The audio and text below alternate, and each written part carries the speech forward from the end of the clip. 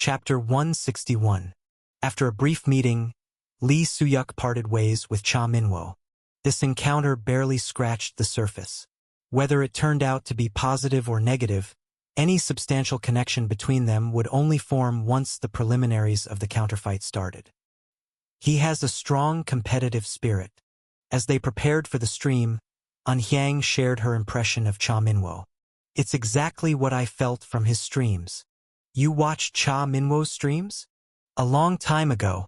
He doesn't do them anymore, so I haven't seen them lately. Even if he did, I probably wouldn't watch. It was known that she used to enjoy streams themed around Lee Soo-yuk.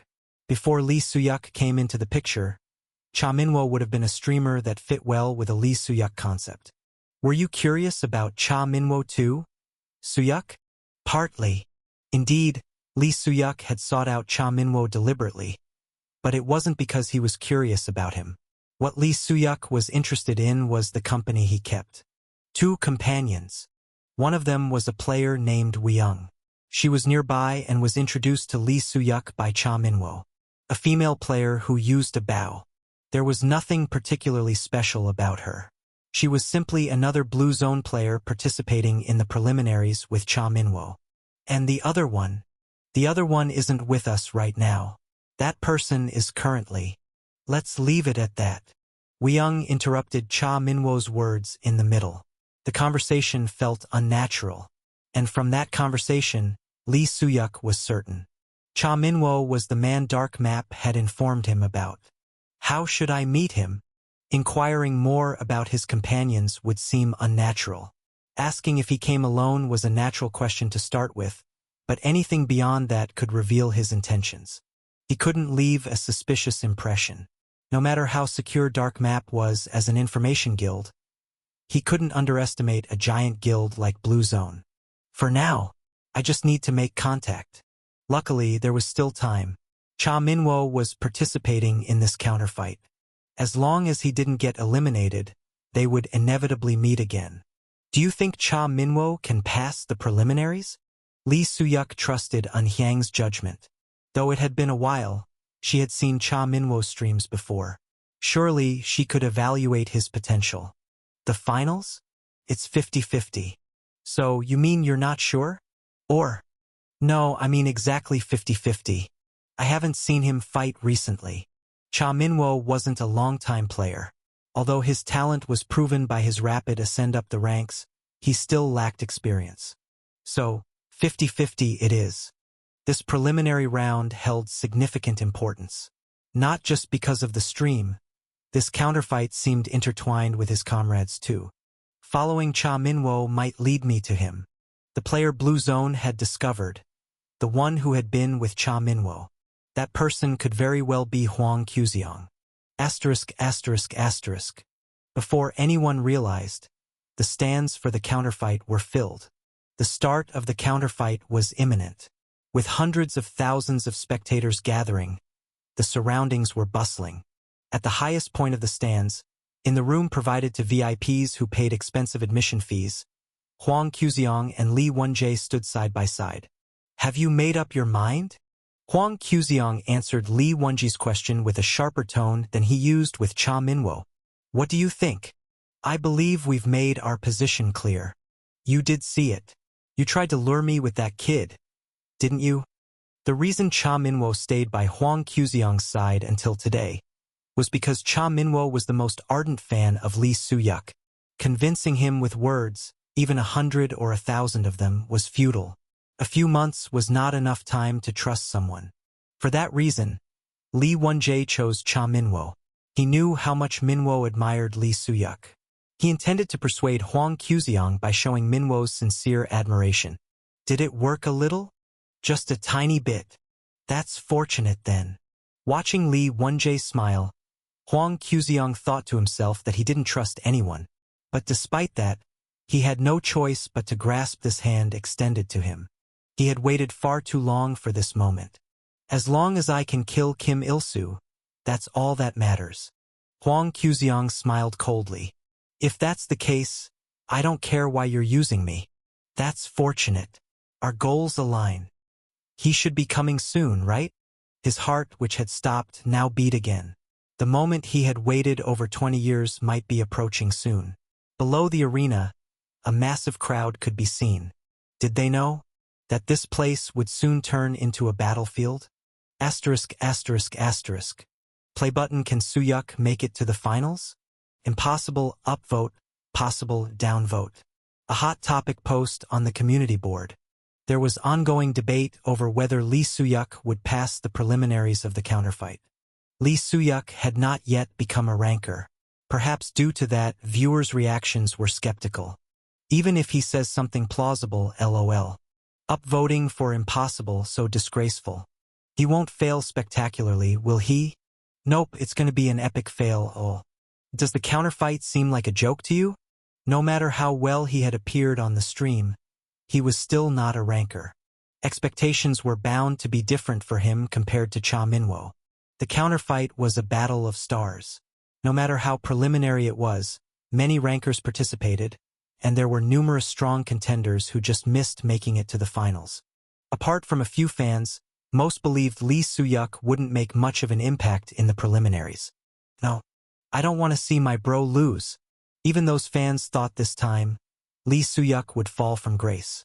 Do you think he'll be okay? Cheon Riang, reading the community comments, asked with a worried voice. This counterfight was risky in many ways. Suyuk's stream was all about showcasing the best, providing vicarious satisfaction to viewers. Viewers were enthralled by their faith in Lee Suyuk and his cool persona.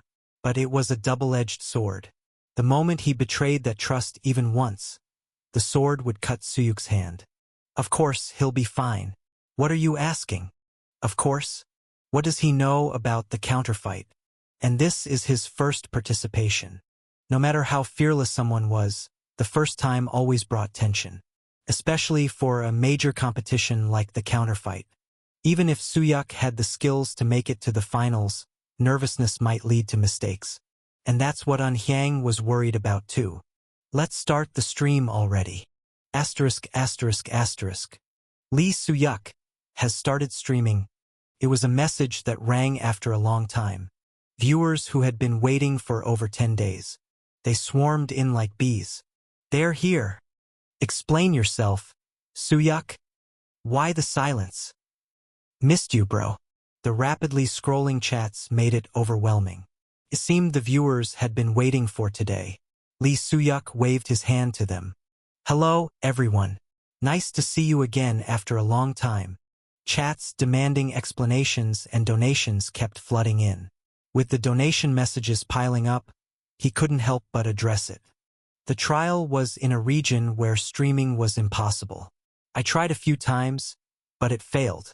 Is there such a thing? Isn't he lying? Fans don't trust you anymore. Haha. First time hearing about something like that. HM? A trial where streaming was impossible? Such a thing had never been known before. Shine Chocolate donated 100 points. So what was that trial about? A question came through a donation. Though explaining would be long and interesting, Suyuk shook his head at the question. No spoilers. What, seriously? Latecomer acting all confident? If I tell you in advance, it won't be fun. You'll find out in the next stream what kind of trial it was, what I did there, and whom I met. This insane tease, haha. Where's your conscience? Frustrated, viewers erupted in complaints. Seeing the chat explode, Suyuk smiled joyfully as always. Sure, it would be interesting to spill the beans right now. But raising curiosity and anticipation was the most important task in streaming. He had sparked curiosity. The next task was to build anticipation. Safe Asset donated 100 points. It better be worth it. And building that anticipation was exactly what he aimed to do. Just watch for yourselves. It was going to be the stage for the counterfight preliminaries. Let's see if it's worth it or not. Asterisk, asterisk, asterisk. Wow dash. Bang. Bang bang bang dash. Countless fireworks exploded over the stadium. The fireworks, which adorned the sky using magical powers, announced the opening of the preliminaries. Numerous players were arrayed around the stadium. A sight to behold, most of the players were rankers. Just watching them was a spectacle in itself. Here we go to the main round. Ah, do you really think he's gonna make it? LOL. Well, you never know. Yeah, I know. As the preliminaries approached, the chat was abuzz with discussions regarding Suyuk's chances of advancing to the main round. Even though Suyuk showed confidence, not many believed that someone who hadn't even become a ranker could make it to the main round. No, actually, saying that no one believed it wouldn't be an exaggeration. There had never been a case where a player who wasn't a ranker participated in the main round of the counterfight. Among the numerous rankers present here, only a select few could participate in the main round.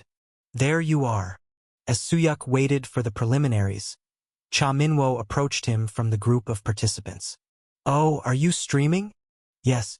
Would you like to come on as a guest for a bit? Is that all right, though? Cha Minwo had no hesitation about appearing on the stream. After all, he had done similar streams in the past.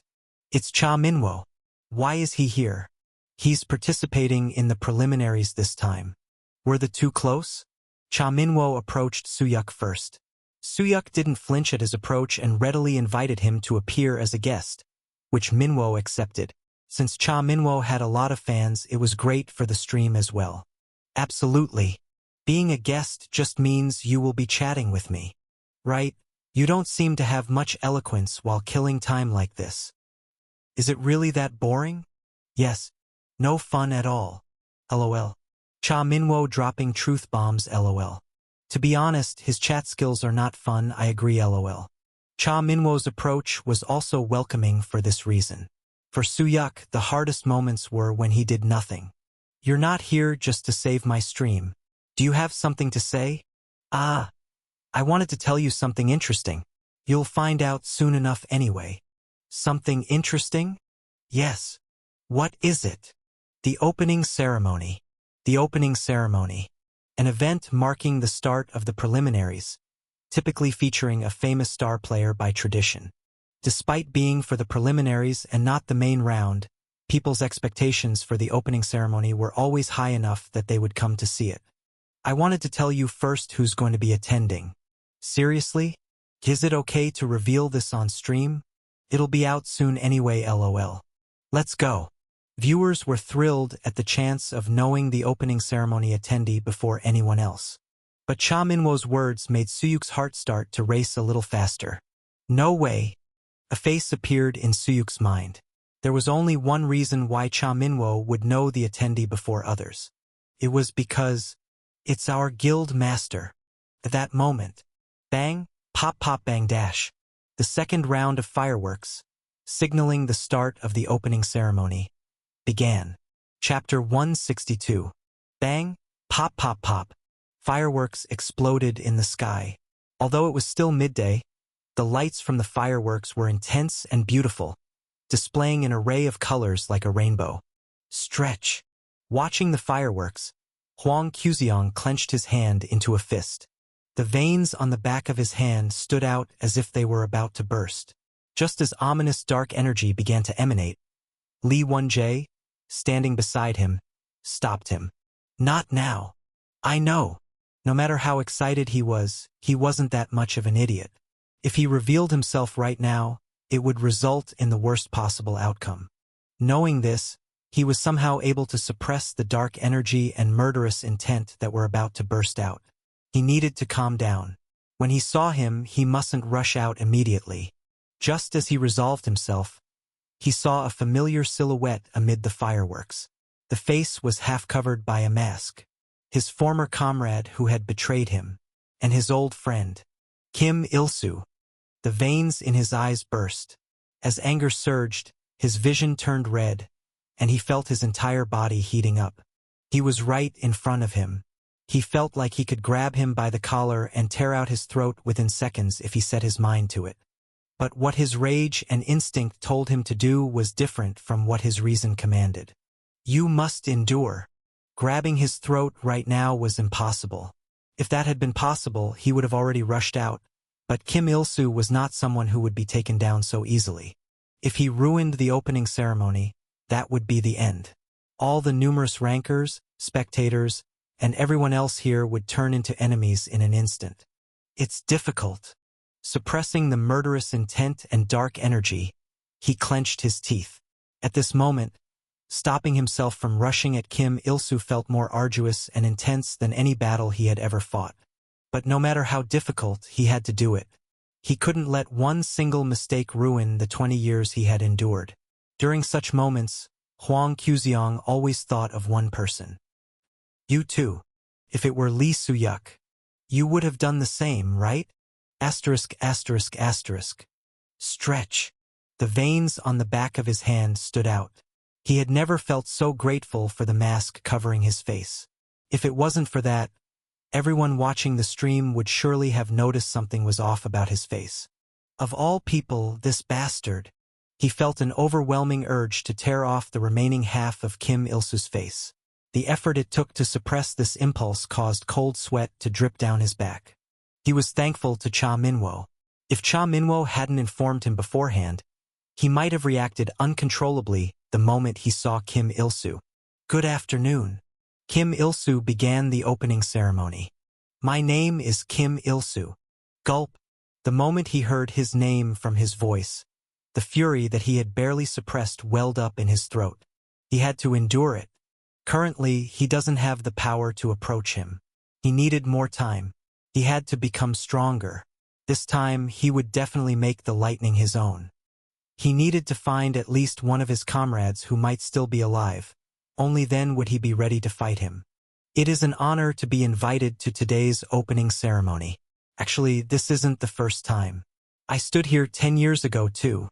Kim Il-soo's speech continued. He forced himself to listen to and let his voice flow through one ear and out the other. Concentrating on it would only make him angrier. At that moment, do you believe that rumor? Thanks to Cha Minwo initiating a conversation, Soo-yuk was able to divert his attention. What rumor? The rumor about the traitor in blue eyes. Suddenly? Isn't that an old story? It's been around for a long time. It's just resurfaced recently. The story about a traitor in blue eyes had surfaced repeatedly over the years. However, each time it emerged, it would subside again until recently when the rumor fully surfaced, entangled with the demons. Do you mean the rumor that the traitor allied with the demons? Yes. Cha Minwo wanted to hear Soo-yuk's thoughts, and so did the viewers eagerly watching. After a brief contemplation, Soo-yuk opened his mouth. I believe it halfway. Why just halfway? I do think there was a traitor, but I don't believe they allied with the demons. There was no problem with this answer since it was just a personal opinion. What Soo-yuk wanted was Cha Minwo's reaction. Then, Cha Minwo responded to his question. I think the same way. Though he hesitated a bit, it didn't seem like an empty statement. If he indeed had been with Huang Qiuxiang, he must have heard the whole story. From this point, making sure the viewers couldn't hear, Soo-yuk turned off his microphone and spoke. If Kim Il-soo had betrayed Blue Eyes, what would you do? Soo-yuk saw it clearly. At his question, Cha Minwo's eyes wavered significantly.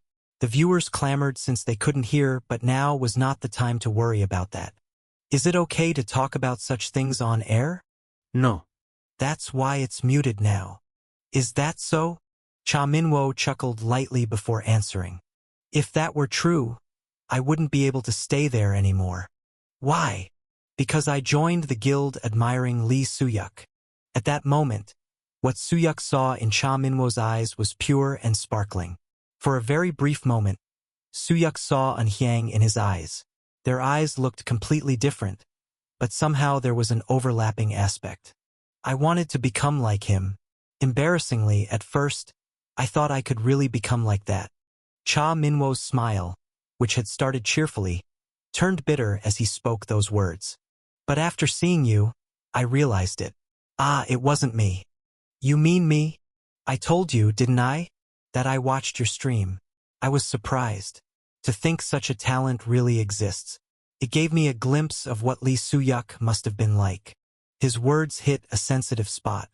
Lee Soo-yuk found himself unwittingly uncovering such truth. That's why I wanted to meet you by all means. And I wanted to have a fight with you.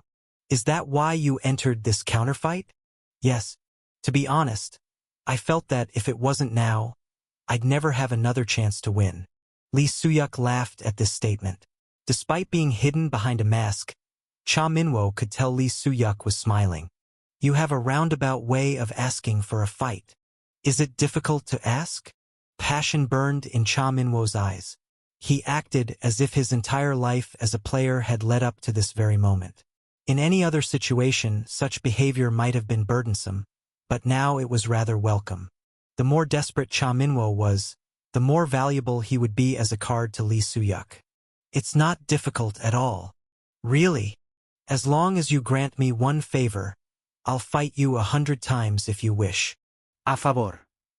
Yes, let me meet one of your other teammates.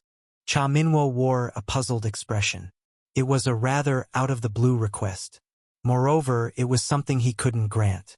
Before the operation commenced, no one was to meet Hwang Kyu-seong. Sorry, but that's difficult. I must meet him. Why? When you don't even know who he is. I know him. Cha Min-woo's eyes widened. As the sudden silence fell, the viewers began clamoring in confusion. Why did it suddenly go mute? Are they discussing some secret? But at that moment, the chat was invisible to Lee Soo-yuk. Lee Soo-yuk was taking a gamble. He hoped Cha Min-woo would be the person he expected him to be. How do you know? Why do you wish to meet with him? I have something important to tell him. And what might that be? It's something I must tell him personally. It won't harm him or you, I promise. Lee Soo-yuk was desperate. This desperation had begun with the appearance of Kim Il-soo. If the person next to him truly is Kyu-seong, utilizing Cha Min-woo would be the fastest way to meet him. Quickly, Lee Soo-yuk glanced around at the audience. Finding Hwang Kyu-seong among such a crowd was not an easy task. It wasn't like he would be wandering around in the open yard of the blue zone, making it impossible to spot him even if he tried. It is urgent. If Hwang Kyu-seong were here, he would also be watching Kim Il-soo's opening ceremony just like himself. If that were the case, it was no coincidence. The reason Blue Zone sought Hwang Kyu-seong and why Hwang Kyu-seong willingly cooperated with Blue Zone to come here, only one reason came to mind. Soo-yuk's gaze turned to Kim Il-soo, who was continuing the opening ceremony. He's here to target that guy's neck. There was a problem within the Blue Zone.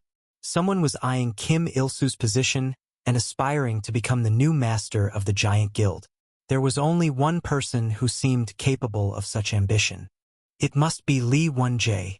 Lee Won-jae, the vice guildmaster of Blue Zone. He was someone Soo-yuk had encountered a few times before. He had followed Kim Il-soo for a long time, was exceptionally clever, and possessed as much ambition as talent.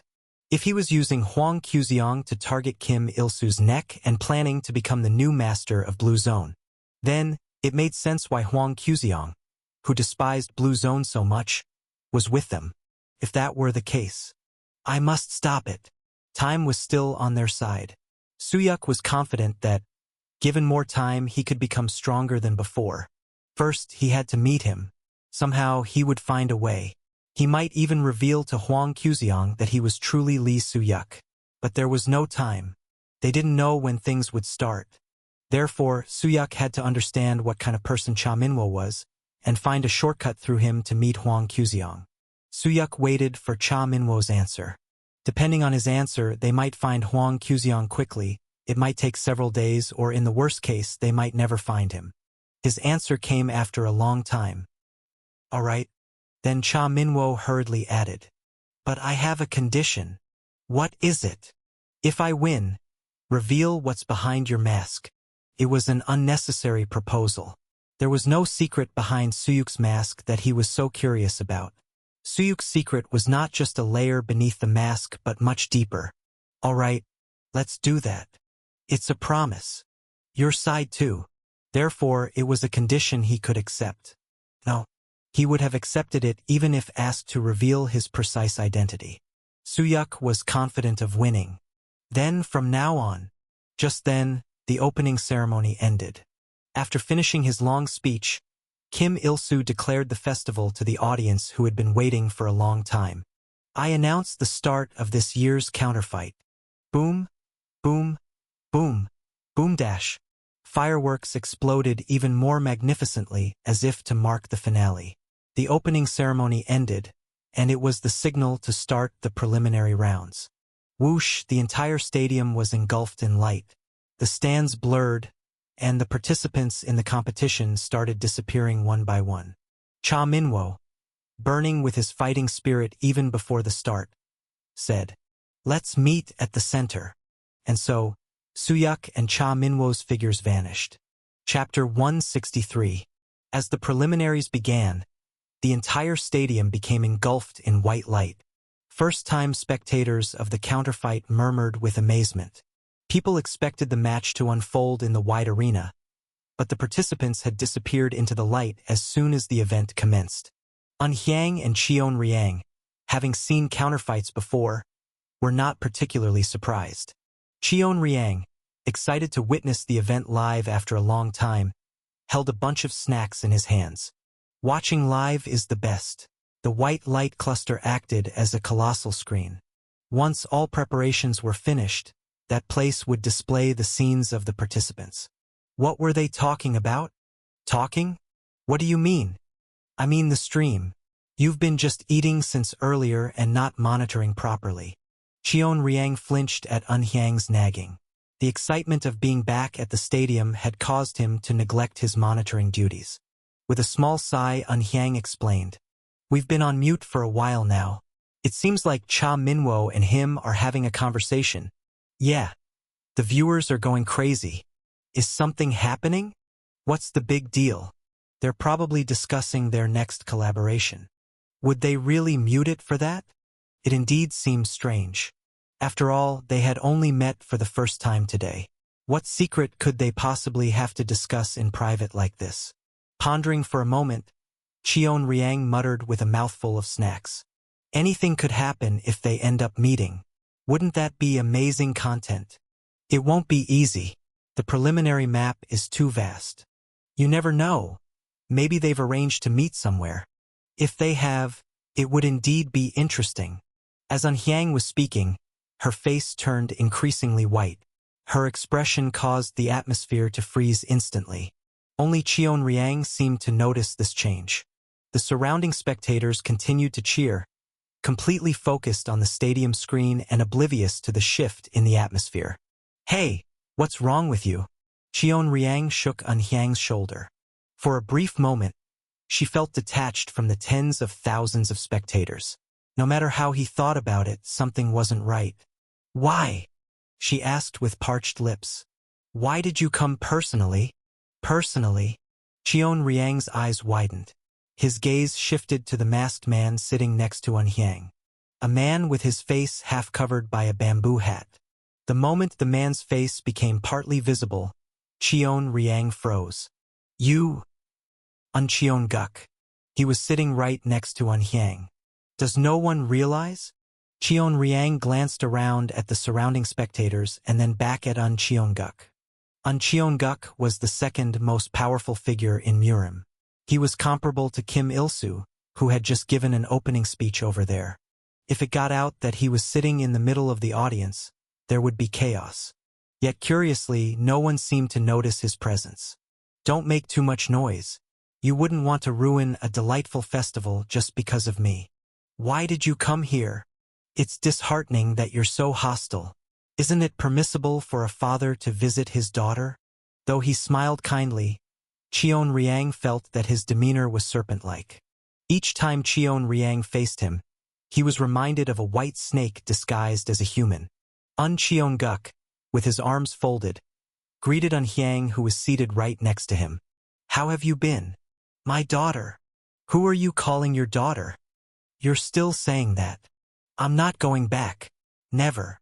It was hard to tell if those words were directed at An Cheon Guk or at herself. One thing was clear, her determination was unwavering. However, her resolve meant nothing to An Cheon Guk. Going against one's natural relationship is as hard as defying the heavens. If you intend to defy it, you should have the capability. "Leave me alone. Have you been whining too long?" Squeeze. Blood trickled from her clenched fists. She gripped so hard her nails dug into her palms. "It won't be easy. Never." She slowly began to raise her combat aura. Even at that moment, the surrounding spectators were oblivious. Immediately, An Cheonguk smiled faintly. "Don't worry. It's not for now. I just wanted to see you for a moment today." Swoosh. When he stood up, the suffocating tension vanished as if it had been a lie. "It was nice to see you. Next time, I'll see you at home." After saying that, he pressed his bamboo hat down deeply and disappeared, blending in as an ordinary spectator. Cheon Riang, feeling drained, sank into his seat in the stands. Within that brief moment, An Hyang's face had already gone pale. "Are you all right?" "Better than I thought." An Hyang didn't simply say she was fine in response to Cheon Riang's question. Instead, Cheon Riang felt relief at her honest reply. Though her face was pale, An Hyang looked surprisingly composed for someone who had just encountered An Cheonguk. When she had been in the Divine Dragon group, she couldn't do anything in front of An Cheonguk, like a mouse facing a snake. "Really? That's a relief. There's something else." "What?" "He didn't come just to see me. There's another reason." An Cheonguk truly had said that, but Cheon Riang didn't believe his words entirely. An Cheonguk was someone who deceived people like a snake, playing with truth, lies, and silence alike. How could anyone believe his words? It was surprising that An Hyang, who knew him better than anyone, said such a thing. "Why do you think so?" "He wouldn't have shown up like this if he came just to see me." That was true. If the purpose was to see An Hyang, he would have chosen a more discreet and secluded place rather than a noisy tournament. "So he really just came to see your face? Are you an idiot?" "Idiot? Of course, I know that's not true. It doesn't make sense for that stubborn man to come all the way here just to see your face." There was another reason for An Cheonguk's presence here besides An Hyang. Their minds were clouded with complexities. Asterisk, asterisk, asterisk. At that same moment, it has started. Lee Won-jae, who had been watching the opening ceremony, stood up from his seat. Huang Yuxiang was already standing. "Is it our turn to start?" "Yes. We have grasped the itinerary. We start right after the opening ceremony." "Then let's go quickly." Huang Yuxiang, unable to contain his eagerness, couldn't stay still even for a moment. Since the start of the opening ceremony, he had been restraining his anger with his arms tightly crossed. "May I ask a presumptuous question?" "Now?" "Let's ask while we move. This way." Lee Won-jae guided Huang Yuxiang. Following closely behind, Huang Yuxiang asked, "What is your question?" "Between the two of you, who was stronger?" Kim Il-soo and Huang Yuxiang both had created legends in the old Blue Eyes. However, due to the exceptional individual named Lee Soo-yuk, there weren't many stories about who was stronger between the two. But certainly there was a ranking between them as well. "Are you afraid I might be the weaker one?" "A little bit." To answer your question, it was Kim Il-soo in the past. Huang Yuxiang's unexpected answer came out. Given his strong pride, it was natural to expect him to say he was stronger. "That guy was always second. The reason he left us was probably because of that. As long as Soo-yuk was around, he could never be number one." By saying "in the past," do you mean the results are different now? They would be different. It wasn't groundless confidence. Though blinded by revenge, Huang Yuxiang was not a foolish person. Instead, because he had the need to exact revenge, he used all means, methods, and rationality to look at Kim Il-soo with the clearest of eyes. "Yes." In response to Huang Yuxiang's reply, Lee Won-jae hastened his steps to guide him. "I hope that is the case." Asterisk, asterisk, asterisk. Schwadash. The bright light that had continued for a while gradually faded. Like someone blinking to adjust after being temporarily blinded by a strong light, colors returned to the surroundings and a new field appeared. Cha Minwo checked the field where the preliminaries would be held with his eyes. A cloudy urban field. Patter, patter, dash. Rumble, dash. Raindrops fell from the sky. Even though it was midday, the weather was cloudy, and faint thunder and lightning rumbled from the thick dark clouds. It was a terrain he had practiced on many times if it was an urban field. With the guild's help, He had also learned how to utilize the terrain. Finally, it has started. His heart beat quickly. He was finally standing on the stage of his first counterfight, which he had been waiting for. The weather was just right. A rainy city. Wasn't it romantic? Players who had fallen not too far away were visible. Unlike him, seemingly indifferent to the counterfight, they had already started moving cautiously. The counterfight preliminaries are starting. The rule of the first trial is deathmatch. Survive until the total number of participants reaches 100. After time elapses, the 100 participants with the highest number of kills advance to the finals. 06 00 00. The rules were simple. Survive until the number of participants reaches 100. If time runs out, the one with the most kills wins. Surviving was crucial. However, merely surviving was not enough to ensure advancement to the finals. To guarantee a place in the finals, one had to raise their score by killing opponents. There were two choices: either hide or hunt down weaker opponents somewhere. Step. However, Cha Minwo's destination was already decided. Lee Soo-yuk. The designated meeting place with him was the center of the map. The city center. Identifying the exact location was not difficult. In the distance, a lone, towering conical building reaching up to the sky stood out prominently. That was precisely the center of this map.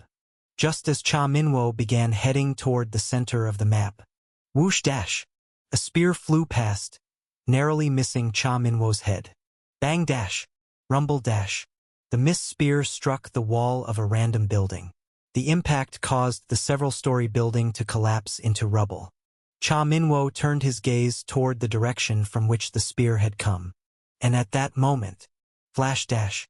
Cha Minwo's figure vanished from his spot. Damn, you missed. Can't you throw properly? You insisted on forming a team first, but your skills are pathetic. Ugh. Be quiet. I couldn't concentrate because of the noise. On the rooftop of a building, 3 participants gathered, quarreling loudly. One held a spear while the other 2 held an axe and a sword respectively. The participant who threw the spear stood closest to the edge. Next time, I'll definitely hit. Seeing you team up with just anyone shows your skills. The 3 participants widened their eyes at the unexpected voice. Reflexively, the spear and sword moved, quick and nimble. Participating in the preliminary round of the counterfight meant, at the very least, they were players of semi-ranker caliber. However, their opponent was a poor choice. 3 of you, not bad. What? My sword! The axe and sword were gone from their hands. Somehow, Cha Minwo had them in his possession. In the mere moment of realization from the 3 participants, slash dash, shatter dash, the rooftop of the opposing building and the waists of the 3 participants were sliced through. Cha Minwo. He had been called the next Lee Soo-yuk before Lee Soo-yuk even appeared. Chapter 164. Cha Minwo attracted attention because of something he did during his personal stream. At the time, Cha Minwo participated in a test on the 5th floor, teaming up with various players. Of course, increasing the number of members made the test more difficult. However, rather than being helpful, his teammates, blinded by the rewards, ended up doing what they shouldn't have done. What are those guys doing? Lol. Do not touch this under any circumstances. When someone says don't do it, I want to do it even more. Lol. Total trolls. Lol. His teammates had touched the sealed stone, which should never be tampered with. Due to their actions, the number of monsters attacking the village increased several times. Cha Minwo, whose mission was to protect the village, found himself in a dire situation. To make matters worse, due to the release of the demons trapped in the sealing stone, all his teammates perished. It's over. GG. If he clears this, I'll donate 10,000 points. Lol. Everyone thought he would definitely fail. Who was it that said they'd donate 10,000 points earlier? Cha Minwo grabbed them by the collar and passed the test. A one-man show. In the end, the only survivor was Cha Minwo. He did great as expected. Following Li Wenjie, Huang Guxiang mumbled. On the way to meet Kim Il-soo, Cha Minwo's image was displayed on a large screen in the distance. Although he had just become a ranker, his skills far surpassed most rankers. Even though the opponents were all rankers, he defeated them with ease.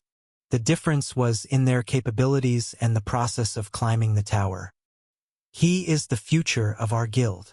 Grow him for about 10 years and give him lightning. He could be a decent knockoff. Though it sounded sarcastic, coming from Huang Yuxiang, it was an enormous compliment. Regardless of the requirement or time it would take, even if he was a knockoff, the comparison target was none other than Lee Soo-yuk. A few minutes passed since the match started. During that time, following Lee Won-jae, Huang Yuxiang arrived at a door. Is it here? Yes. Beyond this door. Kim Il-soo was beyond this door. The moment he had waited for 20 years was just around the corner. 5 minutes. You remember, right? Yeah, I know. Since it was a room hosting a significant individual, the door was made of luxurious hardwood with a neat coating.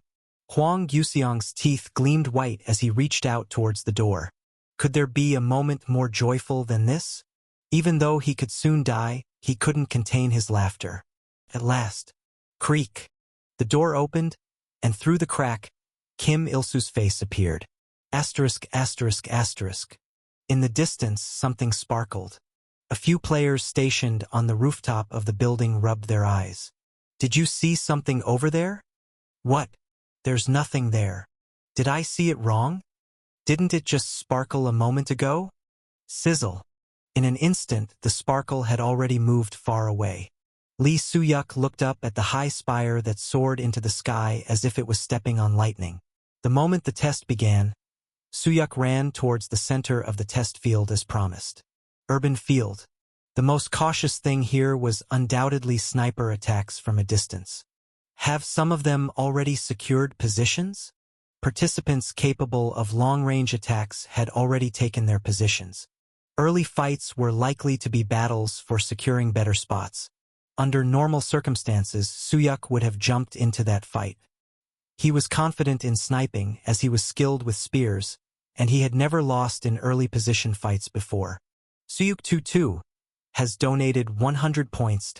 What were you talking about earlier? As the donation came in, he finally noticed the stream. Since meeting Cha Minwo, viewers had been watching the stream with the sound muted. Normally, it would have been a streaming mishap, but it actually piqued the viewers' curiosity. The opponent was Cha Minwo.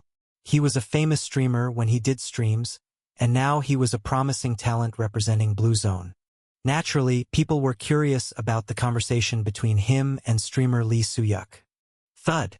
Soo-yuk was the first to arrive at the promised location.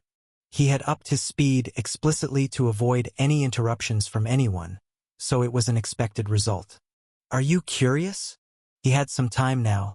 Though he wanted to finish the bet with Cha Minwo as quickly as possible, he had no choice but to wait for him now. If you don't tell us, we'll assume you two are dating. Oh, come on. Out of immense curiosity, several more donations came in. He couldn't reveal everything, but luckily, he could share what viewers wanted to know the most. We're going to have a match here. Dash? RLY? Wow, no wonder he rushed straight at the start. LOL. I apologize for the audio mute. I thought snipers might target us if I talked about it live on the stream. A mix of truth and lies. It was true that they were going to have a match, but the audio was muted for a different reason. Of course, Soo-yuk's excuse sounded plausible. If he announced the promised location on the stream before the test started, given the nature of the map, snipers might aim for them. Understandable under those conditions. It's going to be so entertaining. Cha Minwo's form has been insane lately. LOL, he's going to get wrecked instantly. Fortunately, the response wasn't bad. The viewers were just as excited about the upcoming match with Cha Minwo. Seems like the viewer count has increased. Come to think of it, he hadn't paid much attention to the stream because of Kim Il-soo. The number of viewers he saw now was enough to make his eyes sparkle. Viewers. 90. 948. 90,000 people. No matter how much the content of the counterfight contributed, it was an incredible number. The number of viewers kept increasing, so it might even exceed 100,000. Of course, most of them were probably there to see Suyuk break. Equipment Chung, sponsored 100 points. Where's your outfit from today? Never seen it before. It was a viewer's question after noticing Suyuk's changed attire. That was when Suyuk remembered the advertisement he received. Oh right, I need to do the advertisement first. What? Was it an ad? I thought you bought it yourself. Suyuk showed the logo of the white thin armor he wore on top of his clothing with the sword strapped to his waist. It's equipment sponsored by St. Loric. The quality is good. I like it. Bro, show some spirit. Never seen this before. Is St. Loric new? Beep beep. This gear will soon be broken by Cha Minwo. For a moment, Suyuk wondered if this was okay. He had simply mentioned the ad without knowing how to handle it on the stream, but this was an advertisement worth a whopping 600,000 points. They'll figure it out. If this led to complaints, it would be Hyang or John Dale's problem, not his. Mission Villain has registered a mission. You have to do the mission today, right? 500 points per kill, happy face, but if you die, 0 points. Mission Villain who always sets up missions. However, with the increase in viewers, there were a few new nicknames today. Angry Baldy Suyuk has registered a mission. I'll also put 100 points per kill. Dante Watch in my room has registered a mission. Deathmatch kill mission can't be missed. I'll also put 100 points per kill. No deaths for me. Missions kept pouring in. It was said that missions were popular in counterfight content, and it proved to be true. There were so many that it was difficult to read them all. Some viewers added conditions like no deaths, which meant making it to the top 100 and advancing to the final round. And the last one. There was always one viewer who added fun to Suyuk's stream, with a win rate of 0%. Safe Asset has registered a mission. Over 1,000 kills and I'll give you 1 million points LOL. Do it if you can. Safe Asset.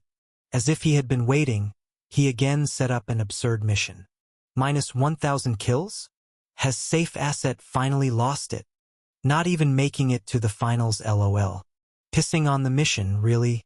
Despite his nickname, Safe Asset's win rate was 0%. Thanks to this, he had become the most famous viewer on Suyuk's stream. Safe Asset sponsored 10 points. What now? Think this guy is actually going to the finals. Kingception LOL. Seriously, this is so lame, LOL. Upgraded the Safe Assets version. Huh? Adding safety on top of safety. If it were the old him, he would have bet on making it to the finals, but this time he chose something far safer. 1,000 kills. Lee Suyuk showed a moment of perplexity at the Safe Asset mission.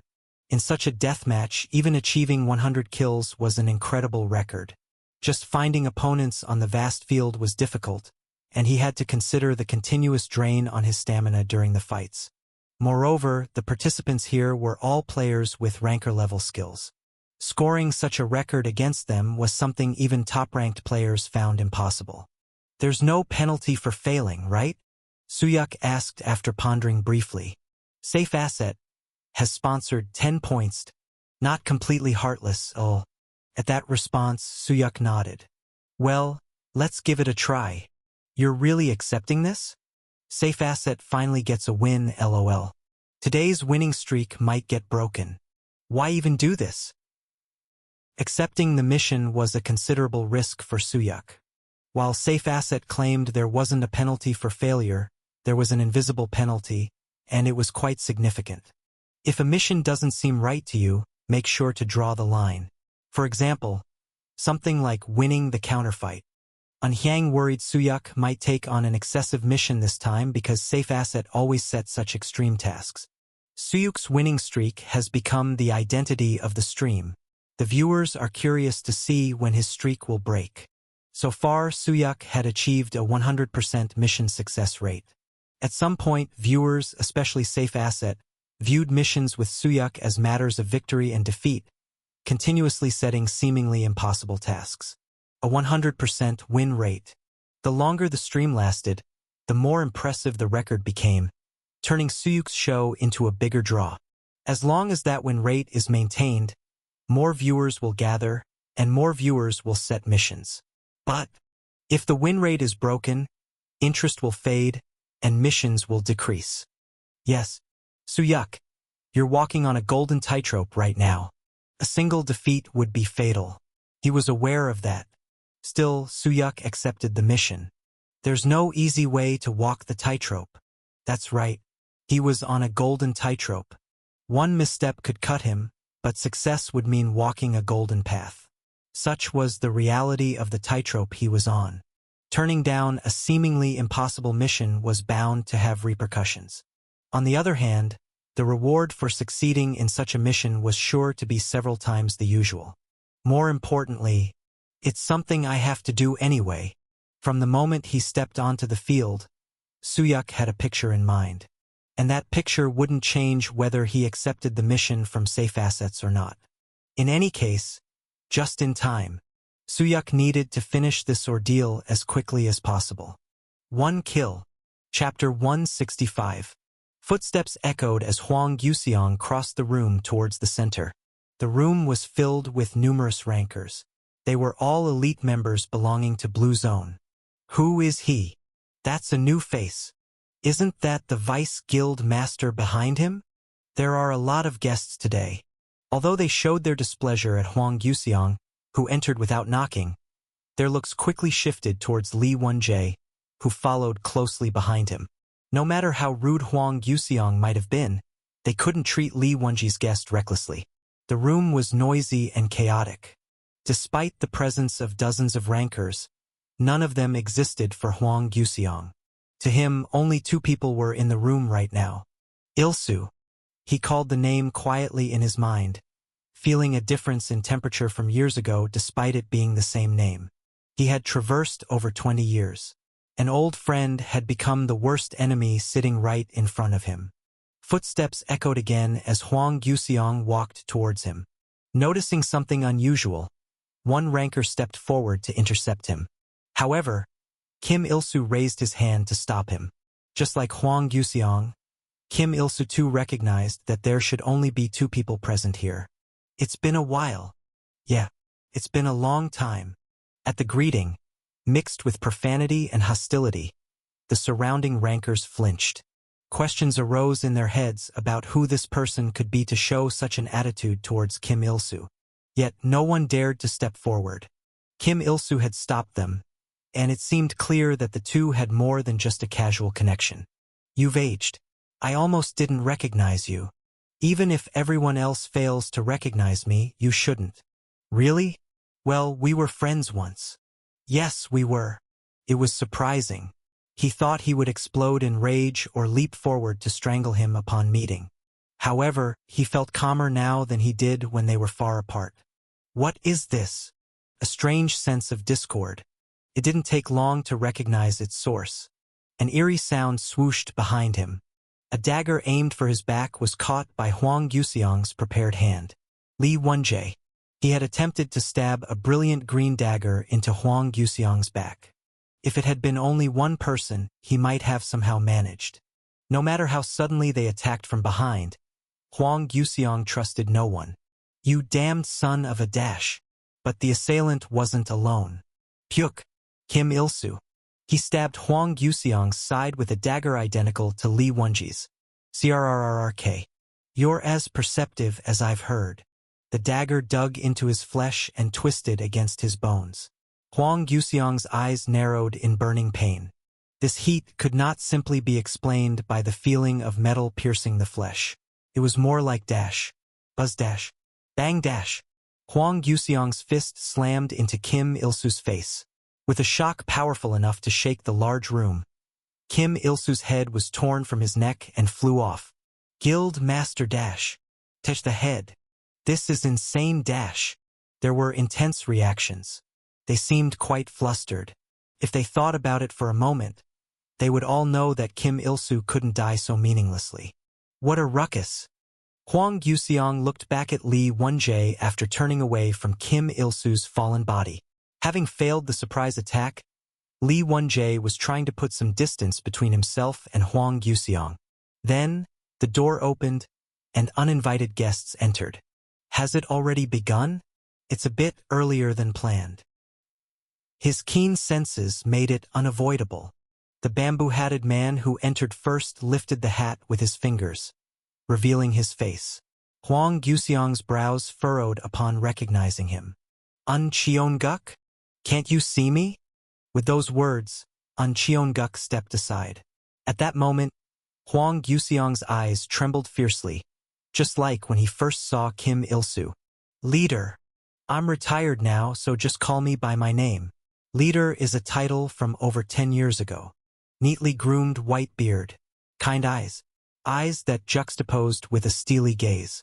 The elderly man in blue martial robes with a sword at his waist was one of the few people who made even Un Cheonguk lower his head.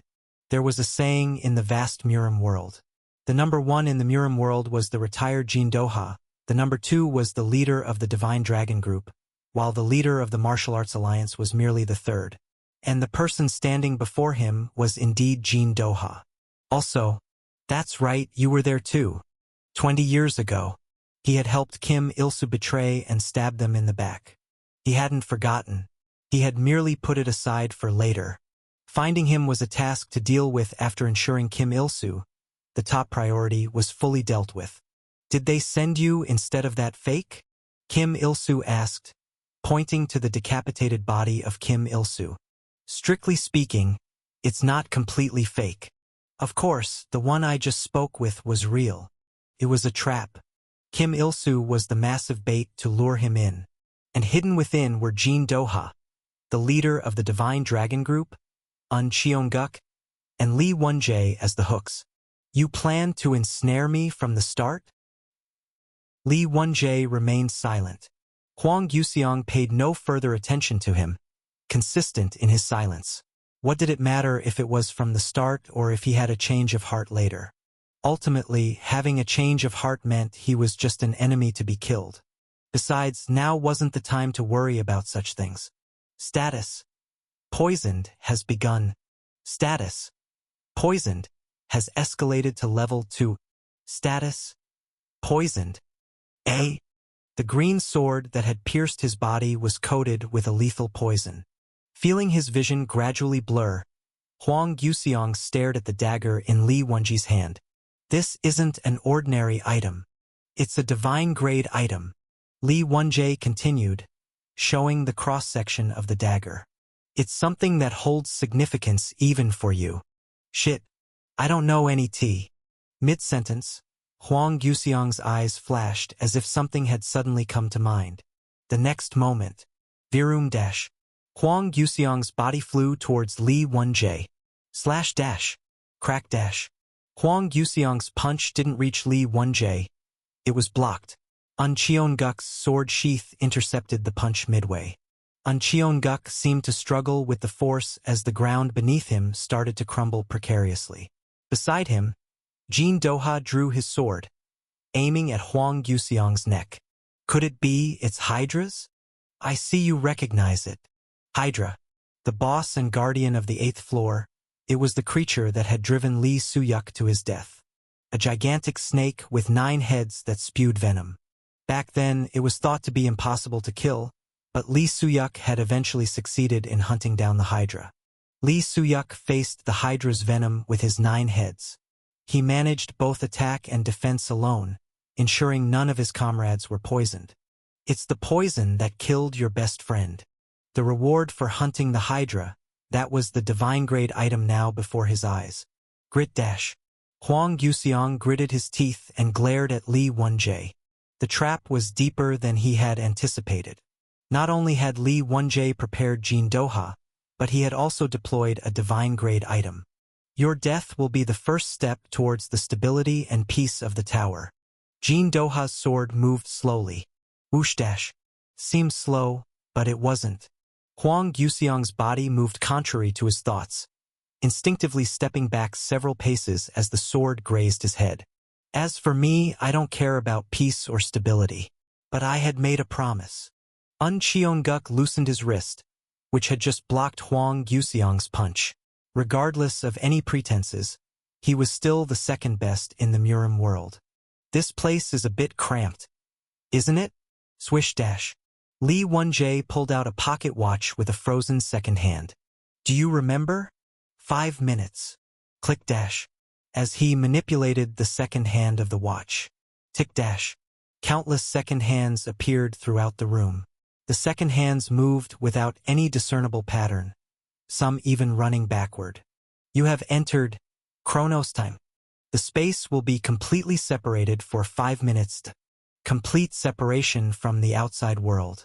Originally, this item was meant for a fight against Kim Il-soo. With the counterfight in full swing, this was the only way to quietly target Kim Il-soo. But now, that item was being used to trap Huang Yuxiang instead. This is the worst. Even facing just Jin Doha alone wouldn't have been easy. He was recognized by everyone as the #1 in the Murim world, excluding the exceptional existence of the heavenly demon. However, now there were also An Cheon-guk and Li Wenjie present. Moreover, he himself had been poisoned by the venom of the Hydra. I can't run away. The fight would be difficult. But unfortunately, no method of escape existed. 5 minutes. During this time, escaping outside was impossible. Above all, Jin Doha would never let him go. A sly grin spread across Huang Yuxiang's face. Being pushed to the edge of a cliff actually made him feel more at ease. The lingering unease he had always carried disappeared. Huang Yuxiang looked at Li Wenjie. Do you remember where I've been? The place where Huang Yuxiang had been found was the Forest of the Demons. He had hidden himself there, ever since he was presumed dead over 20 years ago. I'll tell you now. And Li Wenjie did not know why he had been near the demons of all places. What I did for 20 years. Asterisk, asterisk, asterisk. The plan had gone awry just the day before. I won't be there. Kim Il-soo, who had come down to the 7th floor for the counterfight, had found Li Wenjie. He spoke to him. So think carefully. Wenjie. A friendly tone hiding thorns. Those thorns were right up against Li Wenjie's throat. He had been caught. Where on earth had the information leaked? He had been wary of all possible breaches. Yet, at least as far as he could assess, there had been no leaks. I'll give you this. It was then that Kim Il-soo handed over an item. One of the twin blades. It was something very familiar. Stab him in the back with this. Then I will forgive everything. At that moment, Li Wenjie realized. I've been used. Thinking of betrayal, learning about Huang Yuxiang, finding him, all of it, had been orchestrated by Kim Il-soo for this moment. Jin Doha will come.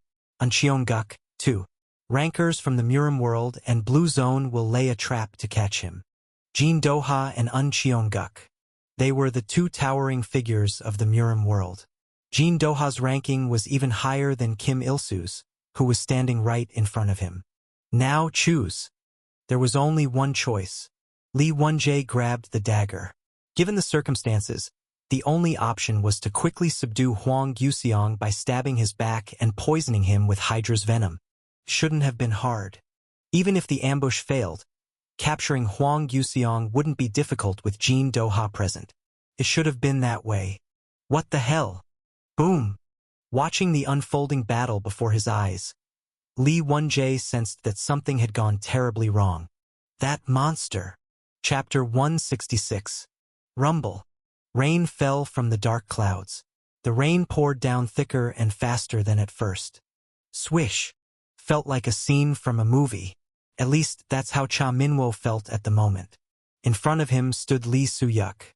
Although he thought that streamer Soo-yuk was just a fake and only a streamer mimicking the real Lee Soo-yuk, Cha Minwo's emotions were different now. Two building rooftops of similar height. Cha Minwo looked at Soo-yuk waiting for him on the rooftop of the adjacent building. He looks just like the real thing. His hair soaked in rain. His eyes. The mask that covers most of his face. Everything felt uncannily familiar. Clearly different. Yet he approached Minwo as if he were real. That's why the desire to fight him had grown so strong. Now is the time. The illusion that Lee Soo-yuk seemed to have come back to life. Minwo knew it could never be real. Yet he didn't want to escape this pleasant illusion. He wanted to fight him while this illusion lingered as vividly as possible. He wanted to experience the thrill of meeting and competing with Lee Soo-yuk and savoring victory. I can win now. He knew it was a shameful thing to do. Regardless of skill or talent, he knew how short his career as a player was. But that's why it had to be now. He would soon go to a place far beyond Minwo's reach. Thud.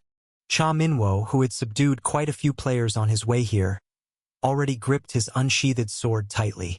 You really resemble the person I admire. Forgetting that the opponent in front of him was an active streamer, Minwo opened up and shared his thoughts. And someday I'm sure you will be that person. You have the talent for it. Wow, such high praise. Insane. The whole world is a Lee Soo-yuk fan. For real. Falcon Eye wins again, lol. Everyone was aware of Cha Minwo's fanatic admiration for Lee Soo-yuk. To that extent, Minwo's current words were the highest compliment he could offer. So, please, don't disappoint me. All right? Soo-yuk listened to his words while watching the rain pouring down from the sky. I probably won't. Rumble. As if to boost the excitement of their fight, the weather worsened. Boom. The sky lit up with thunder and lightning. At that moment, flash. Cha Minwo's sword glinted as the building Soo-yuk stood on split in half. Rumble. The diagonally cut building slid apart. Minwo's eyes darted around, searching for Soo-yuk who had been on the rooftop. Where did he go? For a moment, something flashed and disappeared. The speed was so fast that Minwo lost sight of his opponent. In an instant, his eyes scanned swiftly, spotting the opponent who had gained some distance. A tall spire reaching the sky. Is he trying to create distance? It didn't seem like he was trying to escape. He was probably trying to secure a favorable position. It was unexpected. The Lee Soo-yuk he had seen on streams had never fought by creating distance. There was only one exception. Is he planning to throw the spear? He had seen it in a video uploaded on the streaming channel. During the trial of lightning to defeat the final boss, Soo-yuk had thrown the lightning spear from a distance. Even though the giant had quickly closed the gap, making the spear strike from up close. Even if the distance hadn't been closed, the result would not have changed. No chance. Where dash. Magic gathered at Cha Minwo's toes. As wings spread beneath his feet, his speed explosively increased in an instant. Minwo, flying like an arrow, violently leaped up the spire. The distance between him and Soo-yuk shortened, and soon he was right behind Soo-yuk. I got him, just as he thought he had caught up. Swish dash. Tap dash. Soo-yuk's hand touched Minwo's chest. What? Bang dash. Blue lightning surged from Soo-yuk's palm, pushing against Minwo's chest. Feeling a paralyzing shock, Minwo was flung back and began to plummet. Hastily, he moved his hand. Crash dash. Scrape dash. The sword pierced the spire's wall, halting his fall. Judging by the pain in his chest, some of his ribs were probably cracked. Understanding the situation wasn't difficult. It wasn't that Soo-yuk had moved faster. He used my own speed against me. In his frantic attempt to catch up, Minwo had overly increased his speed. At the moment the distance closed, Soo-yuk had naturally shifted direction and extended his hand. It was, in other words, a battle of timing. Whether Soo-yuk's hand would reach out first or his sword would pierce Soo-yuk's back first as the gap closed. The issue was that, in this timing battle, he should have had the upper hand. Crunch dash. It was only for a moment, but even this was enough to reveal that he had lost completely in terms of technique. Soo-yuk stood on the side of the spire's wall. Literally. He wasn't clinging, he was standing sideways on the wall, as if defying gravity itself. Is he planning to overwhelm me with technical skill? Standing on the wall was not particularly surprising. As long as one could concentrate magic into the soles of their feet to support their body, standing on the wall wasn't difficult. However, fighting in that state was a different matter. Taking irregular steps to maintain balance was challenging, but the hardest part was swinging a weapon while focusing all nerve and magic in one's feet. It was like drawing a circle with one hand and a star with the other. Doing two entirely different things simultaneously wasn't just twice but several times harder. Nevertheless, you think I can't do it? Cha Minwo did not shy away from the provocation. Thud dash. He planted his foot against the wall and stood up. He pulled out the sword he had embedded in the wall and slowly walked towards Lee Soo-yuk. Perhaps he felt the stage was set, as he no longer ran away. Do you think fighting this way gives you an advantage? As a technician, Cha Minwo had confidence in himself. If you can do it, I can do it too. Who do you think you're dealing with? He acknowledged his deficiencies in techniques. However, it was not a situation to despair over. As proof, Cha Minwo caught up to Lee Soo-yuk. The fact that he caught up to him using lightning was evidence that, at least in terms of physical ability or magical power, he was superior. Lee Soo-yuk's weakness is his lack of experience. No matter how much of a genius someone was, there were things that could not be overcome. And that was time. We don't have much time. Lee Soo-yuk was also conscious of the time. I'm sorry, but I can't engage with you for long. That's not for you to deck. In the midst of speaking, thunk dash, Lee Soo-yuk took a step closer to Cha Minwo. For the first time, he narrowed the distance between them. The tension heightened, and golden lightning emanated from Soo-yuk's body. Boom! The sound of thunder echoed. For the first time, he heard the sound of lightning properly, not through a video. However, there was no leisure to get lost in admiration. Crackle dash. Before he knew it, his opponent was rushing right before his eyes. No, he was hurtling forward. His body moved before his mind, blocking with his sword. The sound of swords clashing was drowned out by the thunder. When did he? Swoosh dash. Again. His opponent disappeared from before his eyes. Fortunately, he could discern the direction this time. At the last moment, he saw where the tip of his foot was heading. To the left. However, thunk dash. A jolt struck Cha Minwo's right side, causing his body to stagger. Although the direction was wrong, the preparation had prevented him from being blown away like before. It was clearly on the left, wasn't it? Such occurrences continued. He thought it was above when it was below, and below when it appeared from above. Cha Minwo, who had been watching his movements closely, belatedly realized his mistake. It's not his foot. If it were merely his footwork, he wouldn't have been wrong. But the stage they were fighting on was not flat ground. It was the wall of a steeple. He's utilizing the height. He accelerated using the force of falling downward. Feigning a jump upward, he moved his foot and dropped downward, circling behind him. In this situation, he had a few more things to worry about. Whether Lee Soo-yuk was running or falling, jumping up or just pretending to move upwards. And predicting attacks while thinking about all that was several times more difficult than fighting on flat ground. This is ridiculous, he muttered. Felt less like a fight and more like watching a magic trick. Soo-yuk was using optical illusions to make it seem like he was performing magic. His sense of direction started to fade. What had seemed to be on the right just moments ago no longer seemed reliable. It was confusing. Felt less like combat and more like a game of cat and mouse. Where is he now? He squinted his eyes to make sure he could see his opponent, who had momentarily stopped attacking. There was a reason why another strike had not come yet. Crackling dash. This time it was behind him. An immense power emanated from the top of the spire. Even from quite a distance, the electromagnetic force was strong enough to make his skin tingle. He turned his head to visually confirm the sight. It was 10 bolts of lightning created by Lee Soo-yuk. They all poured down on Cha Minwo's body at once. Boom dash. A shower of lightning bolts rained down upon him. There was no room to dodge. The only option was to unleash the most powerful skill to block and withstand the attack. Humming dash. The tip of Minwo's sword vibrated. The vibration, which seemed like it would split the sword apart, gathered at the sharp blade. When he swung it with all his might, it collided with the lightning, creating a deafening noise and waves of impact. Crack dash. Humming dash, crackling dash. The residual lightning bolts, which he couldn't fully block, enveloped his body. However, he could endure that much. The real problem was what came next. Crackling dash. More bolts of lightning gathered in the sky.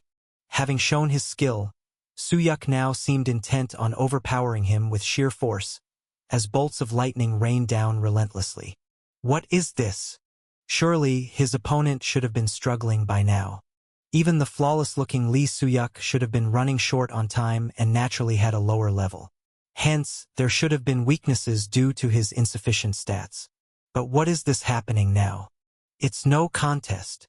In this brief skirmish that lasted less than 5 minutes, the outcome had been decided. Whether it was technique or force, nothing could compare. I've shown you everything I could. His eyes, visible through the mask, seemed to say, so you should keep your promise. Suddenly a what-if thought crossed Minwo's mind.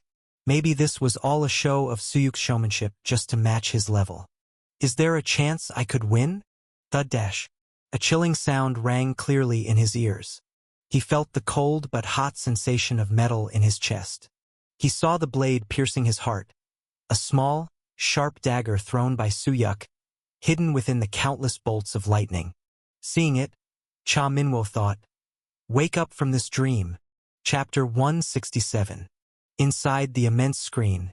Within it, Cha Minwo, with a dagger embedded in his heart, fell helplessly downward. The audience roared with cheers. Seeing Cha Minwo, who initially showed great promise, being utterly defeated, they were even more excited. Of course, even among them, there were those unable to focus on the match. Why don't we just escape now? At this moment, Cheon Riang's mind was entirely consumed with thoughts of Cheonguk. No, what good would running away do? If that guy puts his mind to it, there's no way he'd fail to catch us. The sudden appearance of Cheonguk. Due to this, Cheon Riang had been unable to focus continuously. If it's come to this, perhaps it's better to face him head-on. As he trailed off, Cheon Riang realized that he had been talking to himself the entire time. Could it be that she was too shocked to even respond? Sneakily glancing at Hyang, he saw, contrary to his expectations, that her eyes were sparkling brightly. Wow! Huh! What she was watching, of course, was the screen of the counterfight. Among the numerous participants in the preliminary matches, the observer was showing the most exciting scenes on the screen. And there had been a fight displayed earlier. It was the battle between Lee Suyuk and Cha Minwo. It ended sooner than I thought. Is Cha Minwo weak? Didn't you see him slicing through everyone alone from the start? There's no way he's weak. Then maybe he ran out of stamina. Do you think so? It's just that Lee Suyuk fought well. Even among the surrounding audience, conversations about Lee Suyuk and Cha Minwo's fight were in full swing. It seemed that among all these spectators, he was the only one to have missed that scene. Did you see? Did you? To Hyang's question, Cheon Riang answered internally. No, I didn't. How can anyone fight like that? Utilizing the wall's varying heights to deceive about the distance and direction, and finally pushing in with a feint of sheer firepower to land the finishing blow. Hey you!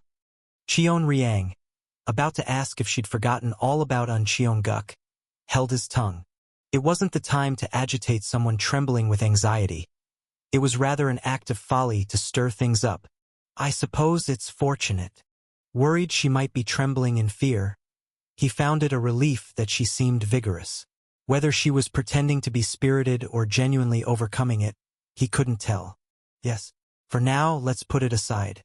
For now, just focus on cheering for Lee Suyuk, like Hyang. Cheon Riang turned his gaze back to the screen. At that moment, rumbling, slight but distinct, the spectator seats, where Cheon Riang and Hyang were seated, trembled as if an earthquake had occurred. Moreover, slicing, a sky-blue sword strike flew in from somewhere, splitting the giant screen of the arena in half. Boom dash! A thunderous explosion reverberated through the air. Thick black smoke billowed into the sky, and the audience erupted into a frenzy. What's going on? Is there a fight?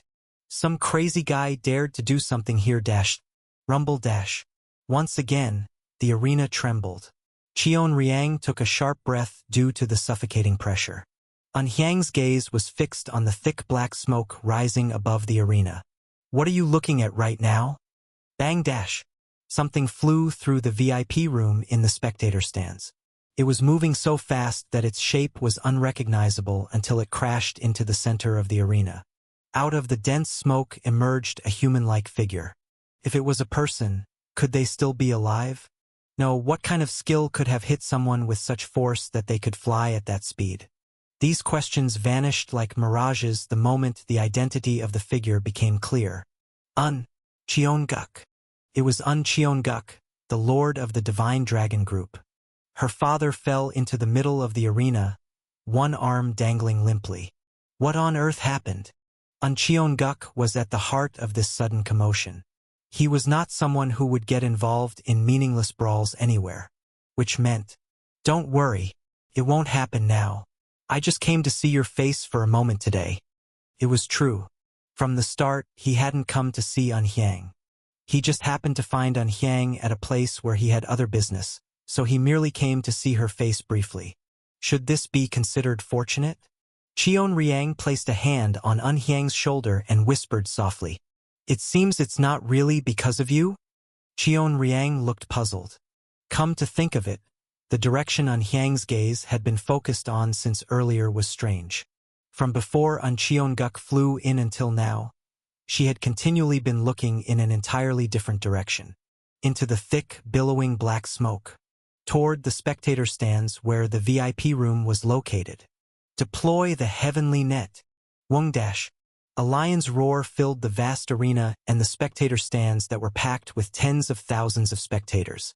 That voice startled Cheon Riang. Jin Doha. It was a voice he had heard only once before, deep and gravelly, like the fierce waves stirred by a typhoon. It was unforgettable. Not just the voice, but also the brief moment many years ago when he had visited the Divine Dragon Group and encountered him. And it wasn't just the voice that made him think of Jin Doha. The powerful magical force, referred to as inner energy, in the Murim world, embedded in that voice was clearly beyond Cheonguk's level. Step dash. As if to prove his presence here, Jin Doha calmly approached and stood next to Cheonguk. Though he hadn't run dramatically, his speed was tremendous. Through the blue sword in his hand, Cheon Riang could tell that the strike splitting the arena screen earlier was his doing. Why is the former leader of the Martial Alliance here? And to command the heavenly net.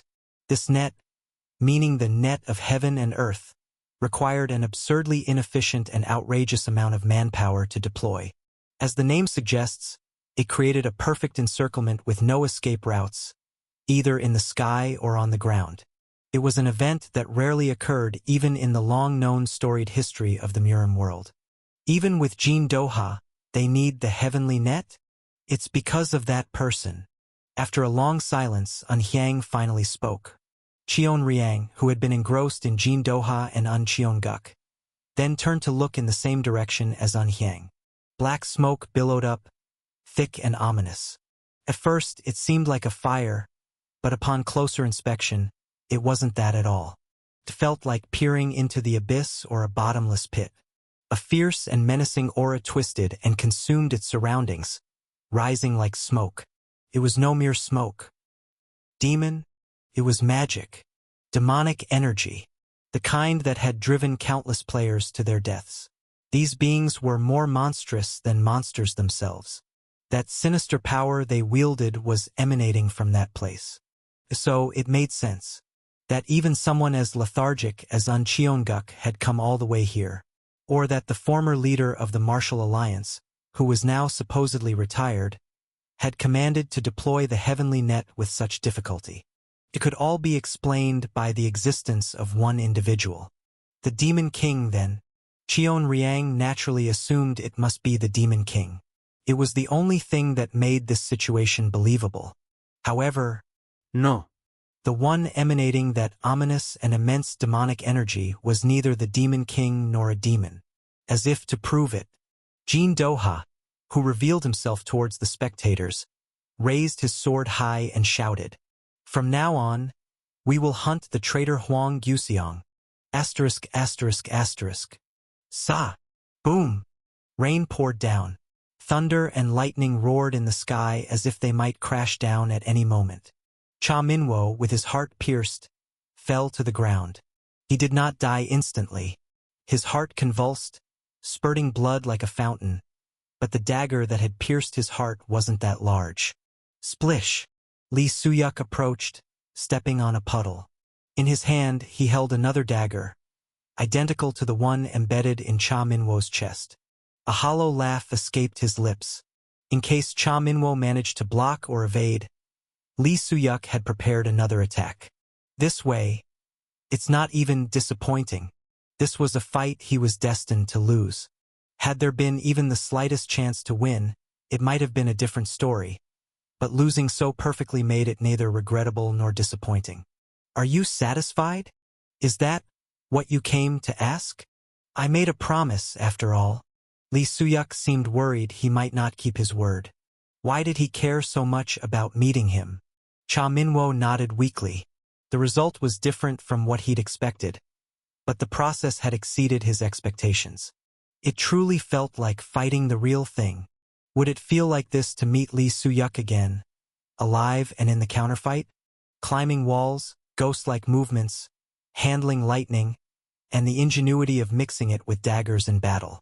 As someone who's been a longtime fan of Lee Suyuk, the thought that he would indeed fight like this kept creeping in. It was the best. A smile formed on Cha Minwo's lips. He had lost, but he felt good. Once again, people would compare him to Lee Suyuk, but that didn't seem so bad. In fact, it felt like an honor. Gradually, his vision blurred. He would keep his promise. Not only was there a promise made to him, but he was also genuinely curious. What would Huang Guxiang feel when he met Lee Suyuk? Cha Minwo has been taken down. 1 kill achieved. Cha Minwo's breathing stopped. He was eliminated faster than expected. Judging by his skills, if he hadn't taken such a reckless gamble, he might have advanced to the finals. Nevertheless, Cha Minwo did not look regretful. Far more than he had expected, he had come to like himself. The bet ends here. Suyuk looked up at the towering spire in the center of the map. My body still feels light. Odin's preparations had worked better than he had anticipated. His basic physical abilities had improved immensely from before. His magic and stamina were still plentiful. It felt as if, once he started fighting, his magic continued to overflow and demanded to be expended. He had completed the first mission of this counterfight. Now, he just needed to complete the viewers' missions and safely advance to the finals. But it's chaotic outside. Is that Jean Doha's voice? Why is the former sect leader here? What a mess in the counterfight. LOL. While exchanging final words with Cha Minwo, the chat window went wild. Amidst it all, familiar names appeared. Jean Doha? Un Cheon-guk. Both were quite provocative names. It was surprising that Un Cheon-guk, Un Hyang's father, was here, but even more so that the retired Jean Doha had appeared. Most notably, Jean Doha was someone he had to meet one day, along with Kim Il-soo. He had wondered if Jean Doha was hiding somewhere after his retirement, but it seemed he had shown up at the counterfight. A fight! The outside is a mess. LOL. The screen is split, and there's also the heavenly net. This is going crazy. Is it the Demon Lord? There weren't many who could challenge these giants of the Murim world. Moreover, having a fight at such a grand event like the counterfight was an unprecedented spectacle. But if their opponent was the Demon Lord, it made sense. The demons had been adversaries to the players for a long time. But why? A strange sense of unease began to swell. Of all times, why were those two here at the counterfight, and why had the Demon Lord appeared? Couldn't be a coincidence. Kim Il-soo, Jean Doha, Un Cheon-guk, Huang Guxiang. Those names lined up in his mind, just as his sense of foreboding intensified. Why is Huang Guxiang here? The feeling of unease reached its peak. Chapter 168. Huang Guxiang? Thump. His heart, which had remained calm even during the fight with Cha Minwo, now pounded fiercely. There was only one reason Huang Guxiang's name would suddenly be mentioned at this moment. LOL. That lineup is insane. This is more exciting than the counterfight. He tried to grasp the situation while reading the chat. Viewers' attention had already shifted elsewhere. Although the number of viewers rapidly decreased, that wasn't important right now. Lee Suyuk asked for details. What happened? Speedwagon has donated 100 points. Huang Yuxiang caused a terror attack by collaborating with the demons. Jin Doha, An Cheonguk, Li Wenjie, and others are trying to capture him now with the heavenly net. A concise summary from a viewer. Before he could say thank you, Suyuk's mind was cluttered. With the demons? Yuxiang? There were rumors.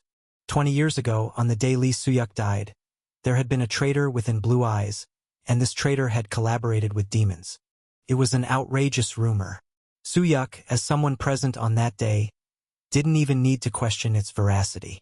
Thus, what was important wasn't the truth of the rumor.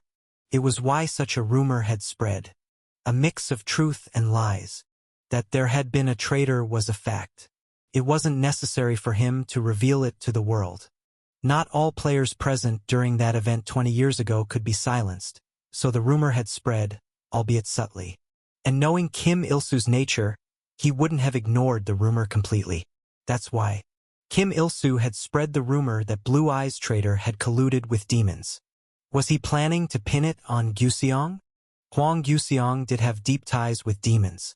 His magic was peculiarly similar to demonic energy, which made demons amicable towards him. Sometimes I think. One day, when deeply drunk, Huang Yuxiang had confessed. To rise higher, maybe I need to change my species. It was unimaginable how much he would have agonized before making such a statement. Honestly, I don't hate demons. It's not just because I'm close to them, but because, whether it's them or us, we're equally engaged in killing. I think we're the same. It wasn't a wrong view. Players and demons killed each other. No, they hunted each other. Neither side was more wrong. They just existed as they were. Huang Yuxiang was neutral in that sense. Neither fully human nor fully demon. Yet, he continued to live among humans because he was part of Blue Eyes. Grind dash. Knowing that made Suyuk's thoughts more complex. No one in the world knew about Huang Yuxiang's connection with demons. Only a few comrades, including Suyuk, knew.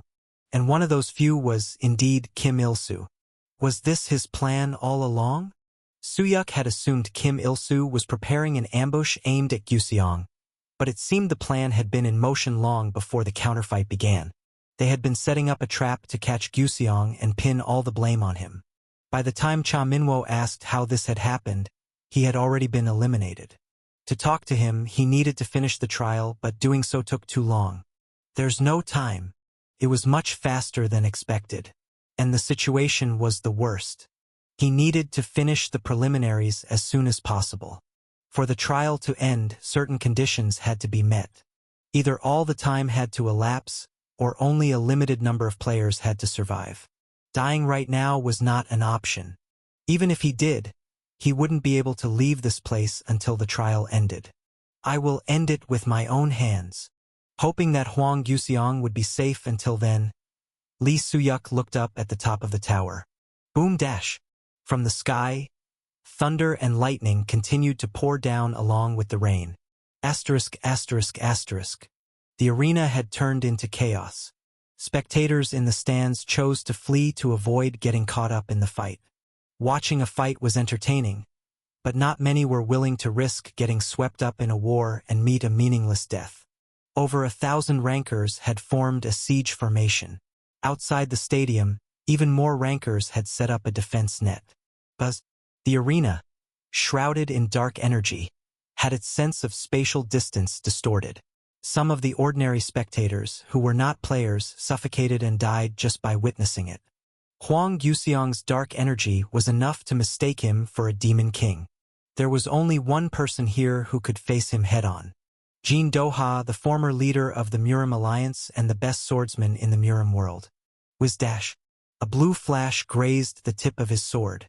The sword cut through the dark energy, splitting the clouds in the sky. Amidst the dark energy, Huang Yuxiang revealed himself and charged towards Jin Doha. Boom dash. Clang dash.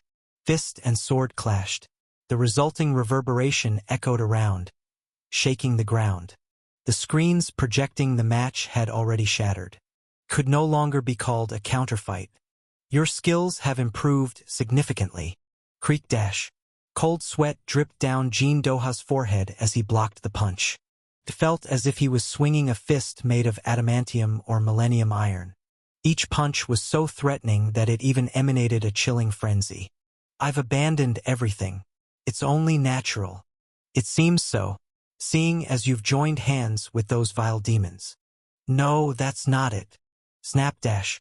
Huang Yuxiang's other hand, which he hadn't swung, grabbed Jean Doha's sword. Feeling the threat, Jean Doha's hand instinctively executed a technique. Whiz dash. The sword slipped from Huang Yuxiang's grasp. Jean Doha's sword gracefully drew the figure of a dragon. Although the technique was crude because he had to forcefully break free from the grip, it instinctively seemed necessary to avoid danger. Blood dripped from the wound on Huang Yuxiang's cut hand. Despite the pain and the sting, Huang Yuxiang continued to speak as if nothing had happened. I abandoned my comrades. How unfortunate for someone who betrayed his comrades to say such things. Betrayal? Betrayal, huh? Mulling over what Jean Doha had said, Huang Yuxiang repeated the motion of clenching and unclenching his wounded hand. Yeah, it might be something similar. Whoosh dash. A move flew at him from behind again. As a sword technique surged from the ground to the sky, Huang Yuxiang turned his body, shielding himself with both arms. Clang dash. Zing dash. His clothes tore, revealing scars on his body. Uncheon Guk, with one arm hanging limply, relentlessly unleashed techniques toward him. Now! Attack all at once! Li Wenji's shout. At his signal, hundreds of rankers rushed at Huang Yuxiang. Naturally, Jean Doha was among them. Even though 20 years have passed, so much had changed in that time. The Huang Yuxiang that Jean Doha remembered was tough and manly. His personality was reflected in his fighting style too, exhibiting honest and destructive traits. That essence hadn't changed much even now. What differed was the aura. It really feels like I'm up against a demon king, with demonic energy oozing from his entire body. He swung his fists like a beast that had lost its rationality. Most skills failed to penetrate the demonic energy surrounding him, and most defenses couldn't withstand his blows. It was tyrannical and violent. Plus, he was strong. Whoosh dash. Huang Yuxiang, having grabbed Li Wenji by the collar, flew into the sky. Just as he was about to slam him to the ground, Uncheon Guk's sword cut his arm. SSSK dash. A thin cut. While it didn't reach the bone, it was enough to make him let go of Li Wenji. Below Huang Yuxiang, who was floating high in the sky, hundreds of rankers were spread out. Looking down at the rankers waiting for him, Huang Yuxiang grinned. Move! Jean Doha shouted. For a brief moment, it felt as if he could see the future that would unfold behind that smile, and displaying that unease in physical form. Without dodging the numerous rankers beneath him, Huang Yuxiang flew to the ground like a meteor. Rumble dash. Boom dash. The arena floor caved in, sending debris flying in all directions. Rankers who couldn't escape in time were shattered into pieces and crushed like meat. Jean Doha dash. Huang Yuxiang's half-mad roar echoed through the stadium. Who would believe he was someone poisoned by a god-tier item? He alone was taking on Jean Doha, Uncheon Guk, Li Wenji, and hundreds of rankers. The thought of what might have been if he hadn't been poisoned was chilling. Step dash. It seems your target is me. Jean Doha didn't avoid Huang Yuxiang, who screamed his name. I should give you a fitting farewell. Jean Doha clearly felt it. If not for being poisoned by the Hydra's venom, there would be no chance to capture the person in front of him later. Flash dash. Jean Doha and Huang Yuxiang locked eyes, then both disappeared simultaneously. Li Wenji and Uncheon Guk simultaneously raised their heads to look up at the sky. Clang dash. The sound of a fist clashing with a sword burst in the sky like thunder. In the sky, a dragon-patterned sword strike appeared, symbolizing Jean Doha's martial arts. and that stroke was tainted black by Huang Yuxiang's dark energy. Their combat was swift and intense. With all his might, Jin Doha's sword sliced through several tiers of the empty spectator seats. Crack dash. Huang Yuxiang's two palms grabbed Jin Doha's sword. It was a blow meant to split him in two, yet Huang Yuxiang blocked his sword once again. So, you've walked the path of corruption like the heavenly demon. It's not I who have been corrupted, it's you. We. Does it always have to be about which side's power is deemed corrupt? Absolutely not. To my eyes, you are the ones corrupted, blinded by greed, coveting things you should not. Though Huang Yuxiang's provocation was harsh, Jin Doha remained calm. When bearing his sword for battle, Jin Doha's emotions disappeared like a phantom. The standards of justice vary from person to person, naturally. I understand. Like an eel always slippery with words. Thump dash. Huang Yuxiang's kick struck Jin Doha's abdomen. Raising his defensive energy to minimize the impact, Jin Doha prepared for the next attack. But then, surprisingly, Jin Doha expected Huang Yuxiang to attack right away. But Huang Yuxiang didn't do so. No. For the first time, Huang Yuxiang turned his back on Jin Doha and raised his fist toward the outside of the arena. What are you trying to do now? The answer to his question became clear instantly. Huang Yuxiang struck the ground with all his might. Boom dash. The impact shook the ground, and the tremor reverberated around the arena. Rumble dash. Crash dash. The walls of the arena and the spectator stands crumbled. As the grounds tremor through the rankers off balance, Huang Yuxiang's body shot out. It wasn't about preparing for whatever technique he might use. At the last moment, what he chose was, catch him. Huang Yuxiang has escaped. He fled. What the? Momentarily perplexed, Jin Doha hurriedly deployed his light-footed technique. Letting Huang Yuxiang escape here would be a significant failure. Even as the greatest swordsman, facing the fully recovered Huang Yuxiang without the poison would be challenging. I must catch him here. Chasing after the distant Huang Yuxiang, Jin Doha's eyes gleamed. Absolutely. Chapter 169. Li Wenjie and Un Cheonguk slumped their battered bodies to the ground. The condition of their bodies was far from normal. Un Cheonguk's arm dangled loosely, and his other visible injuries were substantial. The number of broken bones was difficult to count. Li Wenjie was in a similar state. He found it hard to breathe, possibly due to a broken rib puncturing his organs. Had the fight continued, he would have likely been the first to collapse. He's a monster, that one. This was Li Wenjie's impression after facing Huang Yuxiang. Honestly, I didn't expect him to be this strong. If we hadn't been discovered, the guild might have found new leadership today. Un Cheonguk spat out the blood pooling in his mouth and looked at his arm. It'll take months to heal. Shouldn't we keep chasing him? In this condition? It was a question that left them speechless. Indeed, pursuing in their current state would be futile. Let's leave it to the leader now. Our role ends here. They had done more than enough. Un Cheonguk muttered those words. However, unlike Un Cheonguk, who seemed to think it was over, Li Wenjie still felt uneasy. Huang Yuxiang might still manage to escape. Couldn't he? Do you really think so? His condition should be worse than ours. You're talking about the poison?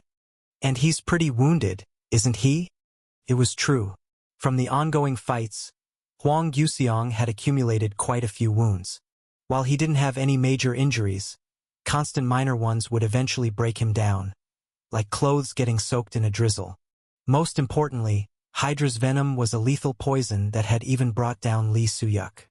There's one thing that's bothering me. What is it? According to rumors, Huang Yuxiang might not be the only one left alive. Li Wenjie shook his head at the intelligence of the Divine Dragon Group. It was probably information that had leaked during the process of recruiting Jin Doha and Un Cheonguk to this ambush by Kim Il-soo. You're still as good as ever at feigning ignorance. Did you notice? Let's not pretend when there's no intent to hide. Huang Yuxiang wasn't the end. The legend of blue eyes still remained. Unless they were rooted out, incidents like this would keep happening. However, contrary to their concern, it wasn't something that would happen today. That's one thing you don't need to worry about. You have something in mind? By now, Blue Eyes should be looking at a mirage. Upon learning this, Lee Won-jae decided never to think of betraying Kim Il-soo for the rest of his life. They don't even know the real one is here. Asterisk, asterisk, asterisk. In Shiwa's eyes reflected a man with black hair and dark skin. A man, naked, but with wings draped around him like clothes. In terms of color, he was a raven-black handsome man. The man lounged alone, propping his chin on his hand, at the gray throne located at the center of a crumbling castle, facing Sherwoo and Yerong. So, Sherwoo, after listening to the man's story for a while, organized his thoughts and opened his mouth. So, Hwang Guseong came here? That's right. He said his name was Hwang Guseong. He said he needed power for revenge. The man flashed a captivating smile. And? What did he do here? So, I taught him how to handle dark energy. I told him to go and kill humans. Dark energy? Yes. I taught him a few things and he learned well on his own. After that, I don't know. I don't know where he is or what he's doing now. Is there any way to find out? I don't know. Yawn on. The man yawned loudly and sprawled out on the throne. Leave now. Like that guy, I'll let you go too. You seem to share the same goal as him. Consider yourselves lucky. With that, the man waved his hand dismissively. He was expressing that he was too lazy to continue the conversation and that they should leave now while they were still alive. Since he had decided to let them go, they couldn't ask any more questions. Sherwoo, who had intended to ask more about Hwang Guseong, glanced at Yerong beside him. At that moment, she too was holding onto Shiwa's arm. Since they were both in agreement, now was the time to retreat. In the end, the two of them exited the crumbling castle. Their hands were sweaty as if they had just faced a dangerous dungeon boss and made it out alive. Yerong glanced back at the ever-distant castle and asked, "Is that guy really the Demon King? Now that we've finally found him, you're doubting it? It's just incredible to see one of the 3 Demon Kings in person." Among the demon tribe, there were 3 kings. These kings, who each ruled over different territories, were symbols of the demons and a high, challenging goal for the players to overcome someday. However, those who had met them in person were rare. So far, the only 2 people known to have met the Demon King and survived were Lee Soo-yuk and the Heavenly Demon. If we had kept talking to him, it would have been dangerous, right? It might have been different if either of them were alone, but now the 2 of them were together. It was definitely not wise to risk their lives to find Hwang Guseong, who might be somewhere out there. Sherwoo nodded. Anyway, we confirmed he's alive. That's enough. Do you think Kim Il-soo knows? He probably does. That's why he must have found him before us. Learning that Hwang Guseong was alive left them feeling differently from their initial expectations. Stopping momentarily, Sherwoo glanced back at the Demon King's castle. That bastard. He went that far. Hwang Guseong had sought out the Demon King on his own accord. From their conversation, it was clear that this happened right after he fled from the Blue Zone. The reason he had gone to such lengths to find him was obvious. He must be seeking revenge. Revenge. It was everything on his mind after losing his comrades in a single day. Given his personality, it's obvious. That's why he didn't come to us. A player who deals with dark energy is easily branded as an enemy. A player handling dark energy was an unforgivable existence.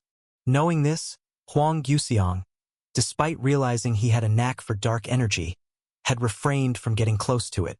Undoubtedly, all the comrades who stayed together would be harmed. Naturally, there were 2 choices: to stay with the few comrades who had survived or to separate from them and choose revenge. Hwang Guseong's choice was the latter. That idiot! A slight smile spread over both of their faces. Although the situation was difficult, the conclusion was clear. Hwang Guseong was alive. The news that their friend, whom they thought might have been dead, was alive caused them to feel genuine joy belatedly. We need to find him and freeze him. I should stab him in the butt. Even if he had joined hands with the Demon King, dealt with demonic energy, or had become a demon.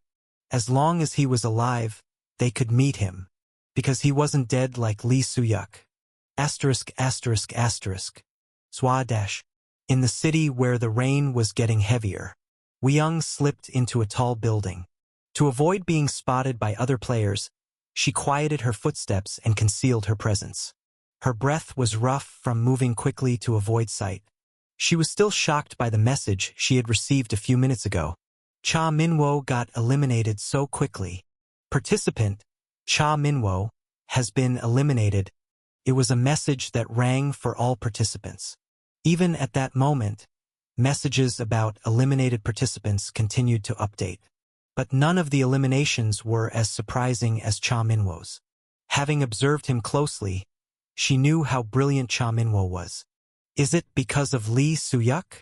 Since deciding to participate in the preliminary match, Cha Minwo had been looking forward to his confrontation with Lee Soo-yuk. Even seeing him approach Lee Soo-yuk and say something before the match started hinted that they might have already arranged a fight and set a location. How foolish. It wasn't entirely unexpected. From what she saw on the stream, Lee Soo-yuk was indeed exceptionally talented, and even if he had skills surpassing those of a ranker, it was understandable. Thinking that this would be his only chance to defeat him was a natural thought. But that didn't mean it was smart to have the match with him. Even if he had safely advanced to the finals, Cha Minwo's reputation would have soared higher, and his guild salary would have doubled. There he is dash. A shout came from the building behind her. TCH. Woo-young pulled her bowstring and leaped out of the window. Simultaneously, she released the bowstring, and an arrow flew in the direction of the sound. Ping dash. For dash. One arrow split into dozens and hundreds of fragments. Pababak. The sharp arrows pierced through the building's wall with ease, converging on one spot. Woo-young leaped to the highest possible point. I have to secure the position. This place was filled with enemies. Having not made allies early on, she found herself in a situation where she had to pass the preliminaries alone. The only way for a player handling a bow to face multiple opponents solo was to secure a favorable position. Fortunately, the location where she was positioned wasn't bad. She needed to cross to the building at the opposite side, climb the stairs, and the rooftop would be right there. If she managed to spot her enemies from there first, her chances of winning would increase. Hud, hud, hud. As light as her body was, her feet were swift. Soon enough, she opened the door leading to the rooftop. Creak. I've arrived. Oh, here you are again. See? I told you that if we stayed put here, someone would get caught eventually. The sound of her heart sinking echoed in her chest. Unexpectedly, the rooftop, which should have been empty, had 5 participants waiting for her. They weren't the ones who had been chasing her. They were lying in wait to hunt participants like herself seeking a higher position. This test is a bust, for real. Had Cha Minwo been there with her, facing 5 might have been different. But as things stood, it was impossible. She was, from the start, specialized in supporting someone as an archer. Though she had ambitions to make it to the finals, it seemed that would remain out of reach. That was something only someone with truly special talents, like Cha Minwo, could achieve. Of course, it was also unlikely that the 5 before her were such talents. Eek. Woo-young pulled her bowstring. Even if she were to fall, she had to leave behind at least one cool scene on the screen somehow. That would be her value and worth in the future. Just as she was about to release the bowstring aimed at the 5 players. Whoosh! Rumble! Thunder roared noisily from the sky. Blindingly, with a blinding light, it struck down onto the rooftop of the building. Bang! Arg! Oh! Their screams were drowned by the thunder. Soon after, the message that 5 players had been eliminated popped up consecutively. Woo-young breathed a sigh of relief, knowing she was just close enough to narrowly avoid being caught in the blast. That was lucky. Woo-young muttered to herself, her head tilted in confusion. It was odd. Lightning striking down from the sky to threaten players was excessive, even considering the map's features. And before she could finish that thought, blindingly, several times from the sky, the same blinding lightning struck down again. Rumble. Participant Delano has been eliminated. Participant Ma Poor has been eliminated. Participant Pilanor has been eliminated. Elimination messages for participants started popping up at a dizzying speed. Chapter 170. Atop the central towering spire, Lee Soo-yuk stood precariously balanced at its peak. Crazy, crazy, crazy. It's insane. Is he really a god? Debuting today as a new player.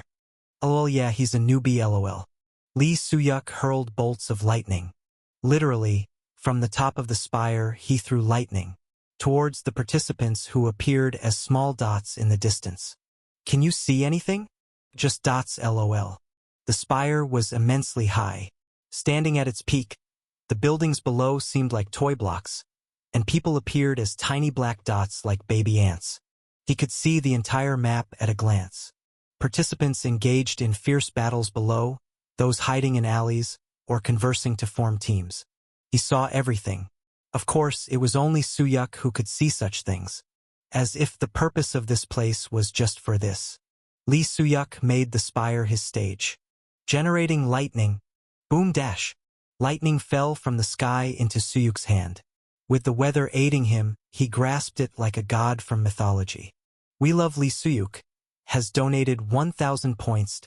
Didn't even think of the weather. Long ago, there had been an interview with Soo-yuk who had participated in a counterfight. Your performance is remarkable today. Do you have any special secrets? It's because it's raining. Rain? What's the connection between rain and your performance? I'm in good condition when it rains. People thought he was joking. But in reality, on days when it rained, specifically when there was thunder, Soo-yuk became a completely different person. Luck was on my side. The reason Soo-yuk had accepted Safe Assets mission. It was precisely because of the weather. It's been so long since a day like this. Swa dash. Boom dash. Thunder and lightning filled the sky, and rain poured down. Enemies, soaked in the rain, were more easily exposed to electrocution. Meanwhile, Soo-yuk, drawing lightning from the sky, could produce high output with little effort. Furthermore, this towering spire.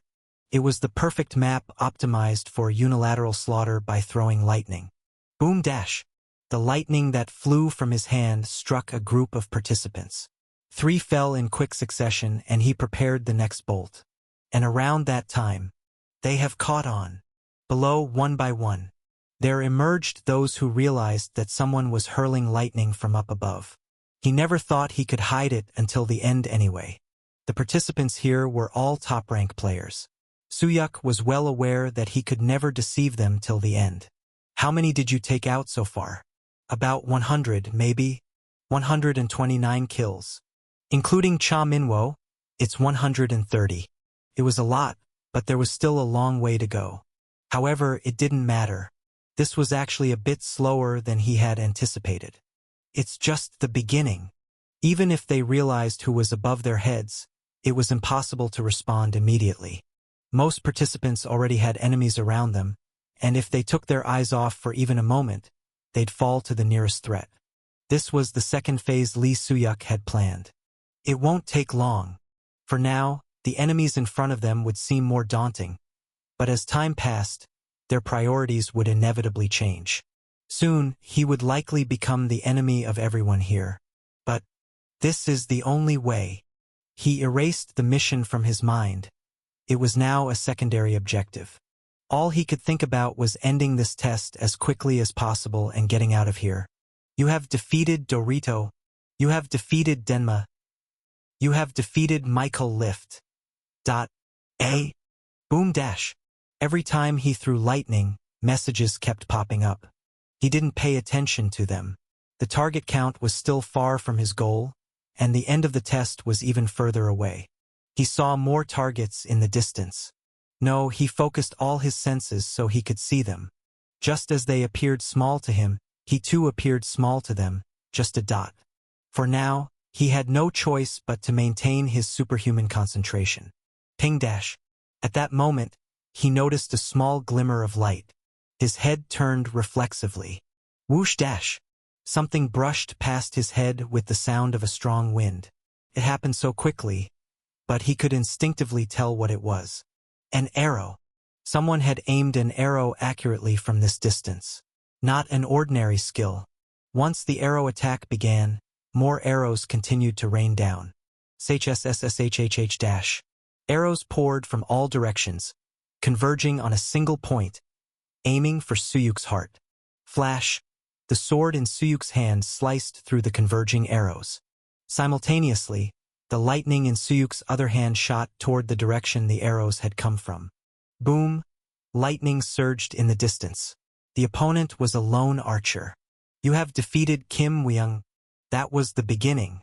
As soon as other participants spotted Suyuk, they began to launch counterattacks. It's starting now. He hoped to continue the one-sided slaughter as before, but that was merely wishful thinking. From now on, they too would start their counterattacks. First of all, whoosh dash. It began with attacks flying in from a distance. There are quite a few players with high accuracy. While blocking the incoming magical bullets with his palm, Lee Suyuk furrowed his brows. Even though it was just the preliminaries, this place was still swarming with rankers. On this field, dozens of skilled individuals could accurately target the high tower piercing the sky with their skills. Now, he had to keep blocking or dodging their attacks while continuously launching bolts of lightning. Crash! A bolt of lightning fell from the sky once again. Suyuk altered its trajectory. From now on, the key task was to handle large bolts of lightning with minimal power. The forthcoming battle would be against time and stamina. Asterisk, asterisk, asterisk. Crunch. He could feel the sensation of a neck snapping beneath his fingertips. Huang Yuxiang, having cleared a path once again, began to move forward. Stumble. His body swayed and he briefly lost balance. He knelt on one knee to catch his breath. Huff, huff. His breath reeked of blood and acrid bitterness. Blood mixed with spit trickled down the corner of his mouth, hitting the ground. Damn it, seriously. The more he moved, the faster the poison spread. He needed to find a place to rest and either drain the poison or detoxify it, but there was no such luxury. The wounds sustained during the fight were not insignificant either. The minor injuries from Un Cheonguk still hurt, and Jin Doha's sword had penetrated quite deep. The bleeding from these wounds accelerated the poison's spread.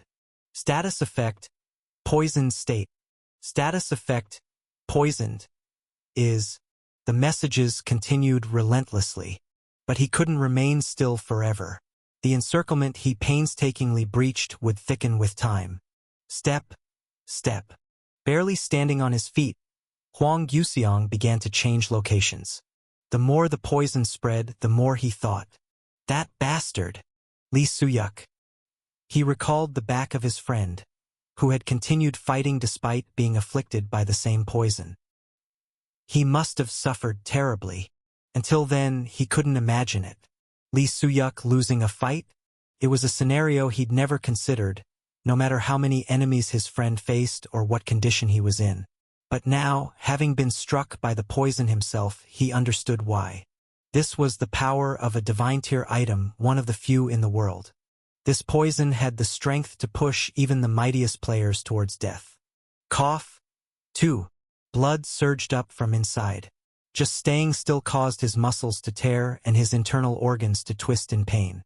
Only now, after more than 20 years had passed, did he feel a sense of respect. Lee Suyuk. How much pain had that guy endured to save them? Pathetic. Sizzle. He stopped moving forward and turned around once again. Embarrassing. Yuxiang. That guy had fought. Yet he was showing his back, pathetically promising himself a future chance as he fled. Although Kim Il-soo is a priority, he sensed someone approaching. It was exactly what he had been waiting for.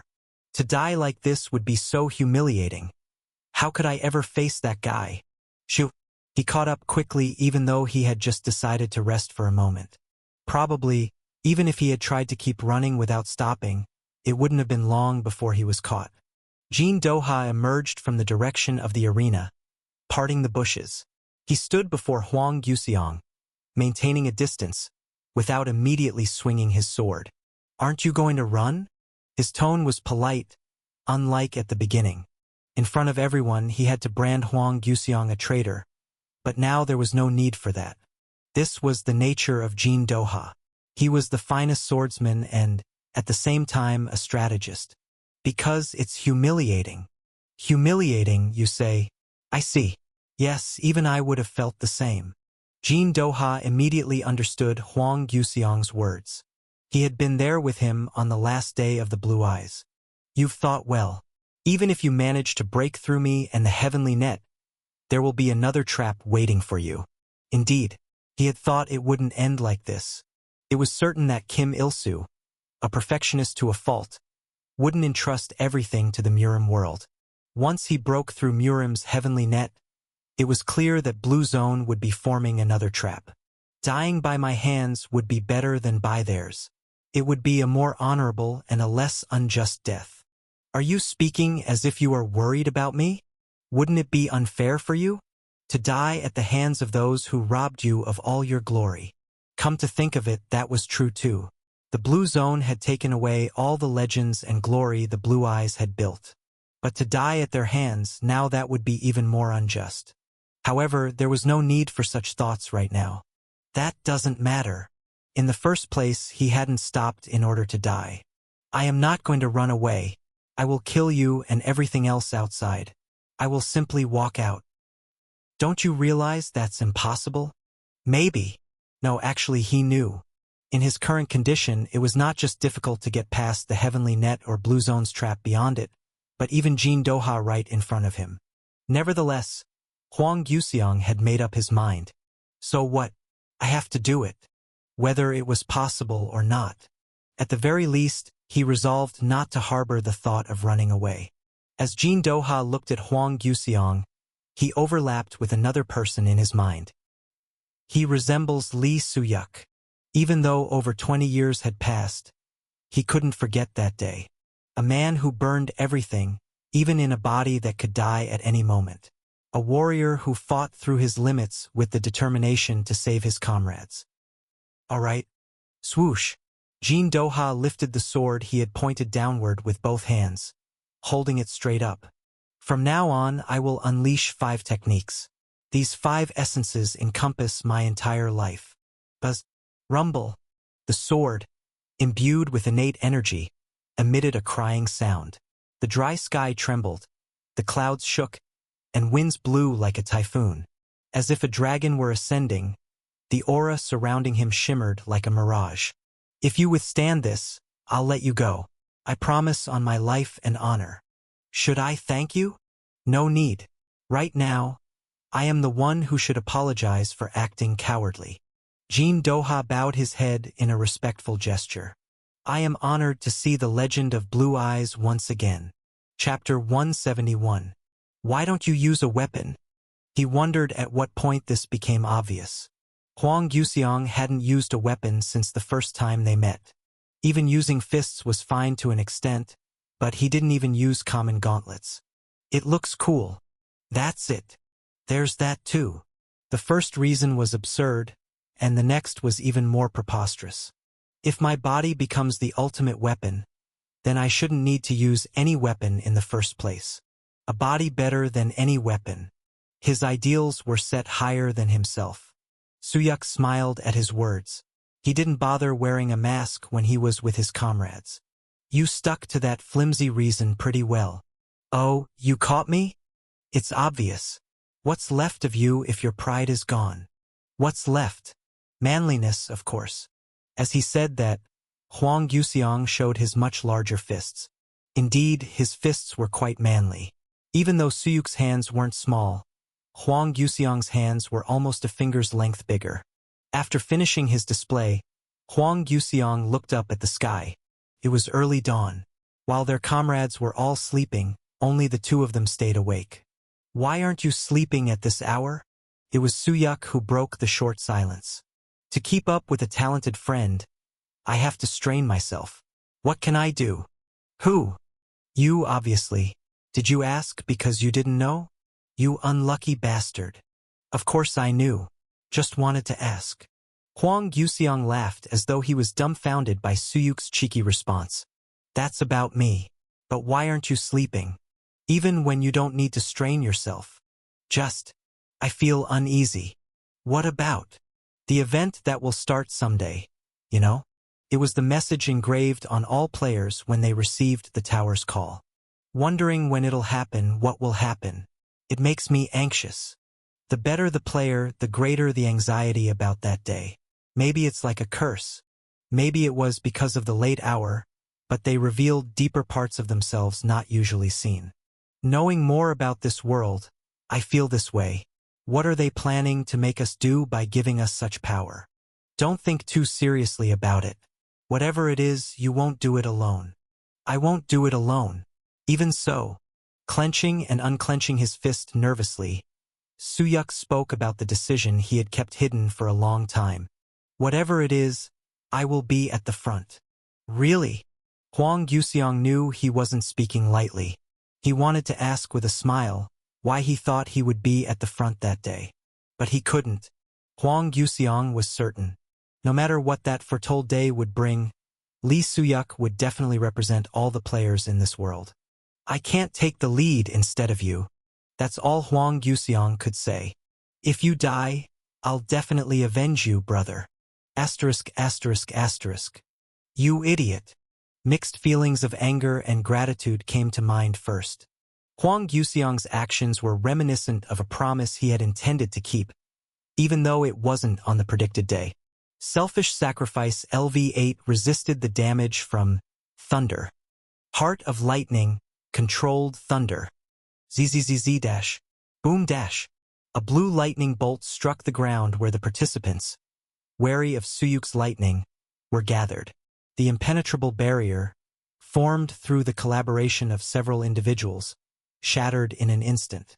Thunder, accompanied by a louder sound and much greater force, demolished several buildings along with them. With this, most of the attackers from a distance were eliminated.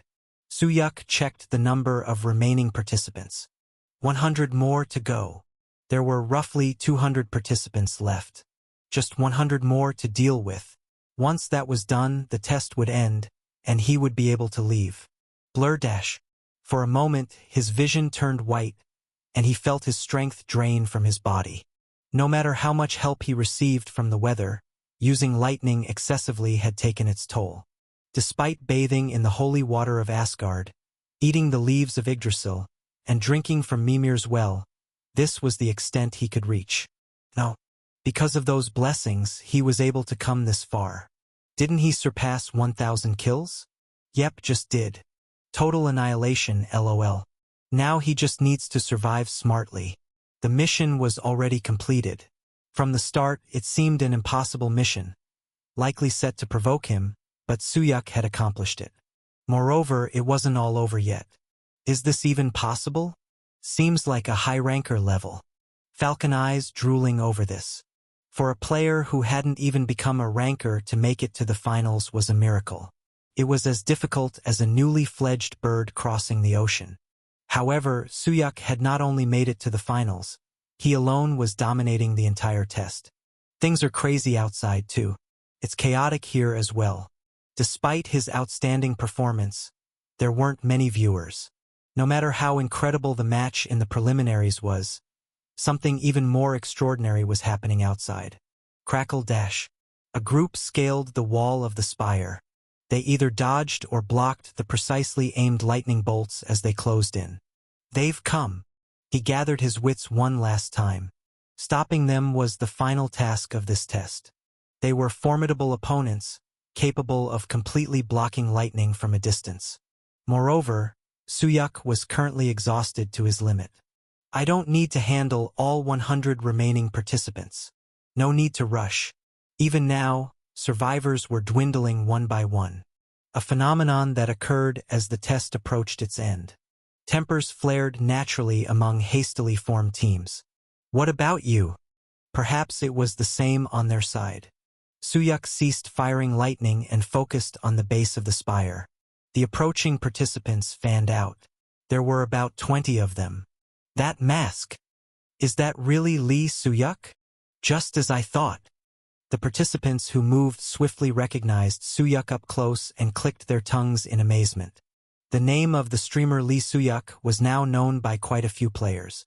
He was known as the new owner of Lightning, but more than anything, it was his rapid ascent up the tower that drew attention. Once the match ended, his name's value would surely skyrocket. 10 guys. What? Half of you here, 10 guys, can advance to the finals. The participants, who had spread out in a fan shape, flinched at Soo-yuk's words. The finals. It was the destination every player participating here desired. Stab the back of the guy next to you. There's no need to think of him as a comrade.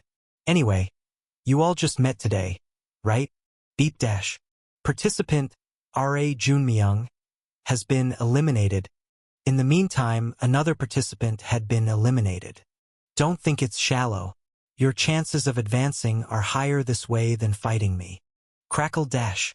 Boom dash. Lightning shot up into the sky from Soo-yuk's fingertips. Some participants recoiled at the sight, taking a step back. But it was only for a moment. That bastard is exhausted now. Yeah, there's no way his magic is infinite. He can't be fine. Lightning consumes a lot of energy. Let's all rush him. Among them, a few of them had made accurate judgments. It was unfortunate, but it didn't matter. Just planting seeds of doubt in their minds was enough. The combined attack of 20 skilled players was a threat. Moreover, at such a close distance and with him being exhausted, it was even more so. But what if their combined attack wasn't executed properly? With suspicions among themselves causing divided attention and nerves, their power would be halved. Screech dash. A long line of sword energy was drawn at Soo-yuk's feet. Thanks to a quick step backward, his foot wasn't cut. At that moment, a participant flew overhead, swinging a gigantic hammer the size of a building. Whoosh dash. Boom dash. The top of the spire shook. What the hell? Where did he go? For a moment, the participants lost track of Soo-yuk's location. He had disappeared without a trace. The first to spot him was the participant who had swung the hammer. My hammer dash. Flash dash. A sudden flash of light interrupted his words. The participant's neck was severed along with the hammer, spraying blood. Soo-yuk was perched atop the hammer the participant had swung. It was so natural that to the others, it seemed as if Soo-yuk had vanished entirely. Huff. Huff dash. Even a brief, vigorous movement left him gasping for air.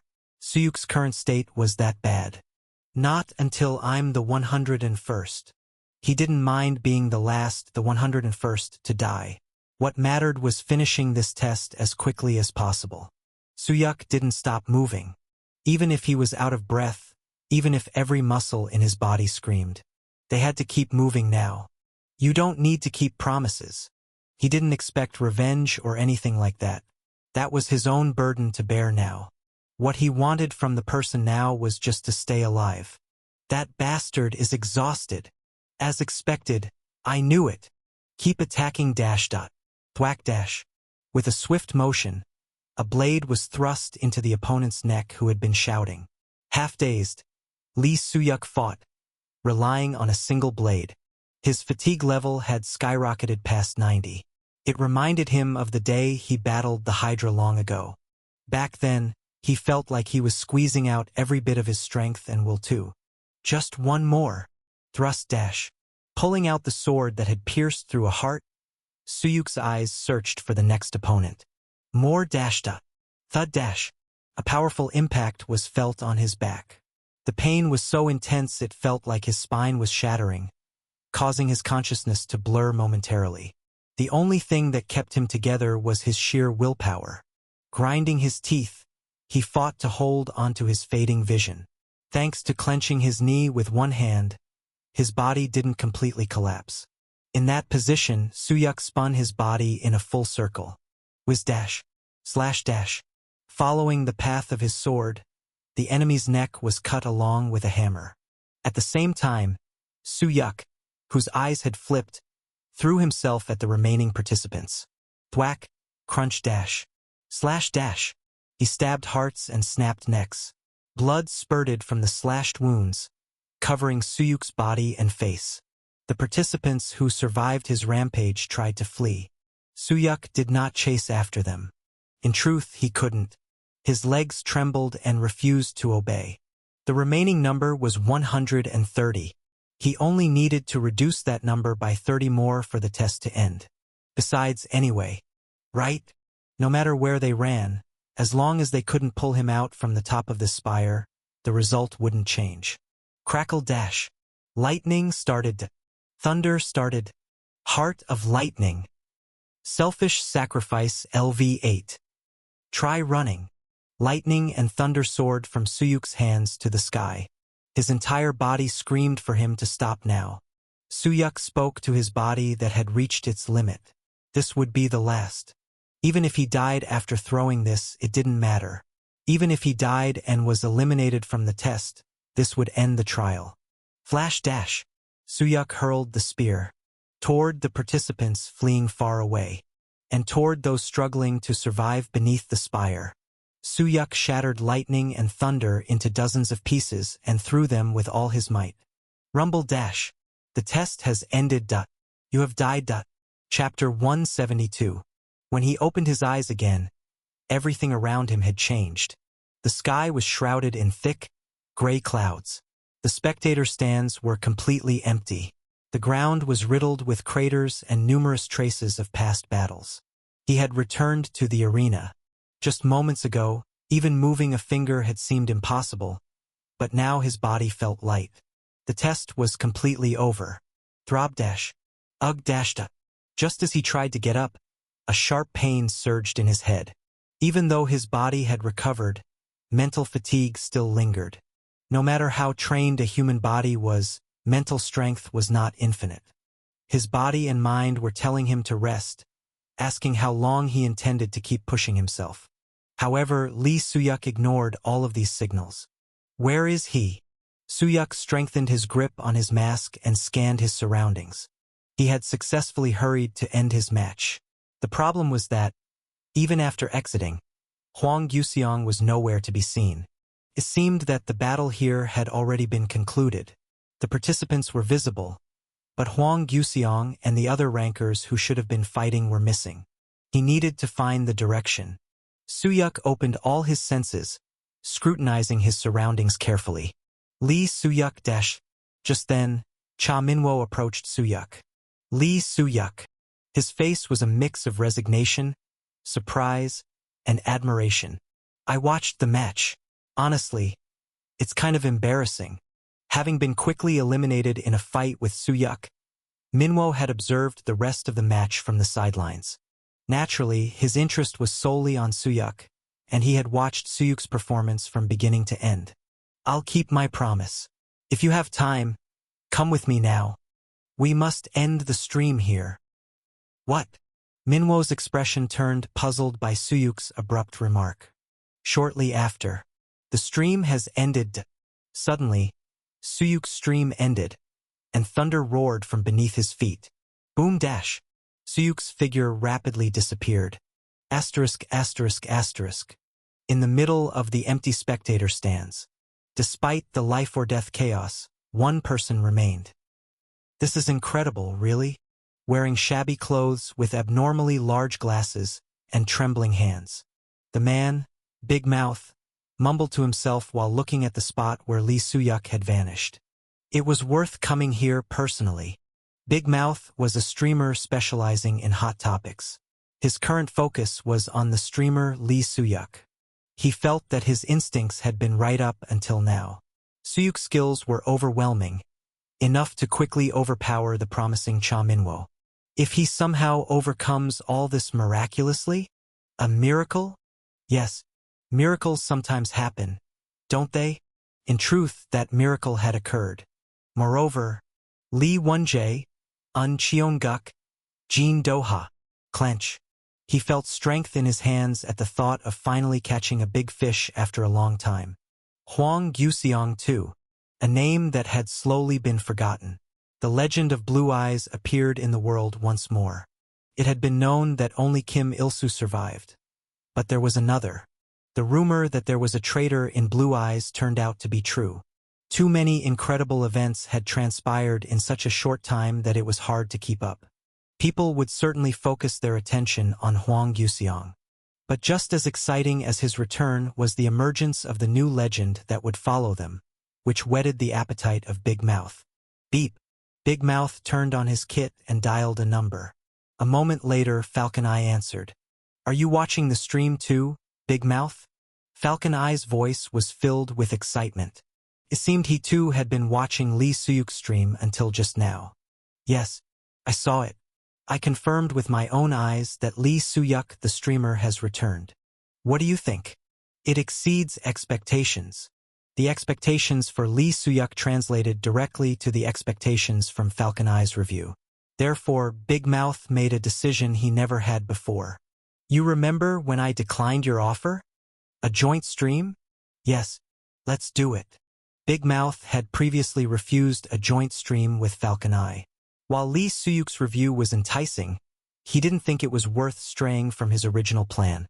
But now his thoughts had completely changed. Lee Suyuk had performed a miracle. Actually, he had surpassed that. Though overshadowed by Huang Yuxiang's sudden appearance, the preliminary round's results were unprecedented. Beyond interest or curiosity, a level of obsession began to take root. "However, I need to think about it." "What?" "Enjoying something delicious alone might be better. Thinking about it, I don't see a compelling reason to cling to this." Falcon Eye's voice, tinged with a hint of laughter, suggested he held the key. "As you know, I'm the original." Big Mouth squinted one eye. He was right. Of the current review streams, Falcon Eye stood to gain the most from anything related to Lee Suyuk. This time, the situation favored Falcon Eye more than it did him. "Do you have any demands?" "Demands? I do." "What is it? Profit sharing? A new issue? Or is there a particular article you want?" "Not that." Falcon Eye's answer was firm, suggesting he had something in mind. When Falcon Eye continued speaking, Big Mouth's expression turned to one of disbelief. "Are you serious?" "Yes, that will suffice." Falcon Eye's condition was simple, particularly for a controversy-focused streamer like Big Mouth. Still, Falcon Eye had a singular reason for setting that condition. The moment the collaboration was accepted, this condition would wield great power. There was a substantial difference between having to fulfill even the easiest request and not. Above all, what can you gain from this? No matter how much he thought about it, there seemed to be no benefit for Falcon Eye in this request. However, Big Mouth's calculations were wrong from the start. The gains are too many to count. Falcon Eye hadn't set the condition to gain something in the first place. "I'm now returning one of them. Asterisk, asterisk, asterisk." The forest split in half as if carved by a knife on a map. Jean Doha clutched a wound on his stomach with one hand. Blood gushed out continuously from the rather considerable wound. "You have one." In front of Jean Doha lay Huang Yuxiang. To any onlooker, the outcome was the opposite of what Jean Doha had declared. However, he proclaimed Huang Yuxiang's victory. No matter how many points one added for personal pride, the result didn't change. "Just achieving this much in your current state is extraordinary. I respect you." The move he wielded here was everything of himself. As a martial artist and a sword wielder, and also as a player, he infused all his life's enlightenment and strength into each strike without a moment's complacency. If there was someone who could withstand this move entirely, he wouldn't hesitate to give his life to them. Swish dash. Jean Doha turned his body as promised. Not only did Huang Yuxiang endure the move entirely, but he also left such a vast wound on Jean Doha's body.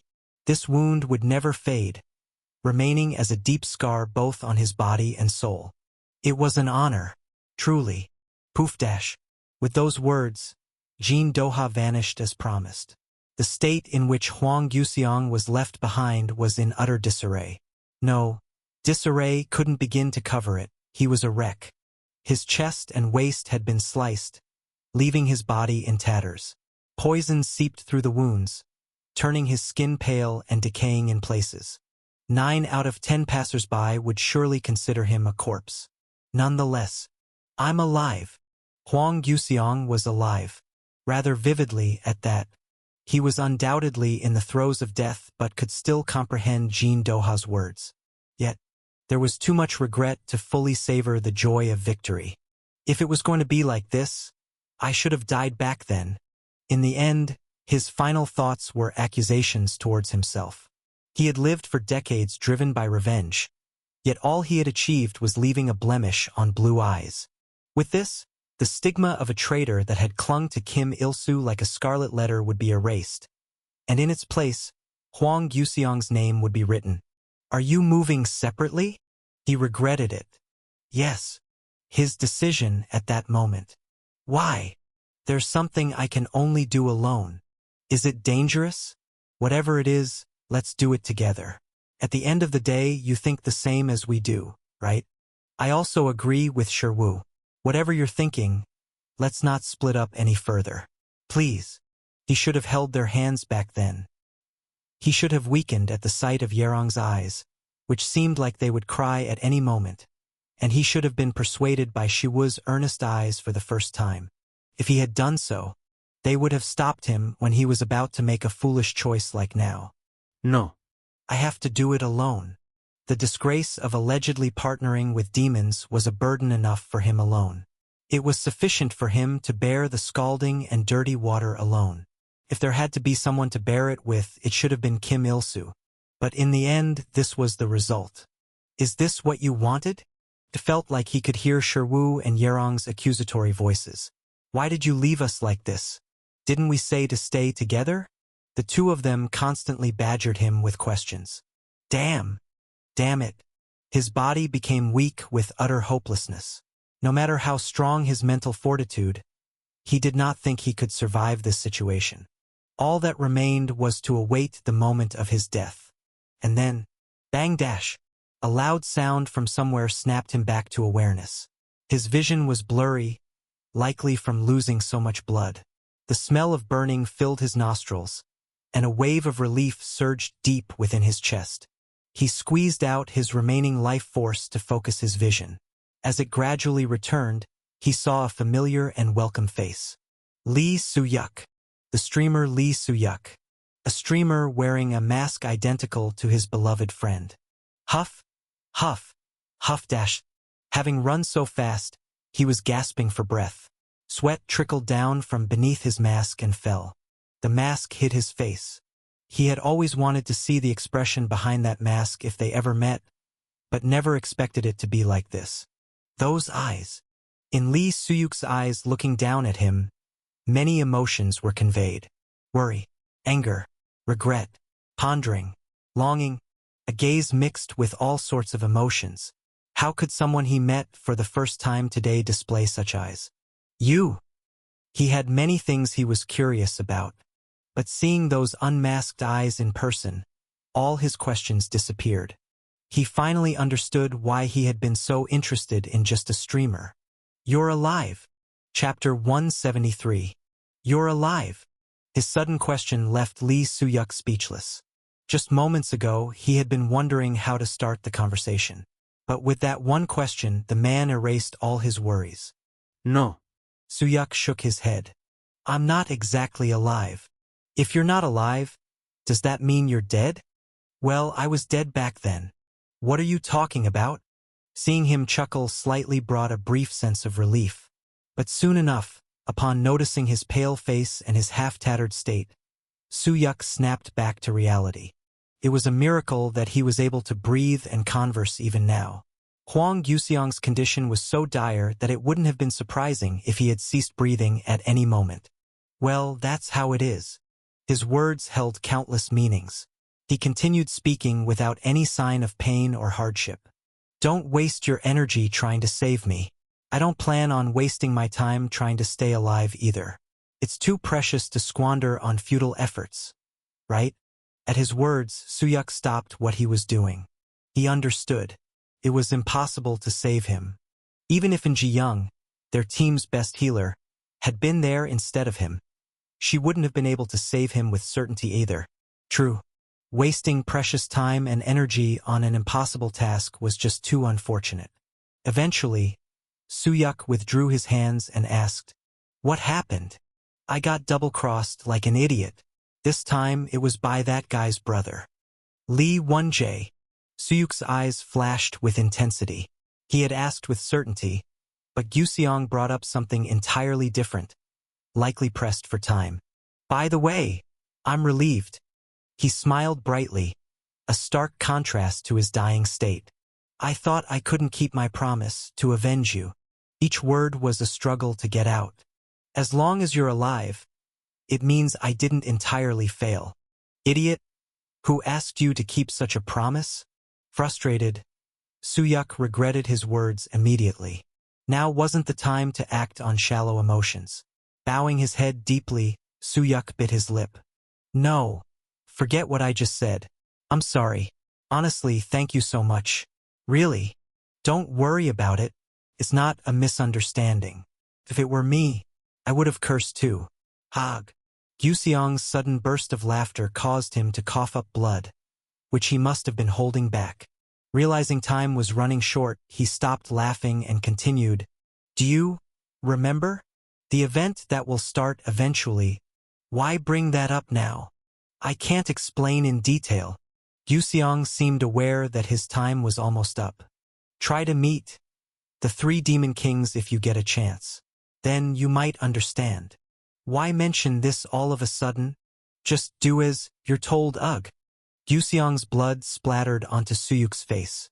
Lee Suyuk tried to engrave every single word into his mind instead of worrying about his own condition. "Yes. Got it. Understood." "You understood? Wow, damn. I'm dying here." The light in Huang Yuxiang's eyes gradually dimmed as he groaned in pain. "One last thing. This is really important. Take your time. Hyamin was captured by Ilsu." Lee Suyuk was so shocked that he briefly forgot Huang Yuxiang was dying right in front of him. Lee Hyamin. She was one of the 4 people whom he had assumed to have been killed along with Huang Yuxiang. Unlike Shiwu or Yerong, there was no clue about her. He naturally assumed she was dead. She's alive? Then, she is alive. She was alive. Lee Suyuk's mind heated up at those words. Why hadn't Huang Yuxiang shown up for more than 20 years? Why did Shiwu and Yerong not reveal the truth of that day? Those questions began to unravel. That crazy bastard dashed up. But it's a relief. Before his anger fully ignited, Lee Suyuk's pupils shook as he looked into the dimming eyes of the dying Huang Yuxiang. "Because you came back." "What? Now, Hyamin." He couldn't finish the sentence. The light went out in his dead eyes. Eyes that Lee Suyuk had seen countless times before, cold and lifeless. His hand moved instinctively. "Hey!" crackled Dash.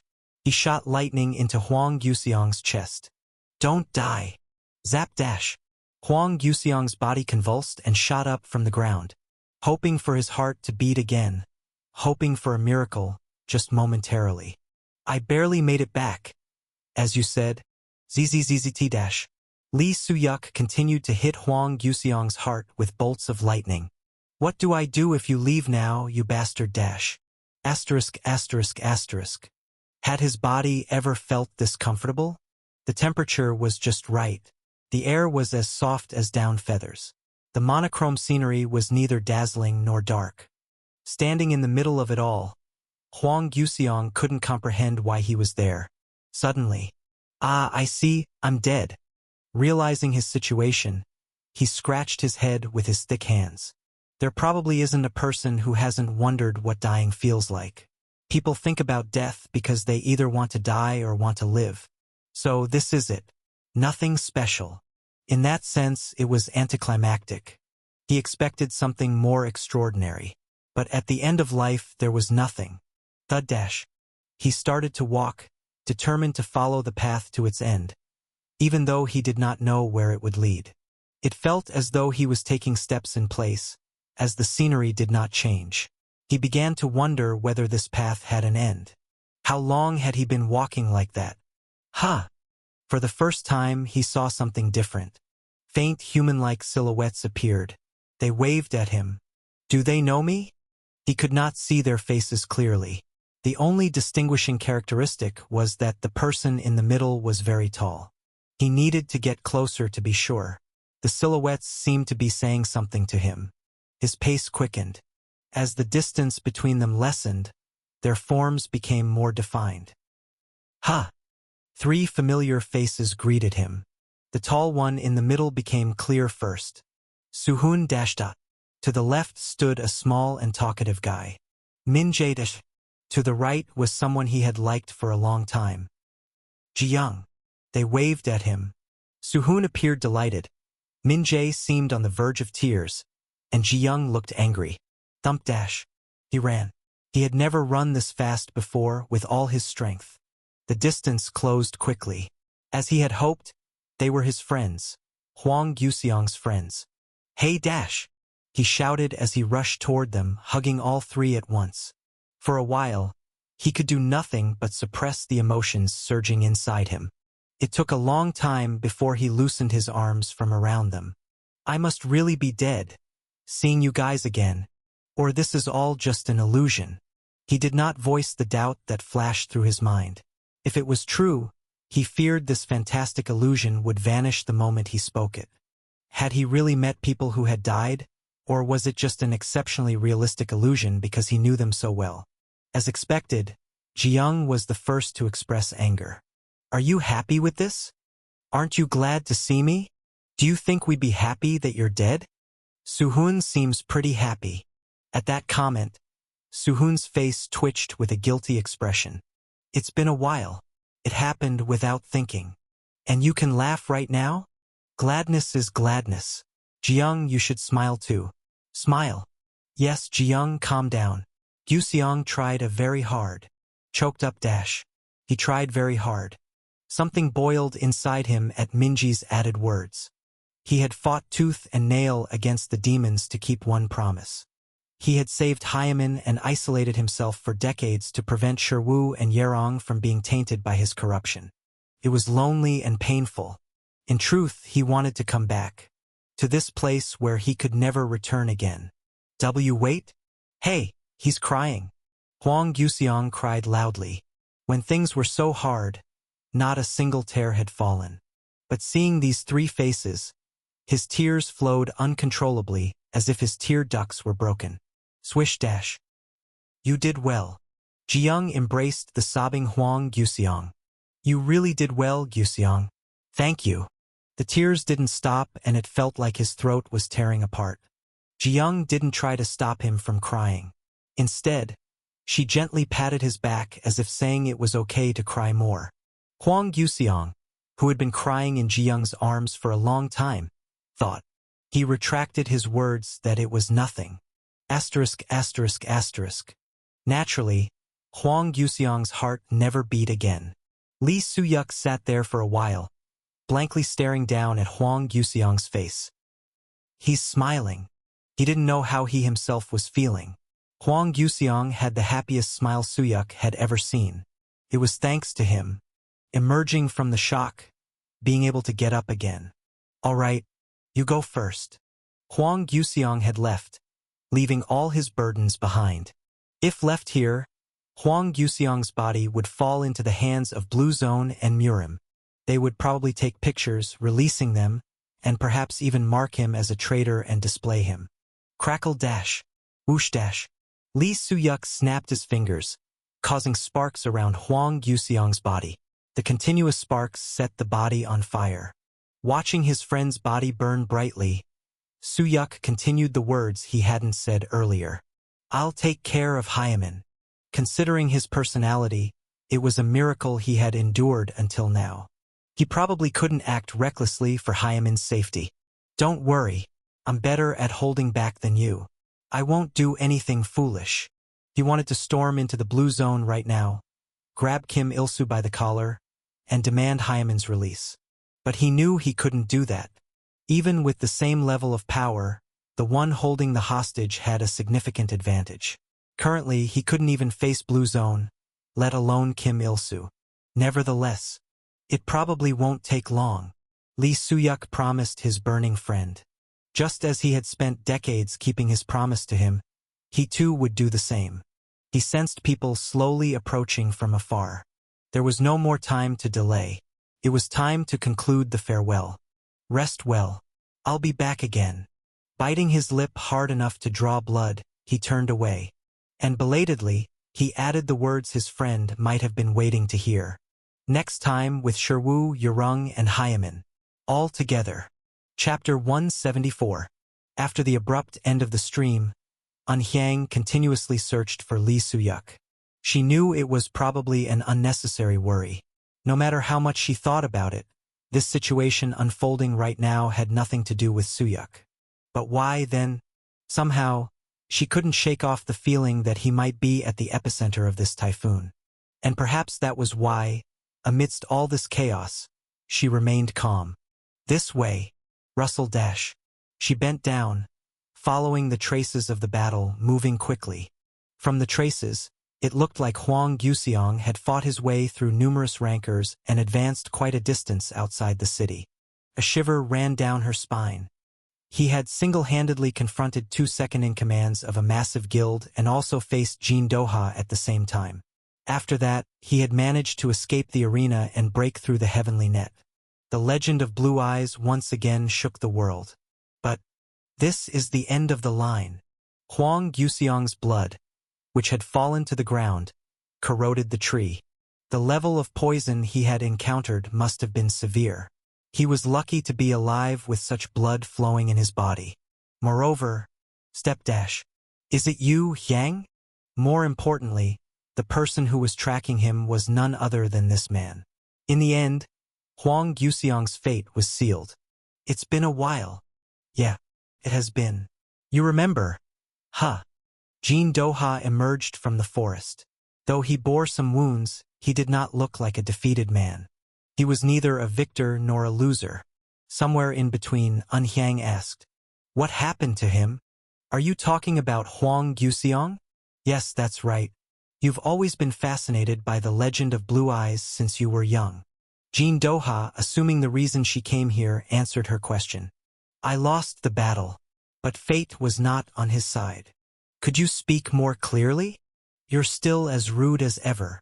Jin Doha laughed quietly, clasping his hands behind his back, and walked past Anhyang. "The legend of Blue Eyes you adored so much has ended today by my hand." "Ended?" "Yes, and as of today my time has also stopped. The time of the loser does not deserve to flow, indeed." The retreating figure of Jin Doha no longer seemed to be someone who would answer any more questions. After a brief hesitation, Anhyang moved in the direction Jin Doha came from. With a rustling sound, her figure vanished. As the wind swept through the leaves, she began to run at full speed. The scenery rapidly changed as she sped past the path Jin Doha had walked. How long did she run? In the distance, she saw black smoke rising. There it is. There was something there. As she was running towards that thought, oh, an all too familiar face came into Anhyang's view as she dashed forward recklessly. Unlike usual, it was Lee Suyuk walking towards her, mask off and with slow, trudging steps. "Suyuk Nim." Tap dash. Jumping up to land right in front of him, Anhyang greeted Suyuk with a bright face. "Of course, you were here. What brings you here, manager?" "I came to find you, Suyuk Nim." "Here? To find me?" "Yes. Somehow, I had a feeling you'd be here." Anhyang babbled on, explaining why she came here. "And as you know, I'm a huge fan of Blue Eyes and Lee Suyuk, right? I also wanted to see Huang Guxiang properly once." "Wow, but to think you'd be here? My luck is great." "You said earlier you came to find me?" "Did I?" She continued speaking even more cheerfully on purpose. It was because, in any small way, she wanted to share some of her brightness with Suyuk standing before her. "What's going on?" Today, Suyuk looked unusually drained. More than anything, the eyes he had now were not the same eyes that used to peek from behind his mask. If he hadn't taken his mask off, she might not have recognized him as the same person. "Oh, by the way, congratulations on winning. It was truly magnificent. As expected of you, Suyuk Nim, you shook the stage. She chattered away, speaking continuously. I monitored everything amidst that chaos. No matter how important Huang Yuxiang is, Suyuk Nim's stream is still the best. The latter part of her words barely reached Suyuk's ears. She seemed to be saying something, but Suyuk focused more on her voice than her words. It was strange. Just moments ago, he felt so desolate, like he could break down at any second. The feeling of being left alone in the world without anything. But now it felt like he was not alone. I came to find you, Suyuk Nim. A part of his heart warmed slightly. The emptiness and solitude he felt until just now had loosened. For a fleeting moment, it felt like he was in the embrace of friends bonded through the guild. Perhaps someday he might tell Anhyang who he really was. No, he wanted to tell her if he could. Aren't you going to ask me? Sorry? Ask you what? Why did I come here? Seeing the small spark of life return to his weary face, Anhyang didn't miss it and asked again with a smile. There's no need to ask. But, do you want me to? I think so. Then I should ask, right? I'm dying of curiosity anyway. She exaggeratedly took a deep breath and asked, Why did you come here, Suyuk Nim? I just... His voice carried a hint of wetness as he answered. Huang Yuxiang. I miss him. Plop. Finally, the tears fell. After hearing the answer to her question and seeing his reaction, she became even more curious. However, she chose silence instead of asking more. Swish. Anhyang embraced Li Suyuk, comforting him. Numerous questions crossed her mind, but she kept them tucked away. In the distance, she saw smoke rising and approaching. She had an inkling of what it was and whose it might be. Suddenly, she recalled something Jin Doha had said on their way here. The legend of blue eyes you adored so much has ended today by my hand. He must have been referring to the significance of killing Huang Yuxiang when he said that. No, grandfather. Feeling Suyuk's sobs in her embrace, Anhyang mentally negated Jin Doha's words. The legend I adored still remains. Right here. Asterisk, asterisk, asterisk. Confirmed deceased. Under the blue sky, a man stood in a grand garden that resembled a palace, receiving the report. With bleached white hair and pale, unblemished skin that hadn't seen sunlight, the man's elegant appearance was contrasted by a grotesque half-mask that covered part of his face. He stopped what he was doing to ask. The cremation? Pardon. The body was properly cremated, wasn't it? It was a perplexing question.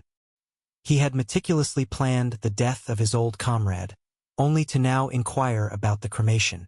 Though it was confusing, the woman who reported to Kim Il-soo did not question him.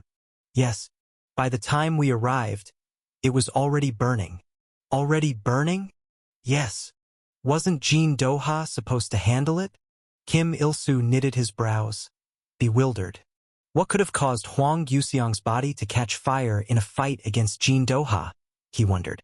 Did anything go wrong? No. Nothing at all. In fact, it was all going well. This was the expression that Kim Il-soo's underlings observed. After a brief silence, Kim Il-soo resumed watering the flower bed. We must pay the agreed price to the Murim world. Are you sure about this? Although we're not as desperate as they are, it was something we wanted as well. This deal benefits both parties. As if he had just remembered something, Kim Il-soo asked, By the way, how did the preliminary rounds go? I was just about to inform you of that. Curious, he asked, although he had intended to report it anyway. It seemed something significant had happened during the preliminary rounds. There was one player who dominated. One player? Could it be Minwo? Lately, the player who had caught Kim Il-soo's eye the most was Cha Minwo. He was so talented that Kim Il-soo had personally recruited him. But contrary to his expectations, the player who had dominated was someone else. No, it was Li Suyuk. Li Suyuk. The moment he heard that name, his face hidden behind the mask throbbed with a dull pain, even though he knew it wasn't the same person. Yes, the streamer Li Suyuk achieved remarkable results in the preliminary round. As Suha said this, she showed a video. The video, commonly referred to as a mad movie, was a brief compilation of Li Suyuk's highlights. from defeating Cha Minwo to climbing the tower and unleashing lightning. We need to recruit him. Kim Il-soo's response after watching the video was straightforward. Such talent had to be brought into the fold. No exceptions. He has already been approached by the vice guildmaster but failed. Already? Yes. Actually, Suha briefly recounted what had happened between Lee Won-jae and Lee Soo-yuk. Upon hearing the story, Kim Il-soo shook his head. Then that's it. We need to drop it. Are you giving up? He's obviously not interested in joining the guild. What if we offered a larger salary? We've already tried that, but he won't join just for a slightly higher salary. It was true. To properly entice him with a high salary, they should never have created any unpleasant incidents in the first place. Let's focus on just two things, the counterfight and the Guardian. Just those two. The Guardian. You haven't given up on that yet? I can't give up. Kim Il-soo muttered as he looked at the green dagger in his hand. After going to such lengths, I can never give up. It was Lee Soo-yuk who had defeated the Hydra, the Guardian of the 8th floor. But even after more than 20 years since his death, the Guardian of the 9th floor had not been defeated. It reigned like an unbeatable god, blocking the path to the 10th floor. Can I ask you one thing? That question again? Why did I do it? Kim Il-soo sighed deeply. Why are you so curious about that? Because I know my brother would never do such a thing. Her designation changed from guild master to brother. She had reverted to the sibling who had been there when the Blue Zone was first established. I know how much you missed that place. That's in the past. Yes, and the legend of Blue Eyes also remains in the past. Was it because Huang Yuxiang had died? They seemed to talk more today. Kim Il-soo remained silent. Faced with his unyielding silence, she eventually lowered her head. I believe you will tell me someday, even if not to me, then to someone. With that, Suha left. There was no more news to deliver, and continuing the conversation would be futile. Alone, Kim Il-soo looked down at the now wilted flowers. Just moments ago, they had been watered and blooming brightly. These flowers seemed to reflect his mood. It's hard, being alone. Chapter 175. On the day of the counterfight preliminaries, a scandalous event erupted, causing a commotion in the tower. The traitor of Blue Eyes, identity revealed as Huang Yuxiang? The truth of that day, Huang Yuxiang subdued by an old star of the Murim world. The fallen legend of Blue Eyes. The downfall of a corrupt legend? Numerous articles surfaced. Most of them delved into the secrets during the Hydra raid. There had been a betrayal that day. This rumor had been circulating for some time. Some unnamed individuals claimed it was Kim Il-soo. However, no evidence emerged, and Kim Il-soo neither made excuses nor provided explanations. Because of this, some speculated that Kim Il-soo had betrayed his old comrades and taken their place. Yet, the reason behind Kim Il-soo's silence. Foolish silence or loyalty. The silence Kim Il-soo had maintained over the years was now being framed as a form of loyalty. Did he really just let it slide because they were true friends? Loyalty, my ass, face with tears of joy, face with tears of joy, convincing the guy who collaborated with demons, face with tears of joy, face with tears of joy. Exactly, face with tears of joy, face with tears of joy. Guys gotta stick together. Thanks to this, Kim Il-soo's recognition skyrocketed. Of course, not all articles were about Kim Il-soo and Huang Yuxiang. The legend of Blue Eyes rises again. One notably sensational headline article. The author was none other than Big Mouth. Regardless of how much public attention was on Huang Yuxiang, an article like this couldn't go unnoticed. Main text. Amidst the chaotic atmosphere, streamer Lee Soo-yuk achieved remarkable results in the counterfight. Although it was just the preliminaries, Lee Soo-yuk. Big Mouth's article focused on Lee Soo-yuk's exploits. Indeed, had Huang Yuxiang not emerged that day, the spotlight would undoubtedly have been on Lee Soo-yuk. I watched it live, and it was insane, face with tears of joy, face with tears of joy. For real. I stopped watching halfway through. Same, face with tears of joy, face with tears of joy. 'Cause there was something even more interesting? Big Mouth's intention was clear. Haha. Where'd the small fries go when the big shots were playing? But isn't Lee Soo-yuk no small fry? When Hwang Yu-seong, Kim Il-soo, and Jin Do-ha are in the game, it has to be Lee Soo-yuk, not Tu Indisayuk. For real, face with tears of joy, face with tears of joy. To restore the spotlight to its rightful place. And the role of doing so had always fallen to one streamer for a long time. Fal Hi. Hey folks, long time no see. Falcon Eye began his stream. Falcon Boss, you here? Lee Soo-yuk Extractor, hi. Falcon Eye feeling down because of Hwang Yu-seong's chaos. Anyone agree? The original LOL. Lee Soo-yuk's specialist reviewer. That had been Falcon Eye's main content recently. Falcon Eye hater. What's up with that nickname? Anyway, thumbs up for that comment. Yeah, this incident was kinda disappointing. The preliminaries were totally overshadowed because of it. Typically, Counterfight was the most anticipated content among players. Despite the unique nature of the preliminaries, they still attracted significant interest. So, even more so, the original here has prepared something really tasty this time. Face with tears of joy, face with tears of joy, face with tears of joy. The original face with tears of joy, face with tears of joy. He's always been emphasizing that face with tears of joy, face with tears of joy. Falcon Eye started his stream on a cheerful note. It took some time for enough viewers to gather. He spent the waiting time chit-chatting. Although some viewers pushed for the review, Falcon Eye skillfully managed their impatience. After a while, more viewers joined in.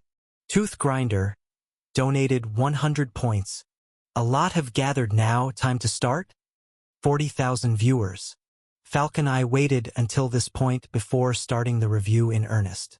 Well, as the title suggests, today's stream will be another Lee Soo-yuk review. But today's stream will be from a different perspective. He suppressed the excitement welling up. No one anticipated this review more than Falcon Eye himself. Previously, I reviewed an outstanding rookie with excellent control. Today, it will be a review introducing a great ranker. With that, the review commenced. Beep dash. On the screen appeared Lee Soo-yuk facing off against Cha Min-woo. Before the incident happened, it was a match between streamer Lee Soo-yuk and Cha Min-woo, who had long been touted as the next Lee Soo-yuk. It was insane. I watched until here. Since Hwang Yu-seong hadn't shown up at the venue yet, many viewers had watched up to this point. For some reason, it appears they had made a promise before the match began. We don't know why, but it worked out for us. We got to see this matchup. The video played. Pre-edited prior to the stream, it quickly skipped to the key moments. Swoosh dash. Lee Soo-yuk climbed the tower's wall. Following behind him was Cha Min-woo. The key to this fight is this. Fighting on flat ground is boring, right? Let's raise the difficulty level. Even without using lightning, Lee Soo-yuk's skills vastly outmatched Cha Min-woo's.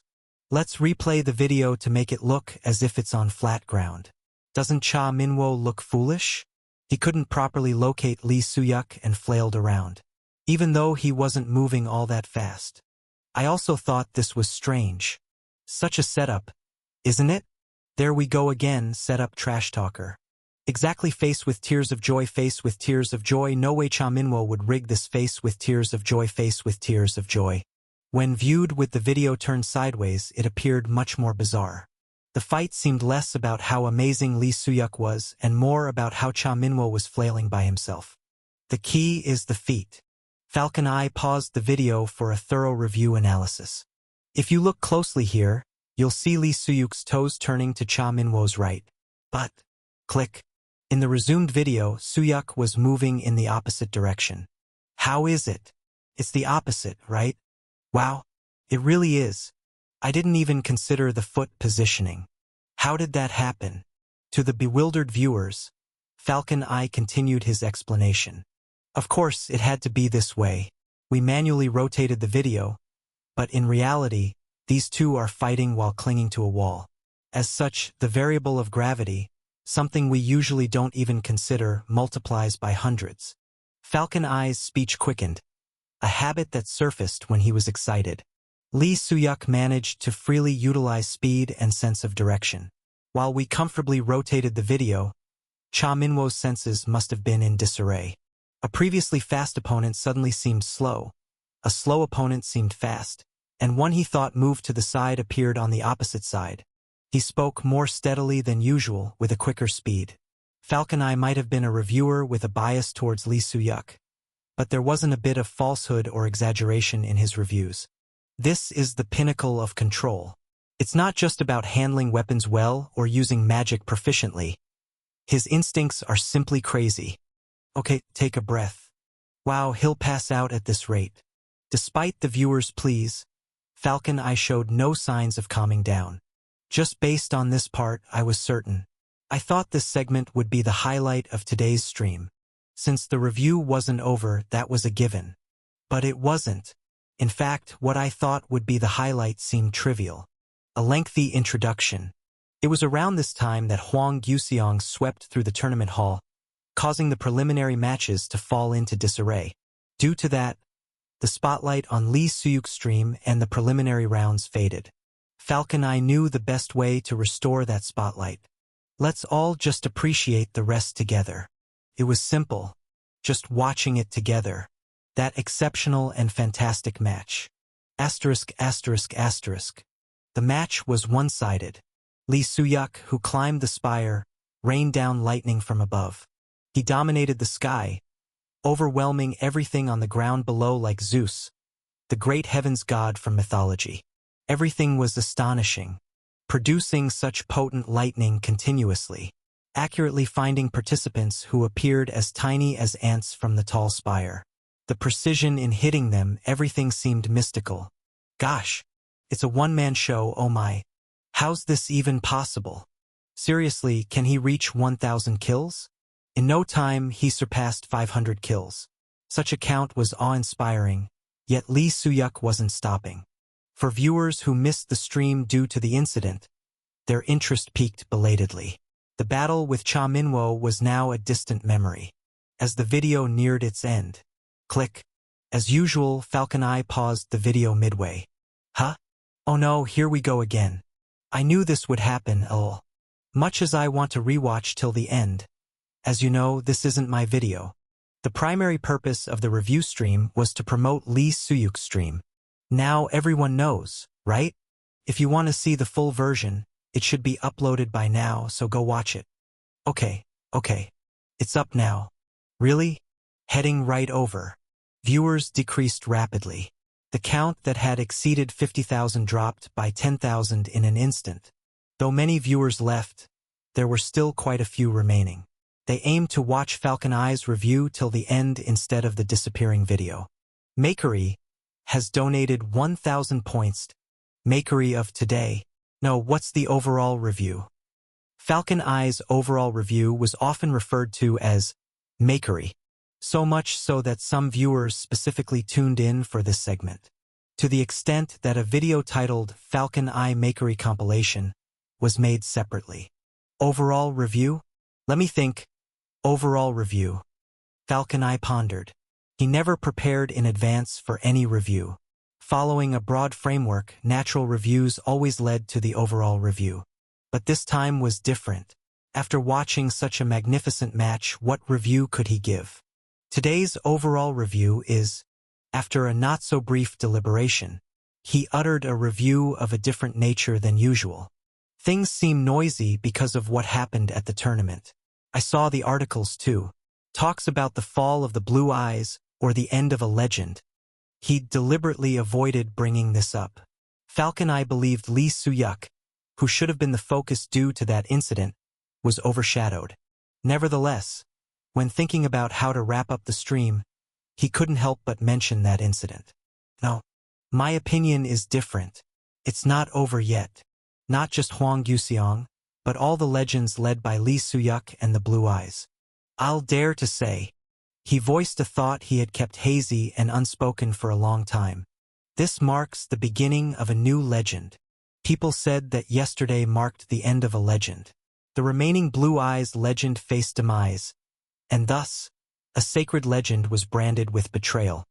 However, some viewed that day from an entirely different perspective. That day wasn't just about the fall of a legend. It was also the day a new legend was born. Chapter 176. Recently, the hottest streamer from Balhi Entertainment was undoubtedly Lee Soo-yuk. He was an extraordinarily talented player, to the point where it was hard to understand why he even became a streamer. He also possessed both topicality and stardom. One of the representative streamers of Balhi Entertainment. That was Lee Soo-yuk's current position as a streamer.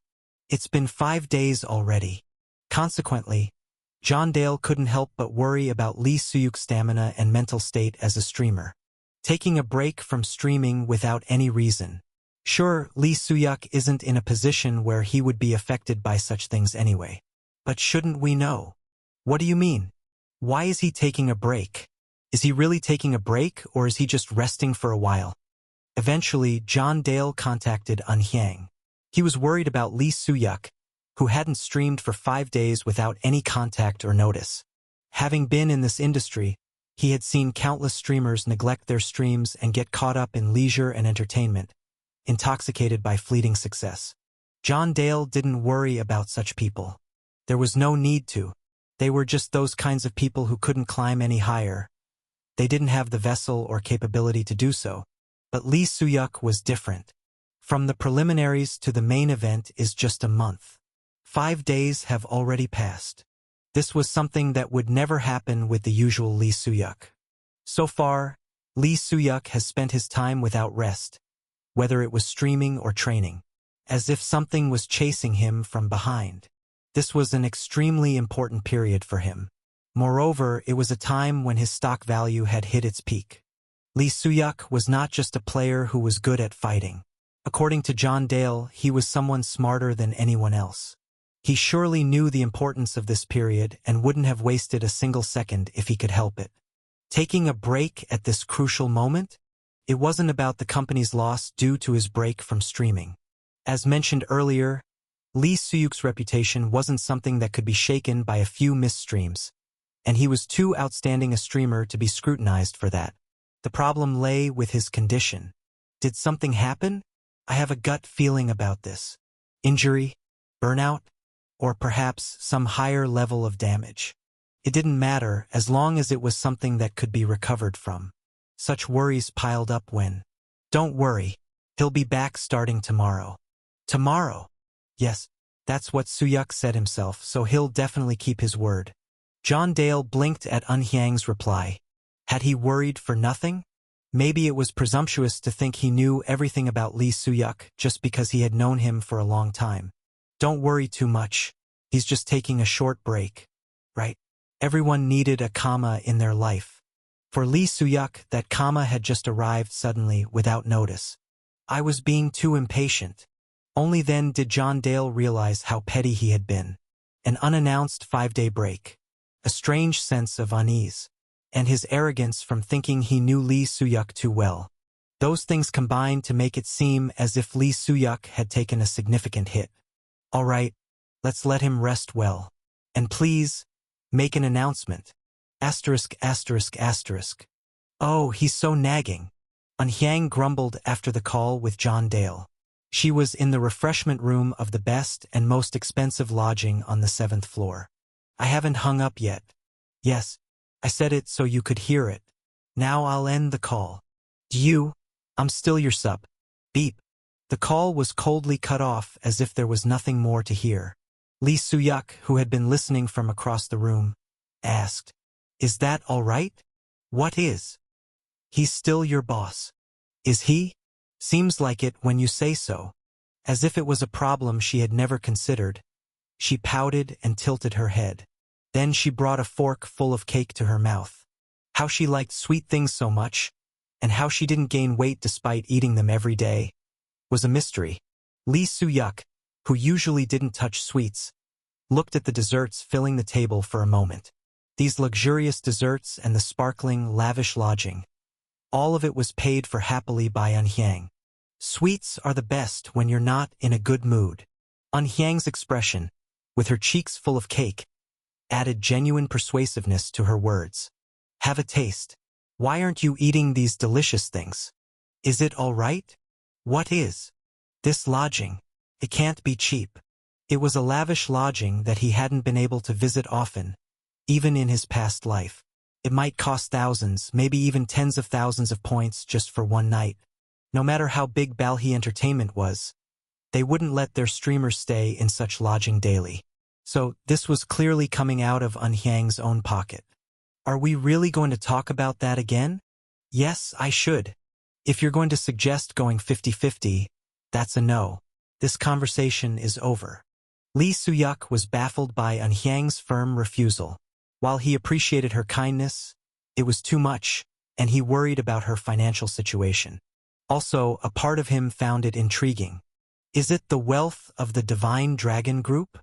There weren't many players who could casually stay in such luxurious lodgings. He wondered if it was the financial power she possessed as the heir to the Divine Dragon Group. I earned these points myself. As if she had read his thoughts, Unhyang began to share her story. The salary here isn't as small as you might think. Also, I had saved up quite a lot of points from before. Was it that obvious? I've been a fan of masked people for a long time. I can tell everything just by looking at your eyes.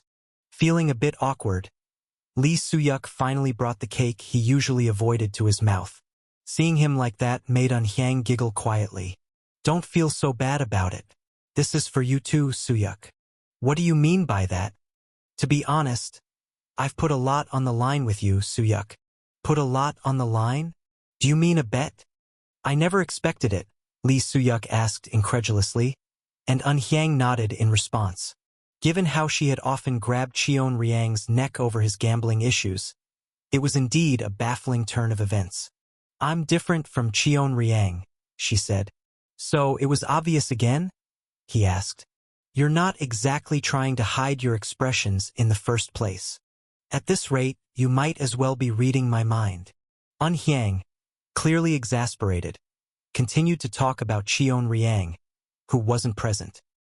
He always wastes his salary on unsure bets. Unlike me, who bets only on sure things. I'm sure Cheon Riang thought he was betting on something certain, too. A bet on Schneider? That was a bit foolish. Omar Schneider, he was a player from the Blue Zone who had competed against Lee Soo-yuk on the third floor. At the time, most players had predicted Schneider's victory.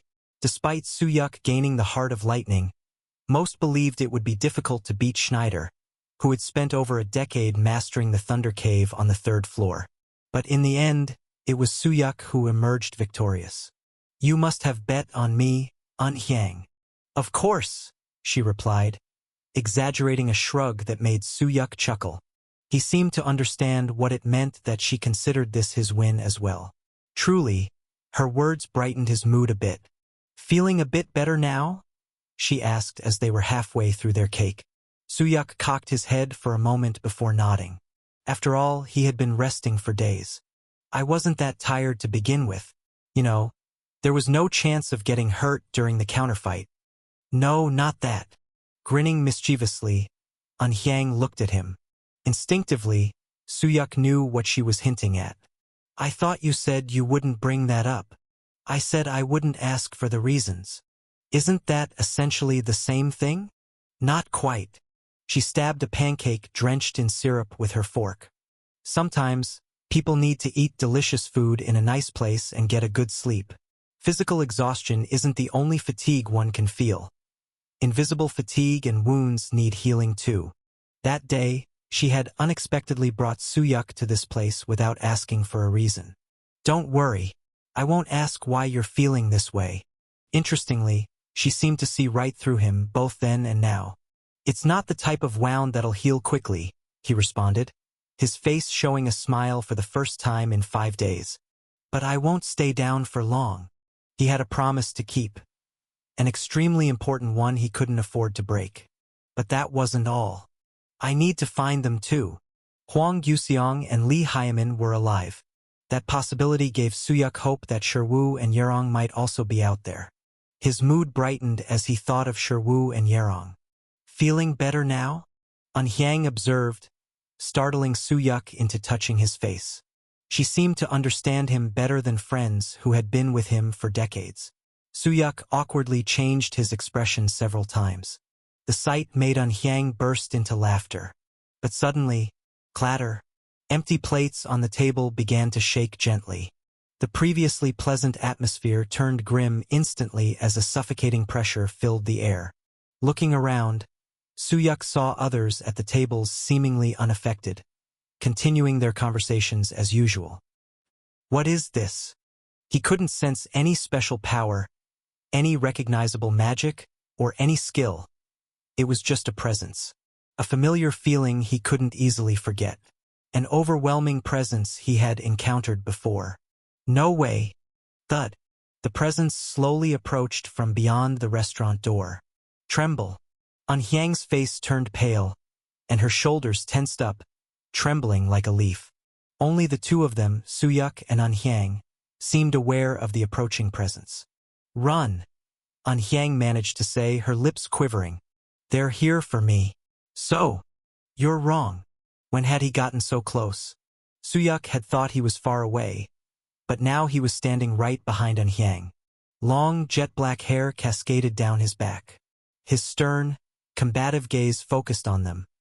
A strikingly handsome man over 190 centimeters tall. I'm not here for you, he declared, shifting his gaze to Suyak. I came to see this little sparrow. His red eyes pierced through Suyak. Anyone with less mental fortitude would be overwhelmed by just making eye contact with him. Suyak recognized him, even though it was the first time seeing him in this life. No one in this tower would fail to recognize him. Heavenly Demon. The demon of the heavens, the heavenly demon. A colossal shadow within the Murim world, belonging yet not belonging to it. Lee Suyuk's legend had vanished. The strongest player of this era had come to find the two of them. Chapter 177. Heavenly Demon Jin Har-young. He was the figure who left the most profound bloodstains in the history of Murim. The first act he carried out after inheriting the title and position of the Heavenly Demon by his own strength shocked Murim. He massacred all the followers of Mttion, commonly referred to as the 10,000 Peaks mountain range. And that wasn't all. From there, he beheaded the leader of the Murim alliance, completely upheaving Murim within a matter of days. The demonic cult and the Murim alliance, in other words, the entire world of Murim, he turned them all into his enemies. A demon who single-handedly erased the demonic cult and beheaded the leader of the Murim alliance. He was the heavenly demon in the truest sense. As the demon who stood tall in Murim and was the strongest player of the present age, he looked down at Lee Suyak. You're much smaller than I expected. Well, it was only natural. Lee Suyuk's feelings as he looked up at Jin Har-young were indescribably peculiar. He had a relationship with Lee Suyak that could never be severed. I knew this day would come eventually. Most people felt fear when they looked at the heavenly demon. And it wasn't much different for Lee Suyak. Even in his previous life it was the same. There was a certain power or aura from the heavenly demon that fundamentally invoked fear in humans. But at the same time there was a sense of familiarity. To think he would come with this timing. The heavenly demon was the reason why the player named Lee Suyak became a legend and the best. A long time ago, by defeating the heavenly demon who participated in the counterfight, the world recognized Lee Suyak as the strongest player. Such was the man known as the heavenly demon, being recognized as the best just by defeating him. No one other than Lee Suyak had surpassed him, and he remained a singular, unmatched existence. Who did he come as today? I wonder? Lee Suyak did not avoid Jin Har-young's gaze as he looked down at him. When dealing with him, the first order of business was figuring out who he was. Was it the heavenly demon or Jin Har-young? Though they were the same person, they were decisively different beings. And one's manner of dealing with him differed depending on who he was. Now, Jin Har-young was a predator who could decapitate him in a single stroke. Today, it's Jin Har-young, recognizing his identity through his eyes. Fortunately, he had not come here as the heavenly demon today. Don't be too disappointed. Thus, what he needed to convey to him right now was this. There is still plenty of time. If you're here looking for a sparrow, it won't take too long. Do you even know who the sparrow I'm talking about is? Of course. It's me. It must be Lee Soo-yuk. Jin Haryung's lips curled up in a barely noticeable smile at Lee Soo-yuk's response. From his expression, Soo-yuk was certain. Jin Haryung had come to see another self through him. I hope it's not just empty words. And you, on the other hand, seem different from what I've heard. To be precise, he should say, you're different from what I know. Am I? Yes. The fact that you're sneaking around like this. Lee Soo-yuk's gaze swept around. Besides him and Eun Hyang sitting at the same table, no one seemed to pay any attention to Jin Haryung. It was a situation he had intentionally created. Then, his gaze landed on Jin Haryung's left arm. And the fact that you got hit somewhere. Bandages subtly visible through his clothes. Considering his personality, which didn't even bother to apply medicine to most injuries, it couldn't have been a light wound. Don't worry, it's not an embarrassing injury. Was there someone in this era who could injure the heavenly demon? In an era without Lee Soo-yuk, the heavenly demon was the strongest. That was an unchanging fact. Some compared the great mage Hylds to the heavenly demon, but they didn't know what they were talking about. She was still no match for the heavenly demon. No, there isn't such a person, Jin Haryung replied. His opponent was not human. At that moment, foes capable of injuring Jin Haryung flickered through Soo-yuk's mind. They were all like mirages. Only rumors existed, Soo-yuk had seen them just once. Are you done probing? At Jin Haryung's question, Soo-yuk nodded. Yes, it seems this is as far as it goes. Smart. And you? Have you finished your business? Now that I've seen you once, I'm satisfied.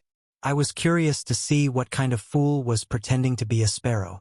As if satisfied with just having seen his face, Jin Haryung turned away. Since you dared to act cheeky, you'd better show something worthy of it. Otherwise, our next meeting won't be as pleasant as today. Indeed, he wasn't the heavenly demon today but Jin Haryung. Though they were the same person, they were decidedly different. If Jin Haryung was scary, the heavenly demon was terrifying. If Jin Haryung was masculine, the heavenly demon was brutal. Between them, the one Soo-yuk respected was undoubtedly Jin Haryung. Seemingly having completed his business, Jin Haryung left immediately. The main purpose of this meeting was really just to see his face once. But Soo-yuk didn't attach much significance to this meeting. I can't say I've truly seen him yet. What he saw today was Jin Haryung. If the heavenly demon had come instead, he wouldn't have dared to show such impudence nor be alive right now. However, what had truly bothered him was Eun Hyang. Are you all right? Since Jin Haryung's arrival, her condition has been strange.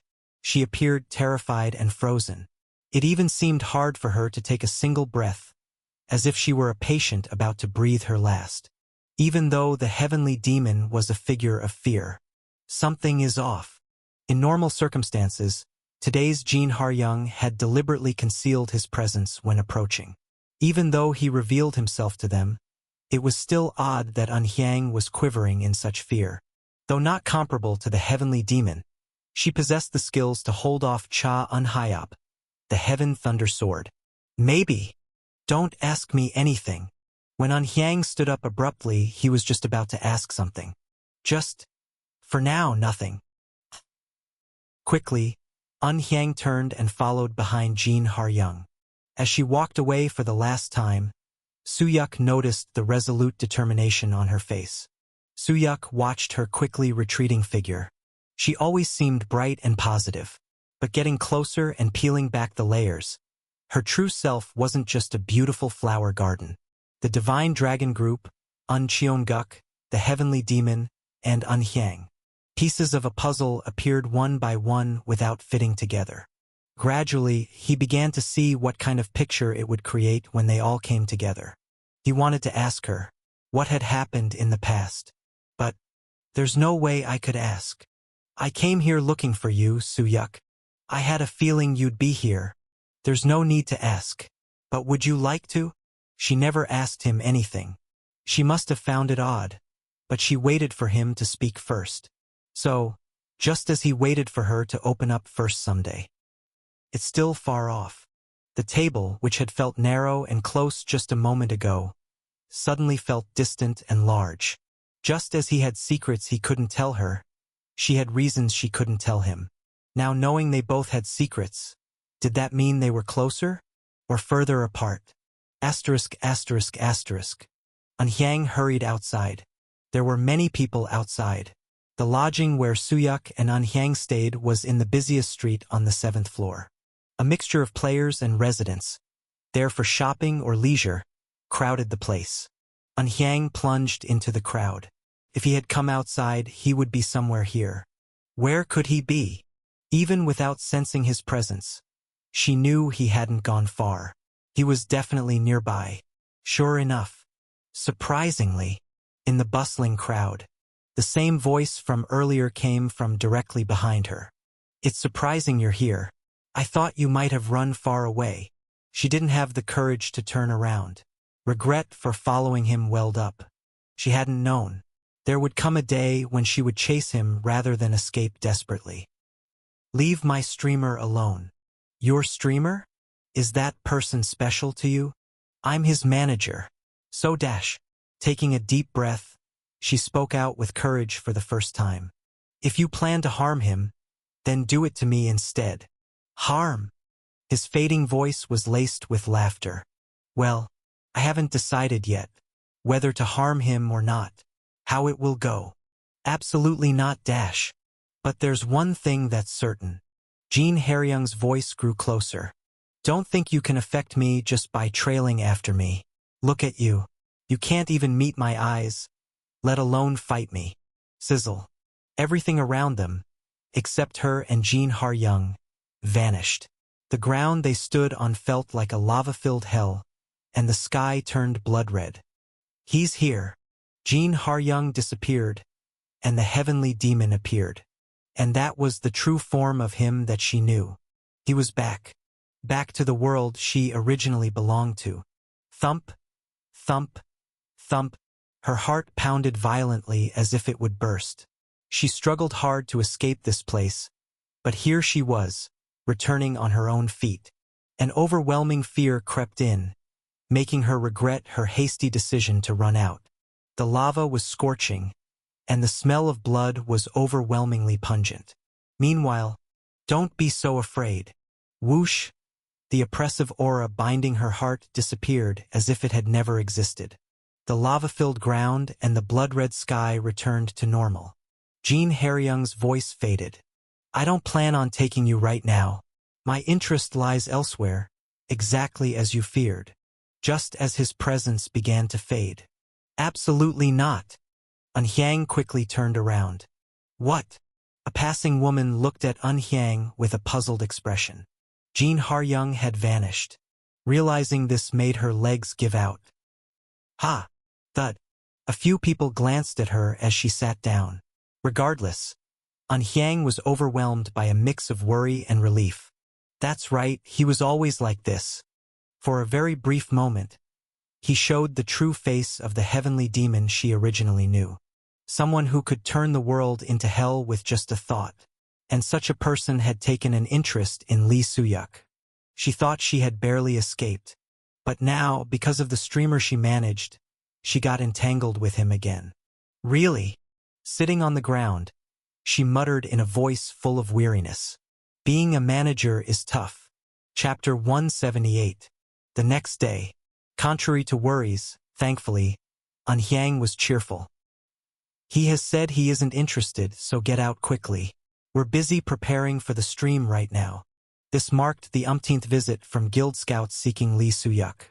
Pushing them out the door, Anhyang smiled while veins bulged on her clenched fist. Not leaving? 1, 2. The guild scouts were no pushovers. Among them were a few who were either rankers or close to it. However, this posed no real problem for Anhyang. Wham! Regardless, she kicked the unmoving scouts out of the way with ease. A player capable of overcoming her and reaching Lee Suyuk wouldn't be working as a mere scout. From a step behind, Cheon Riang, who observed the scene, asked, Did the heavenly demon really come yesterday? His expression was unusually serious. Lee Suyuk sensed that Cheon Riang's reaction was not solely due to the name, Heavenly Demon. He seemed interested in me. Is it because of the lightning? That could be it. Plus, maybe I'm just remarkable. Although it sounded somewhat conceited, Lee Suyuk believed this to be the truth. There was no other reason for the Heavenly Demon to seek him out. Yet, Cheon Riang's next question was unexpected. He lowered his voice, ensuring Unhyang wouldn't hear. Are you sure he wasn't looking for Unhyang? Lee Suyuk's eyes narrowed at the question. So that's not the entire story from back then. He recalled Unhyang's past, which he learned after the Thunder Swords attack. Despite Cheon Riang insisting back then that it was the whole story, it became evident that it wasn't. But Suyuk couldn't hold it against him, especially since he too had decided to wait for her to bring it up first, just like yesterday. Yes, I'm certain. Then, well. Cheon Riang looked both confused and somewhat relieved. Meanwhile, as Unhyang dusted off her hands after dismissing the scouts, she returned to where Suyuk and Cheon Riang stood. There sure are a lot of pests around lately, right? Can't be helped. It just shows how high Suyuk's value has become. Unhyang gave Cheon Riang a look that clearly said, I wasn't asking you. Despite the intimidating glare that would normally instill fear, Cheon Riang appeared slightly disappointed. So, why'd you leave me out yesterday? Why bring you to such an expensive place? What about Suyuk? Do you think you're the same as Suyuk? Hey, we've been friends for years. And now, stop gambling, you idiot. As they bickered, Unhyang noticed Suyuk putting on a mask and asked, Oh, come to think of it, are you okay? About what? Yesterday, you showed him your bare face. Unhyang referred to the Heavenly Demon as him. Guessing she was reluctant to even utter his name aloud, Suyuk answered her question. He would recognize me with or without the mask. He's that perceptive. Just like before. In his past life, Jin Haryoung recognized him without a mask as well. Heavenly Demon had the innate ability to perceive people beyond their outward appearance or masks. Such a feat was possible only because he was the Heavenly Demon. Displaying his face to someone who can't be deceived by a mask wasn't an issue, to begin with. He's not the type to go bragging about my face around anyway. Do you know him well? No, not exactly. Struggling to find the right words, Suyuk quickly continued. He's just that famous. The public enemy of all players. The strongest and the worst player. In reality, no one didn't know the Heavenly Demon. He was notorious, drawing the hatred of all players on the tower, not just the martial artists. It was the easiest answer he could think of spontaneously. However, Unhyang's expression didn't seem pleased with his answer. Is that right? Oh. Suyuk looked puzzled by her reaction. Sensing the sudden dip in mood, Unhyang quickly regained her usual expression. Alright then, let's start the stream. I'm sure the viewers have been waiting. After that, Lee Suyuk left to take the trial. Unhyang and Cheon Riang, left behind at the table for monitoring, sat facing each other. Unlike when Suyuk was present, Unhyang's face was shadowed. Cheon Riang sighed at her expression. Why did you leave me out? Is this really about that? Oh wow. Still talking, huh? He tried to lighten her mood with a joke, but it wasn't something that could easily be fixed. Crunch. Cheon Riang bit down on some sweets and asked, What about running away again now? Much time had passed since they had escaped from the Divine Dragon group. Their current location was thoroughly known by the group. If they stayed here, Cheonguk would surely come looking for them again. But no. Despite knowing this, Unhyang's answer didn't change. Because of Lee Suyuk, the streamer? Of course. You don't have any sense of duty about this. Is it because you're a fan? If it's really that, you're seriously crazy. Cheon Riang quickly closed his mouth after blurting out those harsh words in anger. I take that back. Anyway, stop being so stubborn. Riang ah. When Unhyang called his name, the corners of Cheon Riang's eyes twitched. Again. When she called his name so gently, He couldn't push her any further. I swear, these days are the happiest of my life. Happy? Yeah, really. He thought about it. Has An Hyang ever said anything like that before? There was no need to think long. It was the first time. Isn't it? There's a streamer who became an enemy of Murim because of me. A friend who cares about me more than himself. I'm anxious. Don't worry too much. I'm not going back. An Hyang reassured Cheon Riang. She made it clear that not running away wasn't a sign of despair. And I'll protect both. Definitely. At that moment, Cheon Riang realized she had made up her mind. In this instant, she was both a streamer's manager and a martial artist. A genius who had retired from Murim had returned. I am. Ding dash. An alert from the kit in his hand popped up just then. What can I do? Lee Soo-yuk has started streaming. In front of the trial hall heading to the 8th floor. Standing before a giant portal soaring into the sky, Soo-yuk briefly thought of An Hyang's face. Will she be okay? Her condition seemed precarious somehow. Before meeting the heavenly demon, she seemed manageable, but her appearance had been quite a shock. An Cheon-guk and the Divine Dragon Group were already formidable opponents. But if the heavenly demon intervened, the situation would change completely. He was a giant who dwarfed the Divine Dragon Group, making them seem like children. It's not something that'll change just by thinking about it. Soo-yuk shook his head. Most of the issues he was mulling over boiled down to matters of skill. The Divine Dragon Group, Lee Hyaman, the Heavenly Demon, Kim Il-soo, Blue Zone. Most of these problems couldn't be solved without sufficient skill. Yes. As Jean Harang had said, he was just a fledgling sparrow now. Lee Soo-yuk has started streaming. There was only one thing he needed to do now. To go up as quickly as possible. First, 111,111. Suhai. Here so fast. Haha. Thought I would die from missing you. As soon as the stream started, viewers quickly gathered. Now, with an increasing number of subscribers, the stream had grown to the scale of a large streamer. From thousands to tens of thousands. Within minutes, viewers flocked in, and he officially began the stream. It's been a while, everyone. You said it's been a while last time too. Didn't you? Aren't you going to stream regularly? You've changed. Oh, right. Even on the day of the tournament, Lee Soo-yuk appeared on the stream for the first time in a while. It wasn't that he deliberately took a break, but the viewers were not the kind to be considerate of such things. I Love Soo-yuk has donated 1,000 points. Why did you take a break this time? It was the first donation of today's stream. I was a bit tired. I didn't stop preparing for the counterfight and kept pressing on. Fortunately, the results turned out well. That was awesome, oh. Everything is proven by results. This break was no exception. If the preliminary round results had not been good, there would have been more complaints, but most viewers were satisfied with the results Lee Soo-yuk had produced. Speaking of which, ding, a myriad of alarms popped up on the viewers' screens. I forgot to settle the donations before I ended the last stream. He had hastily ended the stream while chasing Huang Yuseong, neglecting to settle the donations from various missions, including major ones. Wow, how much is this? How did Money Soo-yuk forget this? Safe Asset crying LOL.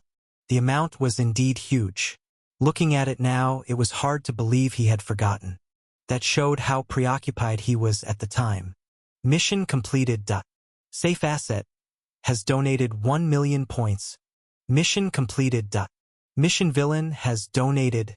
The message windows appeared incessantly. And as soon as these alarms subsided, a familiar nickname popped up once more. Safe Asset has donated 10 points. Damn. LOL, just 2 characters. A laughter bell, LOL. Once again, he lost a bet to Lee Soo-yuk. Despite never winning and the stakes of their bets getting higher, he continued to challenge. Initially, he was just seen as a reckless person. True to his name, Safe Asset always set ridiculous missions, but it seemed like he should have given up by now. What the hell does he do? However, given the amount, It was hard to dismiss him as just a reckless person. 1,000,000 points. Who else could afford to throw around such a hefty sum for a single mission? Thank you for the 10 points, Safe Asset. Lee Soo-yuk teased him playfully. Safe Asset responded with another donation laced with insults. Despite his words, Lee Soo-yuk was grateful to him. Not just him, but to all the viewers who took part in the missions and donated. Total points: 2119198. Without them, accumulating such points would have been difficult. He would have eventually gathered them, but it would have taken much longer. Selfish sacrifice. #LV8. Hashtag required points. 1280000p. The required points exponentially increased with each level. And the more points it consumed, the greater the effect of the selfish sacrifice became. With this, one more step closer. The more adeptly he mastered lightning, the stronger his supporting abilities needed to become. And with that, he would gradually take one step closer. To Kim Il-soo. And to Hyamin, whom he was holding captive. 1280000 points used. Selfish sacrifice LV8. Skill level has increased. Chapter 179. Boom, boom, boom, boom. Hey, come out. How long are you going to stay like that? Sherwoo had roughly knocked on the door of the hut. Inside, Yerong had shut herself in and had not come out since a few days ago. It began right after she heard the news that Hwang Yuseong had died. Bang, bang, bang. If you don't open up, I'll really break in, got it? 1, 2. Once again, he hadn't managed to count to 3. If he reached 3, he would have to act on his threat to break down the door, and Yerong was not the kind to be consoled by such measures. If I force my way in, she'll just hide somewhere. Yerong was a specialist at stealth. If she truly decided to hide, finding her would be incredibly difficult. It was better to let her keep herself confined in the hut. Ha! He sighed deeply and sank to the ground. Leaning against the door, he grabbed his head with one hand, almost pulling at his hair. It wasn't just Yerong who was feeling guilty. Sherwoo felt the same way. What an idiot! Creak. Chasing after Hwang Yuseong's traces had been a mistake. At some point, it was as if they had been lured into unknowingly backtracking through his past. If Kim Il-soo knew that Hwang Yuseong and they were alive, then he did it on purpose. He became certain. It was all by Kim Il-soo's design that they trailed after Hwang Yuseong's past. That Hwang Yuseong died when they were the furthest from each other. It was all orchestrated by Kim Il-soo. They had been deceived again. And once more, the cost was a friend's life. What made him angrier was that even in their current situation, they could do nothing. I'll be the bait. Among the 4, Hyamin was in the relatively best condition. The other 3 barely kept their consciousness, incapable of fighting and hardly able to walk. No, their injuries were so severe that they weren't sure if they could survive even if they escaped immediately. Hyamin made a decision. She would stay behind. Bait. You know, we can't escape like this. One of us has to stay back. You're going to die for us? Yerong reacted the most fiercely. I'm not planning to die. I'll find a way. Shut up. They were the closest of friends. Yerong relied on Hyamin, and Hyamin relied on Yerong more than anyone else. I'll stay instead. Let me stay. No way. Why not? You're not the type to draw attention. It's rather the opposite. And physically, I'm in the best shape among us. Recalling the situation, Sherwoo gritted his teeth. Unlike Yerong, he couldn't step forward. He had thought that everything Hyamin said was correct. The task of being the bait could only be done by Hyamin, who was in the best shape at the time. But was it something I couldn't have done? He had asked himself that question hundreds, thousands of times since then. Did it really have to be Hyamin who stayed behind that day? Was there any reason it couldn't have been him? No, no one is going. Please, let's all stay together. Hyamin struck Yerong's abdomen as she screamed, almost in a fit. By harshly cutting off her consciousness, Hyamin conveyed her resolve. Everyone, survive. Hyamin had fought off the pursuers trailing them. Using the time Hyamin bought, the rest ran again. Even injured, Huang Guxiang carried Yerong. He was stronger even in his hurt state. Only a few minutes. That was all it took before they heard a sound from behind. What a remarkable display of friendship. It was the voice of Kim Il-soo. He had called out from afar. Not knowing where they were, he spoke in a voice loud enough to shake the ground. Saving your friends with your own life truly brings tears. Impressive. Was he mocking? Given the past experiences with Kim Il-soo, he thought there might be a hint of sincerity. But kids, I won't kill Hyamin. In an instant, the running feet stopped. A mix of relief and anxiety swept over at the words that she wouldn't die. You are all as good as dead from today. It has to be. If you reveal yourself to the world again and try to uncover the truth of today. Sherwoo, recalling Kim Il-soo's words, closed his eyes tightly. Hyamin dies. That statement was a shackle. From then on, they couldn't do anything. If it weren't for Hyamin, they all would have died. But because she was captured, they couldn't reveal the truth to anyone. If they showed themselves to the world again and told the truth of that day, then Hyamin, who threw herself to save them, would die. Damn it! Yerong was lying under a blanket inside the cabin. Shuwu's voice, which had been heard from outside, disappeared. It was already the umpteenth time, but she didn't go out. Her eyes were swollen, so much so that there was no need to confirm it with a mirror. She didn't want to show such a face. I thought we'd be able to gather again. Huang Guxiang, Kim Sherwoo, Li Hyamin, and Yerong herself. She imagined the scene of the four of them gathering and chattering. Just imagining it made her heart warm and feel soft. But now it was an unattainable dream. Painfully saddened her. Buzz. At that moment, the kit in her pocket buzzed. Simultaneously, she felt the same vibration from outside. Yerong and Sherwoo. The kits of the two were receiving the same alarm at the same time. Lee Soo-yuk has started a stream. When she checked the kit, a familiar name popped up. Lee Soo-yuk, a streamer who looked strikingly similar to her friend. He's streaming even in this situation. Yerong muttered and, for the first time since Huang Guxiang's death, let out a small chuckle.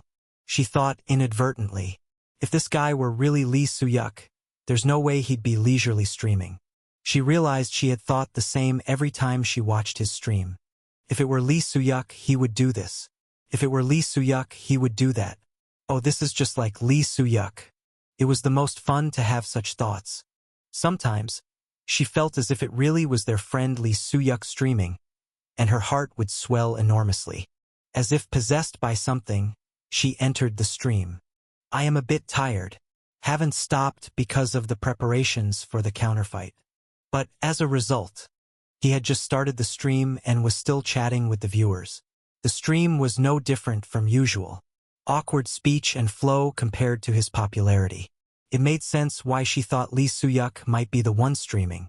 But his eyes are different. The eyes exposed through the mask seemed somewhat different from usual. What was the difference? She didn't know. She usually prided herself on her sharp observation. But this was such a small difference it couldn't be put into words. After pondering for a moment, Yerong began to move her fingers. Sherwoo might nag if he found out. Tap, tap, tap. Hello. I enjoy watching your stream. Right now, she just wanted to have a little conversation with this guy. Asterisk, asterisk, asterisk. He felt a sensation like electricity running through his body. The rise in skill level always came with a thrilling feeling. Especially the more significant the difference, the more intense the feeling. This time, the shock was substantial. The awareness of the skill imprinted in his senses indicated a definite difference. The skills at level 8 and level 9 made the substantial investment of 1.28 million points worthwhile. Of course, remaining points, 839, 198. Hashtag necessary points, 2,560,000p. The problem was that the next step became steeper with each climb. Why are you silent? Buffering. Did you lose your words at so many points? It was understandable that Lee Soo-yuk was speechless, having received over 2 million points in an instant. In reality, he had just upgraded his skill levels and was immersed in the lingering emotion, but to the viewers, it appeared differently. Oh yes, thank you all so much. I should at least do something for your reactions. As Soo-yuk pondered momentarily, donations flooded in. Bacane donated 100 points. Bacane? Bacane? What is Bacane? There is a dance called Bald Soo-yuk's Dance, lol. If you don't know, search it, go. Come on, it's 100 million points, you should at least do this. Curious about the dance, Soo-yuk searched Bacane in his kit. There, he saw a masked version of himself, Bald Soo-yuk, dancing to strange music. Bacane bald, Bacane in thud dash. The screen turned off before even passing the intro. I'll just show you a better side of me. LOL. King of dodging belly laugh. How much would it take for him to dance? Breaking news. Lee Soo-yuk will repay with a better side. Originally, Soo-yuk's stream wasn't known for reactions or comedic elements. Reactions were just an optional bonus in his streams. Just as he was about to end the communication with the viewers, another message dropped in. Kwon-W2E3R4 donated 10,000 points. Hello. I enjoy watching your stream. You seem less cheerful than usual today. Is something wrong? 10,000 points, a sizable donation. However, the nickname was slightly odd compared to other viewers. Default nick level just drops 10,000 points without changing the nickname. Sniff sniff. Smells like a big spender. A default nickname. It meant the original, unaltered nickname assigned in the player's stream channel, a random string of characters with no meaning. Most donors crafted unique names to stand out, but this viewer didn't seem to care. Thank you for the 10,000 points. An issue? What should he say? Given the large amount, he wanted to answer sincerely, but no appropriate response came to mind. Did they notice? He thought he had hidden it well. He had composed himself over 5 days, thinking his emotions might show during a stream watched by potentially over 100,000 people. He started streaming when he felt confident he could present his usual self to the viewers. What should I say? He couldn't simply say, because Hwang Guseong died. At the moment, he was labeled a traitor to Blue Eyes, and this stream was likely being monitored by Blue Zone. Luckily, other viewers seemed unaware as he scanned the chat. Not assigning too much significance to a simple question, Soo-yuk replied calmly. There wasn't anything special. Thank you for asking. Kwon-W2E3R4 donated 1,000 points. Oh, that's a relief. Kwon-W2E3R4 donated 1,000 points. Could I ask one more thing if you don't mind? 1,000 points per question. Big spender gone crazy. Does he donate like chatting? Keep asking him. 1,000 points per donation, nothing to sneeze at, continued to pour in. Whatever the question, there was no reason to refuse. Yes, feel free. Kwon-W2E3R4 donated 1,000 points. Are you thinking about entering Blue Zone? At that question, Soo-yuk's eyes turned cold. Chapter 180. Was it just a scout? That was the first thought that popped into Lee Soo-yuk's head when he got the question. Recently, Soo-yuk had been courted by scouts from several guilds. Their goal was singular, to recruit Soo-yuk into their respective guilds by any means possible. I believe I already answered that question via email. Felt strange to him. A viewer with a nickname he had never seen before, who had not even changed their nickname, suddenly sponsoring such a large amount of points seemed unusual. Soo-yuk was convinced that this person was indeed a scout. If you insist, I can check the email you sent, but I don't think the answer will change. The atmosphere felt off. But suddenly an answer came in hastily. Kwon-W2E3R4 has donated 1,000 points. Oh, I'm not a scout. I just wanted to mention that you should keep streaming solo. That's all. The donations continued incessantly, clearly indicating some level of distress. Kwon-W2E3R4 has donated 1,000 points. I'm sorry if I upset you. I didn't realize you might misunderstand. Q1W2E3R4 has donated 1,000 points. I really hate Blue Zone. Honest. I hope Blue Zone burns. That shitty guild. Ugh. Q1W2E3R4 has donated 1,000 points. But what did I do wrong? Suddenly getting all pissed off at me. The messages and donations kept coming one after another. Oh, they really seem pissed. Swearing so refreshingly, lol. But is it okay to bash like this officially? Guild leader, I was just watching a cascade of furious donations. Suyuk felt flustered by the donor's reaction. Is it really not a scout? It was perplexing. Given the explicit language like shitty guild, it genuinely felt like a misunderstanding. A bona fide scout wouldn't say such things, even as a lie. He had made the wrong assumption first, and now it was up to him to calm down the angry viewer. Oh no. Sorry for the misunderstanding. I don't like Blue Zone either. Should I not say that? It's not your fault. Please calm down. The donations kept coming regardless. Receiving points was nice, but the situation was undeniably awkward. Still, it didn't feel entirely bad. Q1W2E3R4 has donated 1,000 points. Really sorry. Okay? Suyuk nodded his head. Yes. Sorry for not recognizing a big spender. If Q1W2E3R4 was not a scout, then they were undoubtedly a valuable viewer for any streamer. Someone willing to donate such a significant amount without hesitation was clearly a big spender. Q1W2E3R4 has donated 1,000 points. Then, just do me one favor. Sure. As long as it doesn't interfere with my trials. Anything. The donations had started pleasantly enough that he felt he could accommodate most requests. As long as it wasn't something as bizarre as the previous blockhead. Then, Q1W2E3R4 has donated 1,000 points. Say, Kim Il-soo is a bastard. Q1W2E3R4 requested something strange once again. LOL. Can't believe they're asking that, LOL. Did they get slapped by Kim Il-soo or something? Will he do it? Really? An unexpected and somewhat shocking request. However, Suyuk felt they might actually get along pretty well. Asterisk, asterisk, asterisk. It looks like they just enjoy teasing Suyuk. Yerong giggled under her blanket. She kept tapping away at her kit, thoroughly entertained by Suyuk's flustered reactions. She began to understand why people made expensive donations on streams. Seeing the streamer react to her words made it feel almost as if they were having a real face-to-face conversation. It had been a long time since she had laughed this much. Even for a moment, it felt like Suyuk, who had passed away, had come back to life and was talking with her. I used to tease him so much like this back then. Yerong often pretended to sulk, and Suyuk would do his best to cheer her up.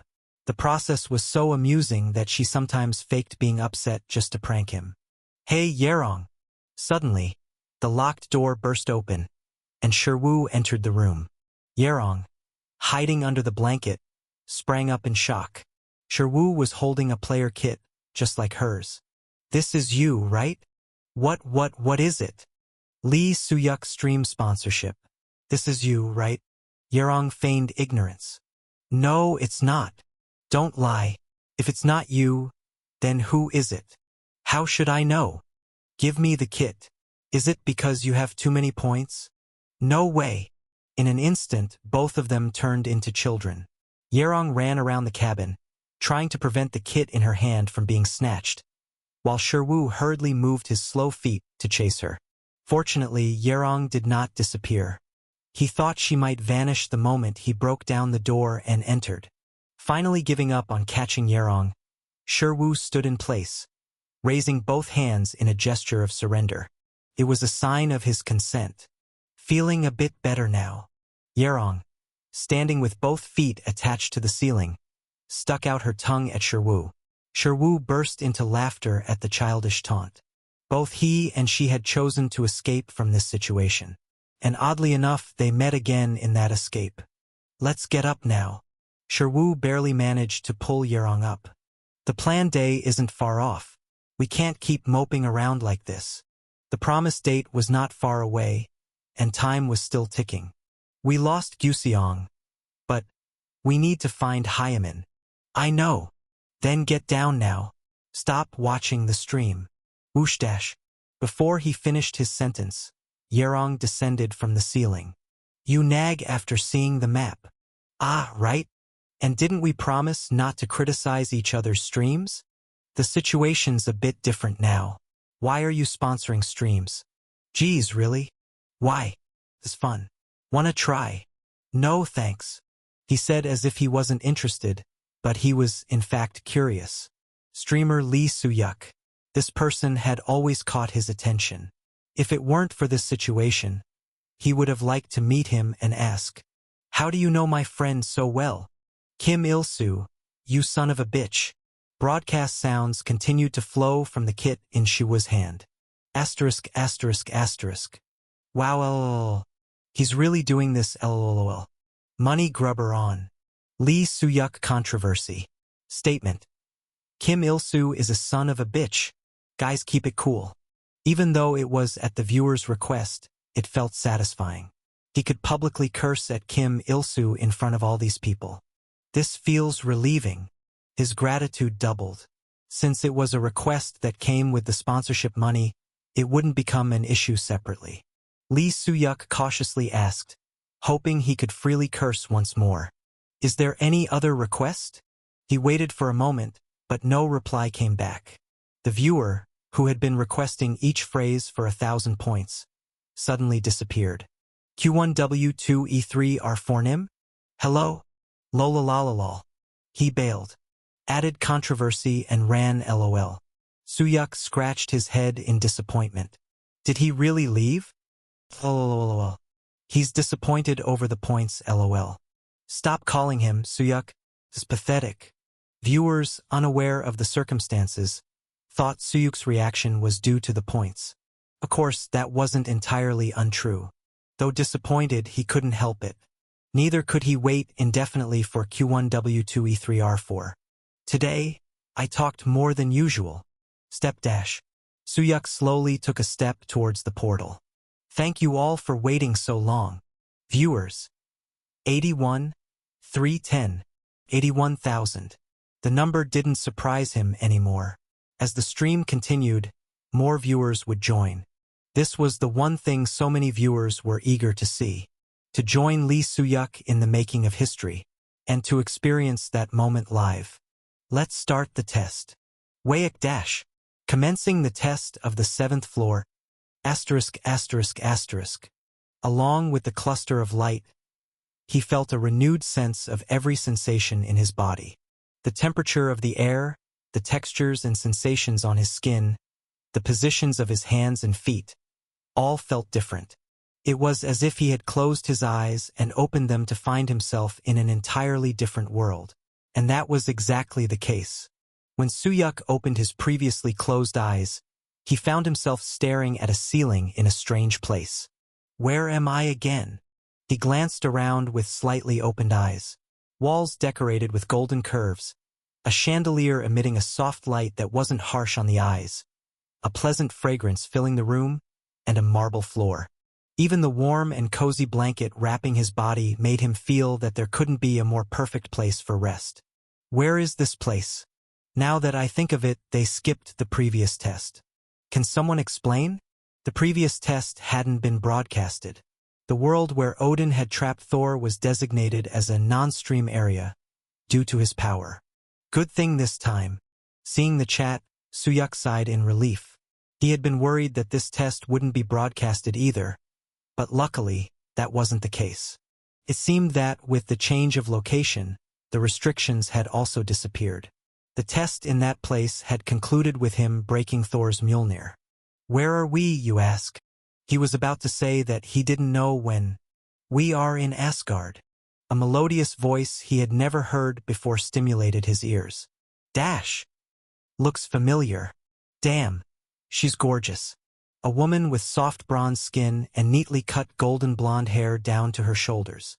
Her sharp and strong eyes exuded an aura of a warrior, despite her slender physique. So she says. Soo-yuk continued his sentence. Asgard, huh? He found it bothersome to have to go there again, but since the test with Thor had ended, the transition was skipped.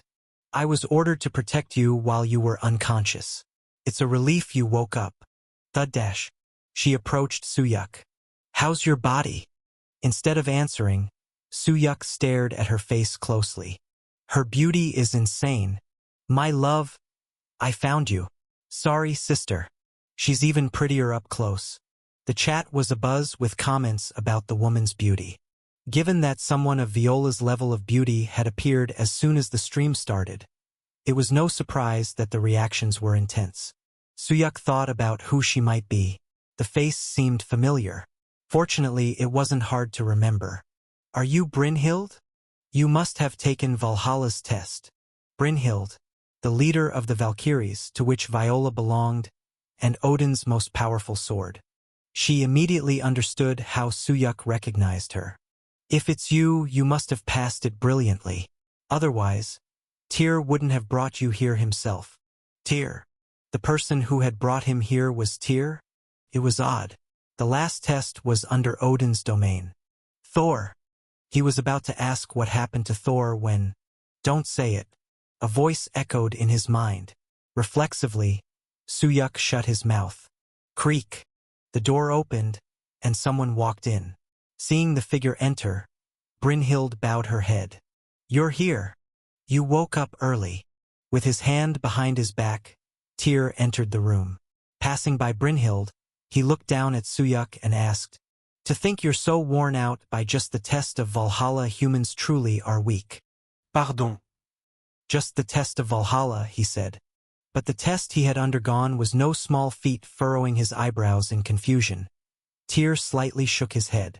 It appeared that the fact Thor had awakened was still a secret.